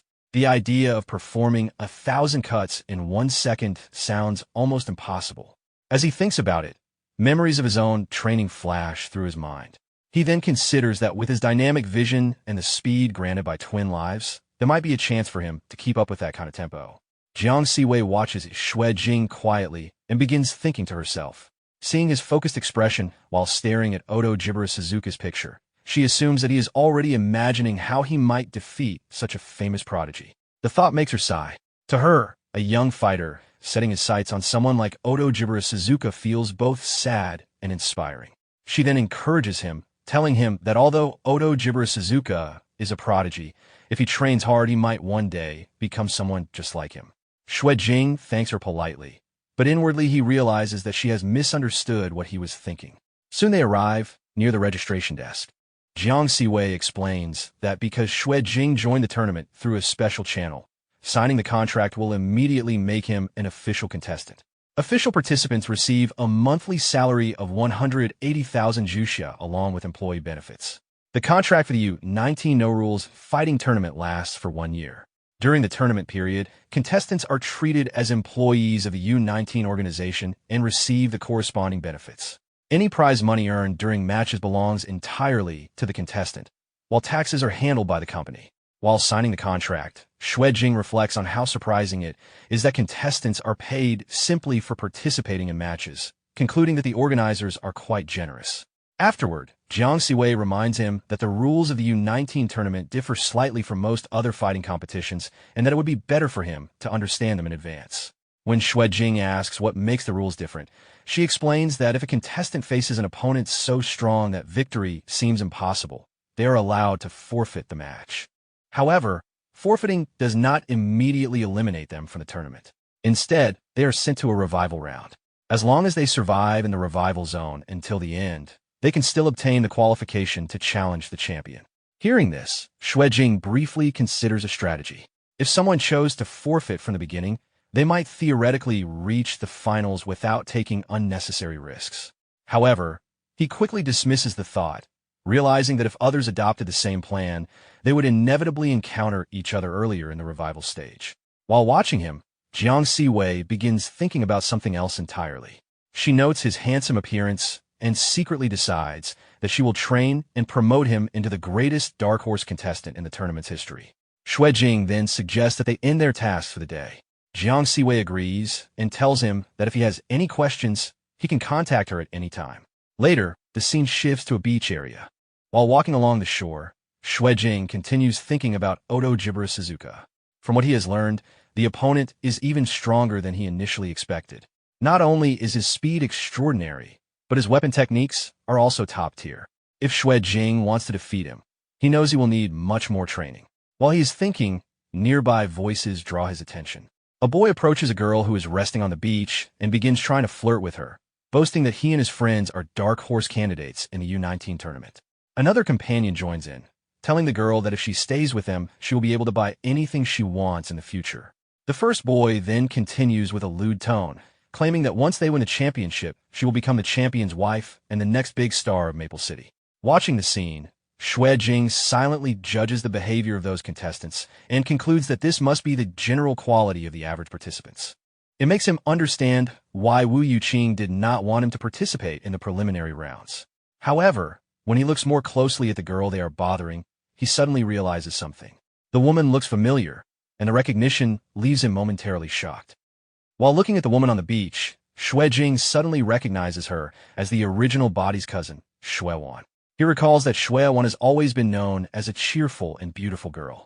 Since childhood, she has been considered the school beauty, and her academic results have consistently ranked among the best. However, despite her impressive image, he knows she is far from perfect. She often oversleeps, cheats frequently while gaming, and has a serious habit of gambling. She also has a tendency to use his name to bluff and trick others, sometimes offering to introduce him to people in exchange for favors. At the same time, he remembers that whenever she faces trouble, she somehow manages to come up with unexpected solutions. Back on the beach, Xue Wan ignores the boys who are bothering her. Without warning, a massive green vine suddenly erupts from the ground. From the thick vine, several smaller vines extend rapidly toward the boys, wrapping around their hands and necks. She then forces the vines to slam the two boys together, making them collide face to face. The sudden turn of events leaves the boys terrified and sweating heavily. While they remain trapped, Xue Wan casually takes out her phone and snaps a photo of them. She continues taking pictures while making playful remarks, treating the situation like a joke. Still held tightly by the vines, the boys make awkward expressions as if they are about to vomit, while Xue Wan laughs loudly at the scene. At that moment, Xue Jing approaches her and questions what exactly the strange vine technique was. When she notices him, she becomes excited and immediately withdraws the vines back into the ground. She greets him warmly and expresses surprise at seeing him in Maple City. While examining him closely, she comments on how he has grown taller over the past year and notices the changes in his appearance and physique, even poking at his chest in surprise at his muscles. Xue Jing quickly grabs her hand to stop her and asks again about the strange ability she used. Xue Wan smiles awkwardly and denies knowing anything about it, pretending ignorance. Xue Jing becomes annoyed, realizing that she is clearly avoiding the question. She then shifts the conversation and asks what he is doing in Maple City. Hearing the question, Xue Jing realizes that he never told her about his martial arts training because he did not want to make her worry. He admits that he is entering a tournament. Xue Wan reacts with surprise and comments that he has grown bolder, questioning why he did not discuss something as important as martial arts training with her earlier. Although she teases him, she also expresses concern, noting that choosing the martial path means he will eventually have to face fights regularly, which worries her. Xue Jing reassures her calmly, explaining that since he chose this path, he will inevitably face such challenges, but he also emphasizes that he has become much stronger now. Xue Wan responds playfully, saying that words alone are not convincing and suggesting that she test his abilities herself. When Xue Jing asks how she plans to do that, she points toward a nearby lighthouse and proposes a simple race to that location. She states that if he wins the race, she will stop nagging him about martial arts. After hearing her proposal, Xue Jing considers the idea and thinks that since it is only a running race, it should not be particularly difficult. Xue Jing stretches his body and prepares for the race, agreeing to the challenge and reminding Xue Wan not to go back on her word later. Both of them take their positions, and once the signal is given, Xue Jing immediately runs forward at full speed. Instead of running, Xue Wan stays behind and activates her strange ability again. Vines suddenly burst from the ground ahead of Xue Jing. He quickly jumps to dodge them, already expecting that she would cheat. As she continues controlling the vines with hand gestures, more and more vines erupt from the ground, blocking his path and attacking from different directions. Xue Jing keeps advancing by dodging, sprinting, and jumping through the constant barrage. The vines seem endless, forcing him to slow down repeatedly to avoid getting caught. At one point, he blocks an incoming vine with his wrist, and another forces him to adjust his pace again. During the chaos, Xuewan runs past him at a relaxed pace, smiling as she moves ahead. Xuejing focuses his senses and scans the path forward. He notices a narrow gap among the vines and quickly moves toward it, trying to slip through. Meanwhile, Xuewan observes his actions and anticipates his movement. She continues ahead and reaches the finish line first. When she stops, she announces that the race is over. Even though Xuejing continues pushing forward, the vines make his progress extremely difficult. Realizing that ordinary movement will not be enough, he decides to use more of his power. With a surge of energy, a large golden dragon-shaped force appears and cuts through the vines, clearing his path. Seeing this, Xuewan becomes visibly surprised. Xuejing finally reaches the lighthouse area, completely exhausted and breathing heavily. Xuewan acknowledges that the technique he used was impressive, but reminds him that he still lost the race. Curious about her ability, Xuejing asks what kind of technique she used. Xuewan responds playfully, saying that she does not truly understand it herself. She then mentions that she was chosen by something called the Lord of 1,000 Blossoms and Myriad Beauties, hinting at a mysterious connection. She asks him a strange question about whether he would still call her his sister if she were no longer herself. Xuejing becomes confused by her words and starts thinking that the name she mentioned sounds like that of a heretical deity. He begins to suspect that her unusual powers might be related to some kind of divine relic, which would explain her strange abilities. Before he can dwell further on the thought, Xuewan suddenly pushes him playfully and laughs, claiming she was only teasing him. She then changes the topic and complains that he came all the way to Maple City without treating her to a meal. She suggests that they go get something to eat at his hotel. Xuejing responds jokingly, suggesting that she should be the one treating him instead. Later that night, the scene shifts to his hotel room. Inside the room, Weiner sits alone with a worried expression, wondering why Xuejing has not returned yet. She begins suspecting that he might have gone out with another girl. Hearing movement outside the door, she assumes he has finally returned. She quickly rushes to the entrance and opens the door without carefully looking. Outside, Xuejing and Xuewan appear together in a drunken state, with Xuejing supporting Xuewan as they walk. Xuewan, slightly flushed, looks around the room with curiosity and remarks about the place. Seeing the two of them together in that condition, Weiner immediately becomes furious and shouts Xuejing's name in anger. Xuewan and Xuejing are both startled when Weiner suddenly shouts his name in anger. Xuejing quickly raises his hands and tries to explain the situation, attempting to clarify that things are not what they seem. Before he can finish, Xuewan grabs his arm and questions Weiner about who she is and why she is staying at his place. Her playful reaction leaves Xuejing both shocked and irritated, as he realizes she is intentionally making the situation more confusing. Weiner becomes even angrier after hearing Xuewan call him Shout Jing and begins questioning the nature of their relationship. Xuewan continues acting playfully, leaning close to Xuejing and speaking casually, which only increases Weiner's anger. Watching this unfold, Xuejing grows more irritated, knowing that Xuewan is treating the situation like a joke without considering the consequences. As Xuewan continues urging him to go inside, Xuejing quickly tries to clarify the truth and explains that she is actually his cousin. However, Xuewan interrupts him again, pretending not to acknowledge the explanation and continuing her teasing behavior. Xuejing realizes that she is fully committed to the act and becoming more troublesome. He insists once more that she truly is his cousin, but Xuewan casually brushes it off and pushes to enter the room. At that moment, Weiner grabs Xuejing's clothes tightly, visibly upset and emotional. She warns him that if he takes even one step inside with Xuewan, he should not expect to see her again. Seeing how serious the situation has become, Xuewan finally realizes that things have gone too far. Xuejing firmly tells her that if she does not help clear up the misunderstanding, she should not expect to return to school without consequences. Breaking the tension, Xuewan abruptly changes the subject and excuses herself to use the bathroom. After some time, the scene settles inside the room. Weiner sits beside Xuejing on the sofa, now calmer, and acknowledges that she did not expect Xuewan to truly be his cousin. Earlier, Xuewan had explained the relationship to Weiner and even shared embarrassing childhood stories about Xuejing, including incidents from when he was younger. Thinking back to that moment, Shui Jing feels irritated, realizing that only Shui Wan could say such shameless things without feeling embarrassed. Weiner then asks whether Shui Wan studies in Maple City and which school she attends. Shui Jing admits that he does not know and asks why she's curious. Weiner replies calmly that she noticed a strange scent coming from Shui Wan. Shui Jing misunderstands the comment and assumes she is referring to perfume or personal habits. But Weiner immediately reacts with irritation and clarifies that this is not what she meant. After calming herself again, Weiner reflects quietly, saying that the scent feels familiar and that she remembers encountering it somewhere before. Shui Jing suggests that it might be related to plants, considering Shui Wan's unusual vine ability. Hearing this, Weiner suddenly recalls an important memory. She realizes that the scent is connected to the Flower God Society.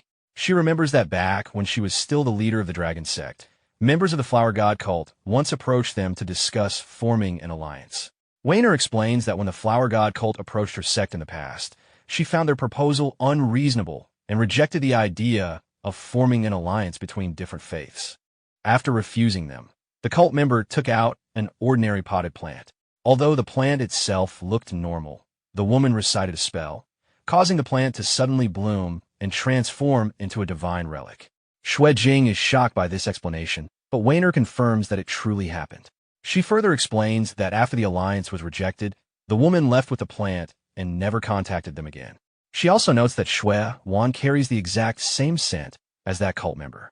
Hearing this, Shui Jing begins to suspect that Shui Wan's situation might be related to the entity known as the Lord of the Thousand Blossoms and Myriad Beauties. He recalls a previous moment when Shui Wan had asked him whether he would still call her his sister if she were no longer herself. Thinking about this, he considers that Wu Yuqing might know something about the situation. Suddenly, Shui Jing senses danger approaching. He notices heavy and aggressive footsteps outside, realizing that whoever is coming is not friendly. He quickly turns toward Weiner and urgently tells her to call Shui Wan out of the bathroom so they can leave. However, Weiner has already transformed back into her cat form, making it impossible for her to help. Realizing this, he decides to go himself. Feeling irritated that his earlier plans have been disrupted, he rushes toward the bathroom and knocks on the door, trying to alert Shui Wan about the danger outside. As the footsteps grow louder, he continues knocking harder, becoming increasingly anxious. When there is still no response, he begins to worry that the intruders might force their way inside. Knowing that Shui Wan would care about her privacy, he hesitates, but ultimately decides that facing her anger later would be better than allowing danger to reach her unprepared. He finally pushes the door open, only to find that the bathroom is completely empty. Confused, he immediately activates his visualization ability. A replay of recent events appears before him, like recorded footage, revealing that Shui Wan had briefly entered the bathroom but left almost immediately afterward. At that moment, a powerful explosion suddenly tears open the hotel room door, shocking him. The scene then shifts to Maple City University. Shui Wan is seen walking toward the university grounds. As she approaches the indoor garden, a black-haired woman trimming a red rose plant speaks to her, asking about her visit. Shui Wan is startled by the unexpected voice and responds with irritation. The black-haired professor reminds Shui Wan that she was chosen by the Lord of the Thousand Blossoms and Myriad Beauties and suggests that mortal family ties should no longer matter to her. She questions why Shui Wan continues to hold on to those relationships. Shui Wan responds firmly, explaining that despite being chosen, she still considers herself an ordinary person. She also mentions that her younger brother has recently begun martial arts training and shows great talent, possibly even becoming a prodigy. Hearing this, the professor reacts with visible displeasure and dismisses martial arts as something insignificant compared to divine power. She suggests that if Shui Wan truly wishes to move forward alongside her mortal brother, he should worship the Lord of the Thousand Blossoms and Myriad Beauties so he may receive divine favor and ascend alongside her. In response, Shui Wan makes her stance clear and warns the professor without showing respect. At the same time, multiple vines erupt from the ground around her as she clenches her fist, firmly declaring that the professor is not allowed to harm her brother. The professor reacts with surprise, noting that this is the first time she has seen Shui Wan behave in such a serious manner, different from her usual playful attitude. However, despite acknowledging the change, she calmly reveals that Shui Wan is already too late. Shui Jing becomes worried about Weiner and quickly rushes outside to look for her. As he calls out, he suddenly senses something unusual and stops moving. A vine-like structure suddenly shoots toward him. He dodges it in time and grabs the vine with his hand. As he holds it, the vine begins to glow, and he realizes that it contains divine energy. From this, he understands that it is a plant-based divine relic. He pulls the vine forcefully, causing the person controlling it to lose balance and fall forward onto the ground. Holding the vine firmly, he identifies the attacker as someone connected to the Flower God Association. The attacker, Lu Cece, reveals herself as a recipient of the Flower God Association and attempts to recruit him. She begins speaking about their belief in the Lord of 1,000 Reds and 10,000 Beauties, presenting it as an invitation to join their organization. Xue Jing finds the situation strange, realizing that despite the aggressive intrusion, they are attempting to recruit him rather than directly attack. Instead of refusing immediately, he decides to stall for time while observing her actions. Lu Cece raises her hand and gathers pink-colored energy, showing her devotion to the entity she follows. As she speaks about humanity being guided onto the correct path, Xue Jing recalls that his sister had previously mentioned the same name connected to this mysterious power.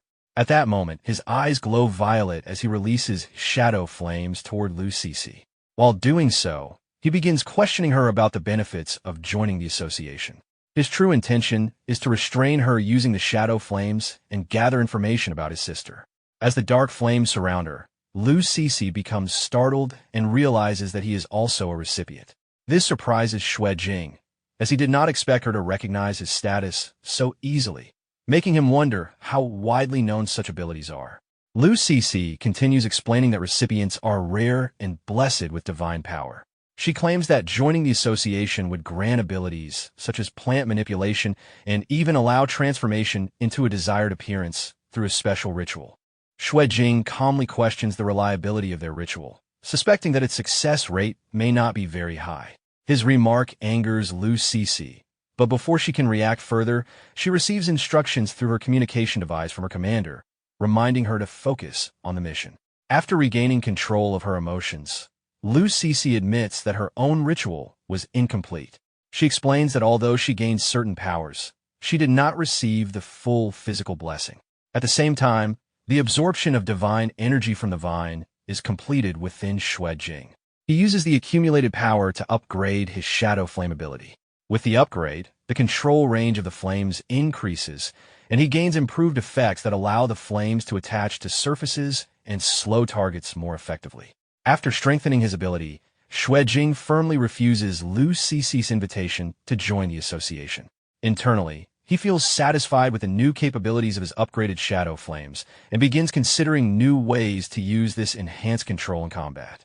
Hearing his refusal, Lu Cece reacts with frustration and demands to know the reason.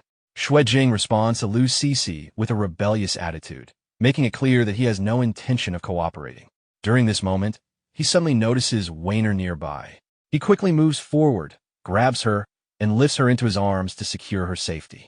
While holding Wayner, he realizes that the Flower God Association was able to locate him so quickly, most likely because of his connection to Xuewan. He becomes confused about why his sister had chosen to leave earlier, but understands that remaining in the current location is no longer safe. At that moment, Lu Cece releases her power again, causing multiple energy vines to erupt from the ground. She continues pressing forward with her mission, making it clear that if he refuses to cooperate, she will use force. The vines surge toward him in an attempt to restrain him. Xue Jing jumps into the air to avoid the attack. As he moves, he realizes that their attempt to recruit him was not spontaneous, but carefully planned in advance. After landing near the window at the edge of the room, he secures Wayner tightly and prepares to escape. Without hesitation, he breaks through the window and leaps outside, carrying Wayner with him. Lu Cece rushes toward the window and is shocked to see him jump from such a great height. While descending, Xue Jing concentrates on using his shadow flame ability to secure his movement. He directs the shadow flame toward the building's surface, allowing it to attach firmly. This creates a swinging motion that slows their fall and keeps them from slipping despite the smooth surface. Maintaining focus, he continues using the same method to move downward along the building, carefully controlling the flames to prevent losing balance. After descending across multiple floors, he finally reaches the ground safely. As soon as he lands, he hears familiar voices. Two senior sisters, Zhu and Meng, are standing nearby and are surprised to see him arrive in such an unusual way. Sister Zhu immediately senses that something is wrong. Without wasting time, she grabs his hand and pulls him toward a car. They quickly get inside the vehicle and drive away from the area. Shortly afterward, Lu Cece arrives at the location and attempts to continue the pursuit, but she receives orders through her communication device instructing her to stop and return. Exhausted, she complies and withdraws from the chase. The scene then shifts to the command room at Maple City University.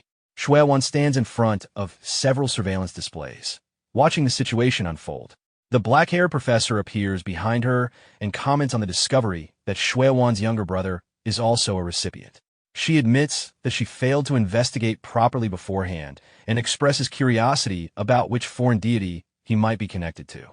Shuewan becomes worried after hearing this. The professor reassures her that, based on her observations, the deity associated with Xue Jing currently shows no intention of harming him. However, Shuewan raises a concern about the possibility of that deity becoming a threat in the future. The professor responds confidently, stating that if such a situation arises, the Flower God Association will support Shuewan without hesitation. As she speaks about their devotion to the Lord of 1,000 Reds and 10,000 Beauties, Shuewan's eyes begin to glow with golden light. Meanwhile, the scene shifts back to the moving car carrying Xue Jing. Inside the vehicle, Sister Zhu questions him about what happened and asks about the person who had been chasing him. Xue Jing provides an explanation of the sudden attack and the damage caused to his room. Weiner, resting nearby, quietly senses that he is not being completely truthful. Sister Zhu reacts strongly to his actions, expressing concern about the danger of jumping from such a height. He quickly acknowledges his mistake. Senior Sister Meng then presents a glowing leaf to Sister Zhu. Upon examining it, Sister Zhu immediately recognizes it as something connected to the Flower God Association. After confirming that the attackers were indeed from that group and that they attempted to recruit him as a recipient, Sister Zhu crushes the leaf in anger. She realizes that the long-anticipated conflict with the Flower God Association has finally begun.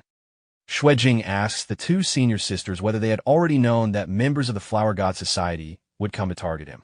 Sister Zhu explains that they are not that capable and clarifies that their master had mentioned this possibility earlier.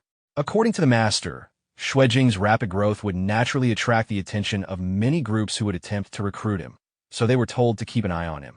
Hearing this, Xue Jing reflects that the situation matches what has been happening recently, especially recalling how Wei Yuqing had already shown interest in recruiting him long ago. He then asks whether their master had given any additional instructions, reasoning that judging by the Flower God Society's behavior, they would not give up easily. Sister Zhu clears her throat before relaying the next instruction. She explains that their master suggested that Xue Jing should move in and stay at a residence.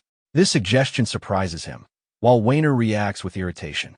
Xue Jing then realizes that although he had known Sister Zhu's family was wealthy, he did not know they were based in Maple City. He expresses concern that staying at her home might drag her family into conflict, considering that their enemies are from the Flower God Society. However, Sister Zhu responds calmly and confidently, implying that her family is not afraid of such threats. Soon after, the car arrives at her residence. She signals for the driver to stop, and, as the gates open, they enter the property. Seeing the scale of the residence, Xue Jing is stunned. He recalls how she once described herself as extremely wealthy and casually gave him an expensive longsword, realizing now that her earlier claims were not exaggerations. As they walk through the corridor, Xue Jing questions why someone from such a wealthy family would choose to live in Qingsheng, wondering whether it was done simply to experience rural life. Sister Zhu explains that the decision came from her grandfather, who referred to Qingsheng as their family's land of dragon's rise. Before his passing, he instructed each sibling to live there for a period of time. She mentions that, interestingly, after moving there, her older siblings each encountered important benefactors, and she herself became a disciple of Dragon Lord Li Qi. This made her believe that there might be some truth behind the idea of Qingsheng being a special place. Listening to this, Xue Jing reflects that a family confident enough to describe Qingsheng in such terms must be far from ordinary. He also considers how many powerful figures seem connected to that small city, including Wu Yuqing and Ning Fengwan, realizing that he is surrounded by individuals of uncertain but clearly great strength. He briefly wonders what kind of person he himself might become while being among such people. While he is lost in thought, Sister Zhu informs him that they have arrived at the training hall. Seeing the scale of the building, Xue Jing is surprised to learn that the entire structure is dedicated solely to training. After entering, Sister Zhu explains that the training hall is built to be extremely durable, allowing full force attacks without risk of damage. She adds that if he prefers practicing basic techniques, the courtyard behind the hall is spacious and provides fresh air. She also implies that there are even more options available if those spaces are still not sufficient. Xue Jing stops Sister Zhu before she can continue explaining further arrangements, expressing his gratitude for everything she has prepared. Hearing this, Sister Zhu becomes flustered and blushes. Soon after, she and Sister Meng excuse themselves and leave to rest, telling him to sleep early and mentioning that they will come to get him in the morning. After they leave, Weiner remarks on the situation, suggesting that it feels as though he is being taken care of entirely by Sister Zhu. Xue Jing agrees, feeling that the situation does resemble that. He then stands by the window and looks out at the night sky, appearing thoughtful and slightly troubled. Weiner notices his mood and asks what is bothering him. Xue Jing begins thinking about the nature of blessed ones connected to heretical gods and wonders whether such individuals are supposed to be unique. Weiner explains that, in most cases, they are unique, which makes him even more concerned. He begins to suspect that something about his sister's situation does not make sense, especially since others are also calling themselves blessed ones and attempting to recruit him in the same way. Unable to understand the full picture, he becomes more determined. His thoughts turn firm and protective as he resolves that if anyone attempts to harm his sister, he will oppose them without hesitation. Weiner supports his determination and encourages him to do whatever he believes is necessary. With that resolve, Xue Jing takes out his phone and begins searching for information.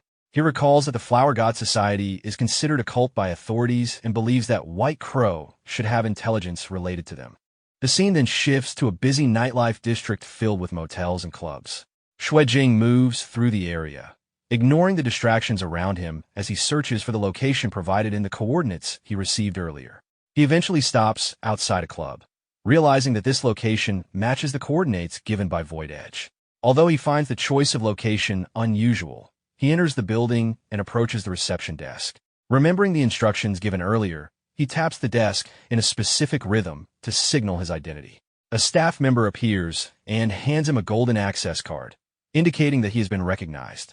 Holding the card, he reflects on how secretive the process seems, finding it strange that an official organization would operate in such a concealed and underground manner.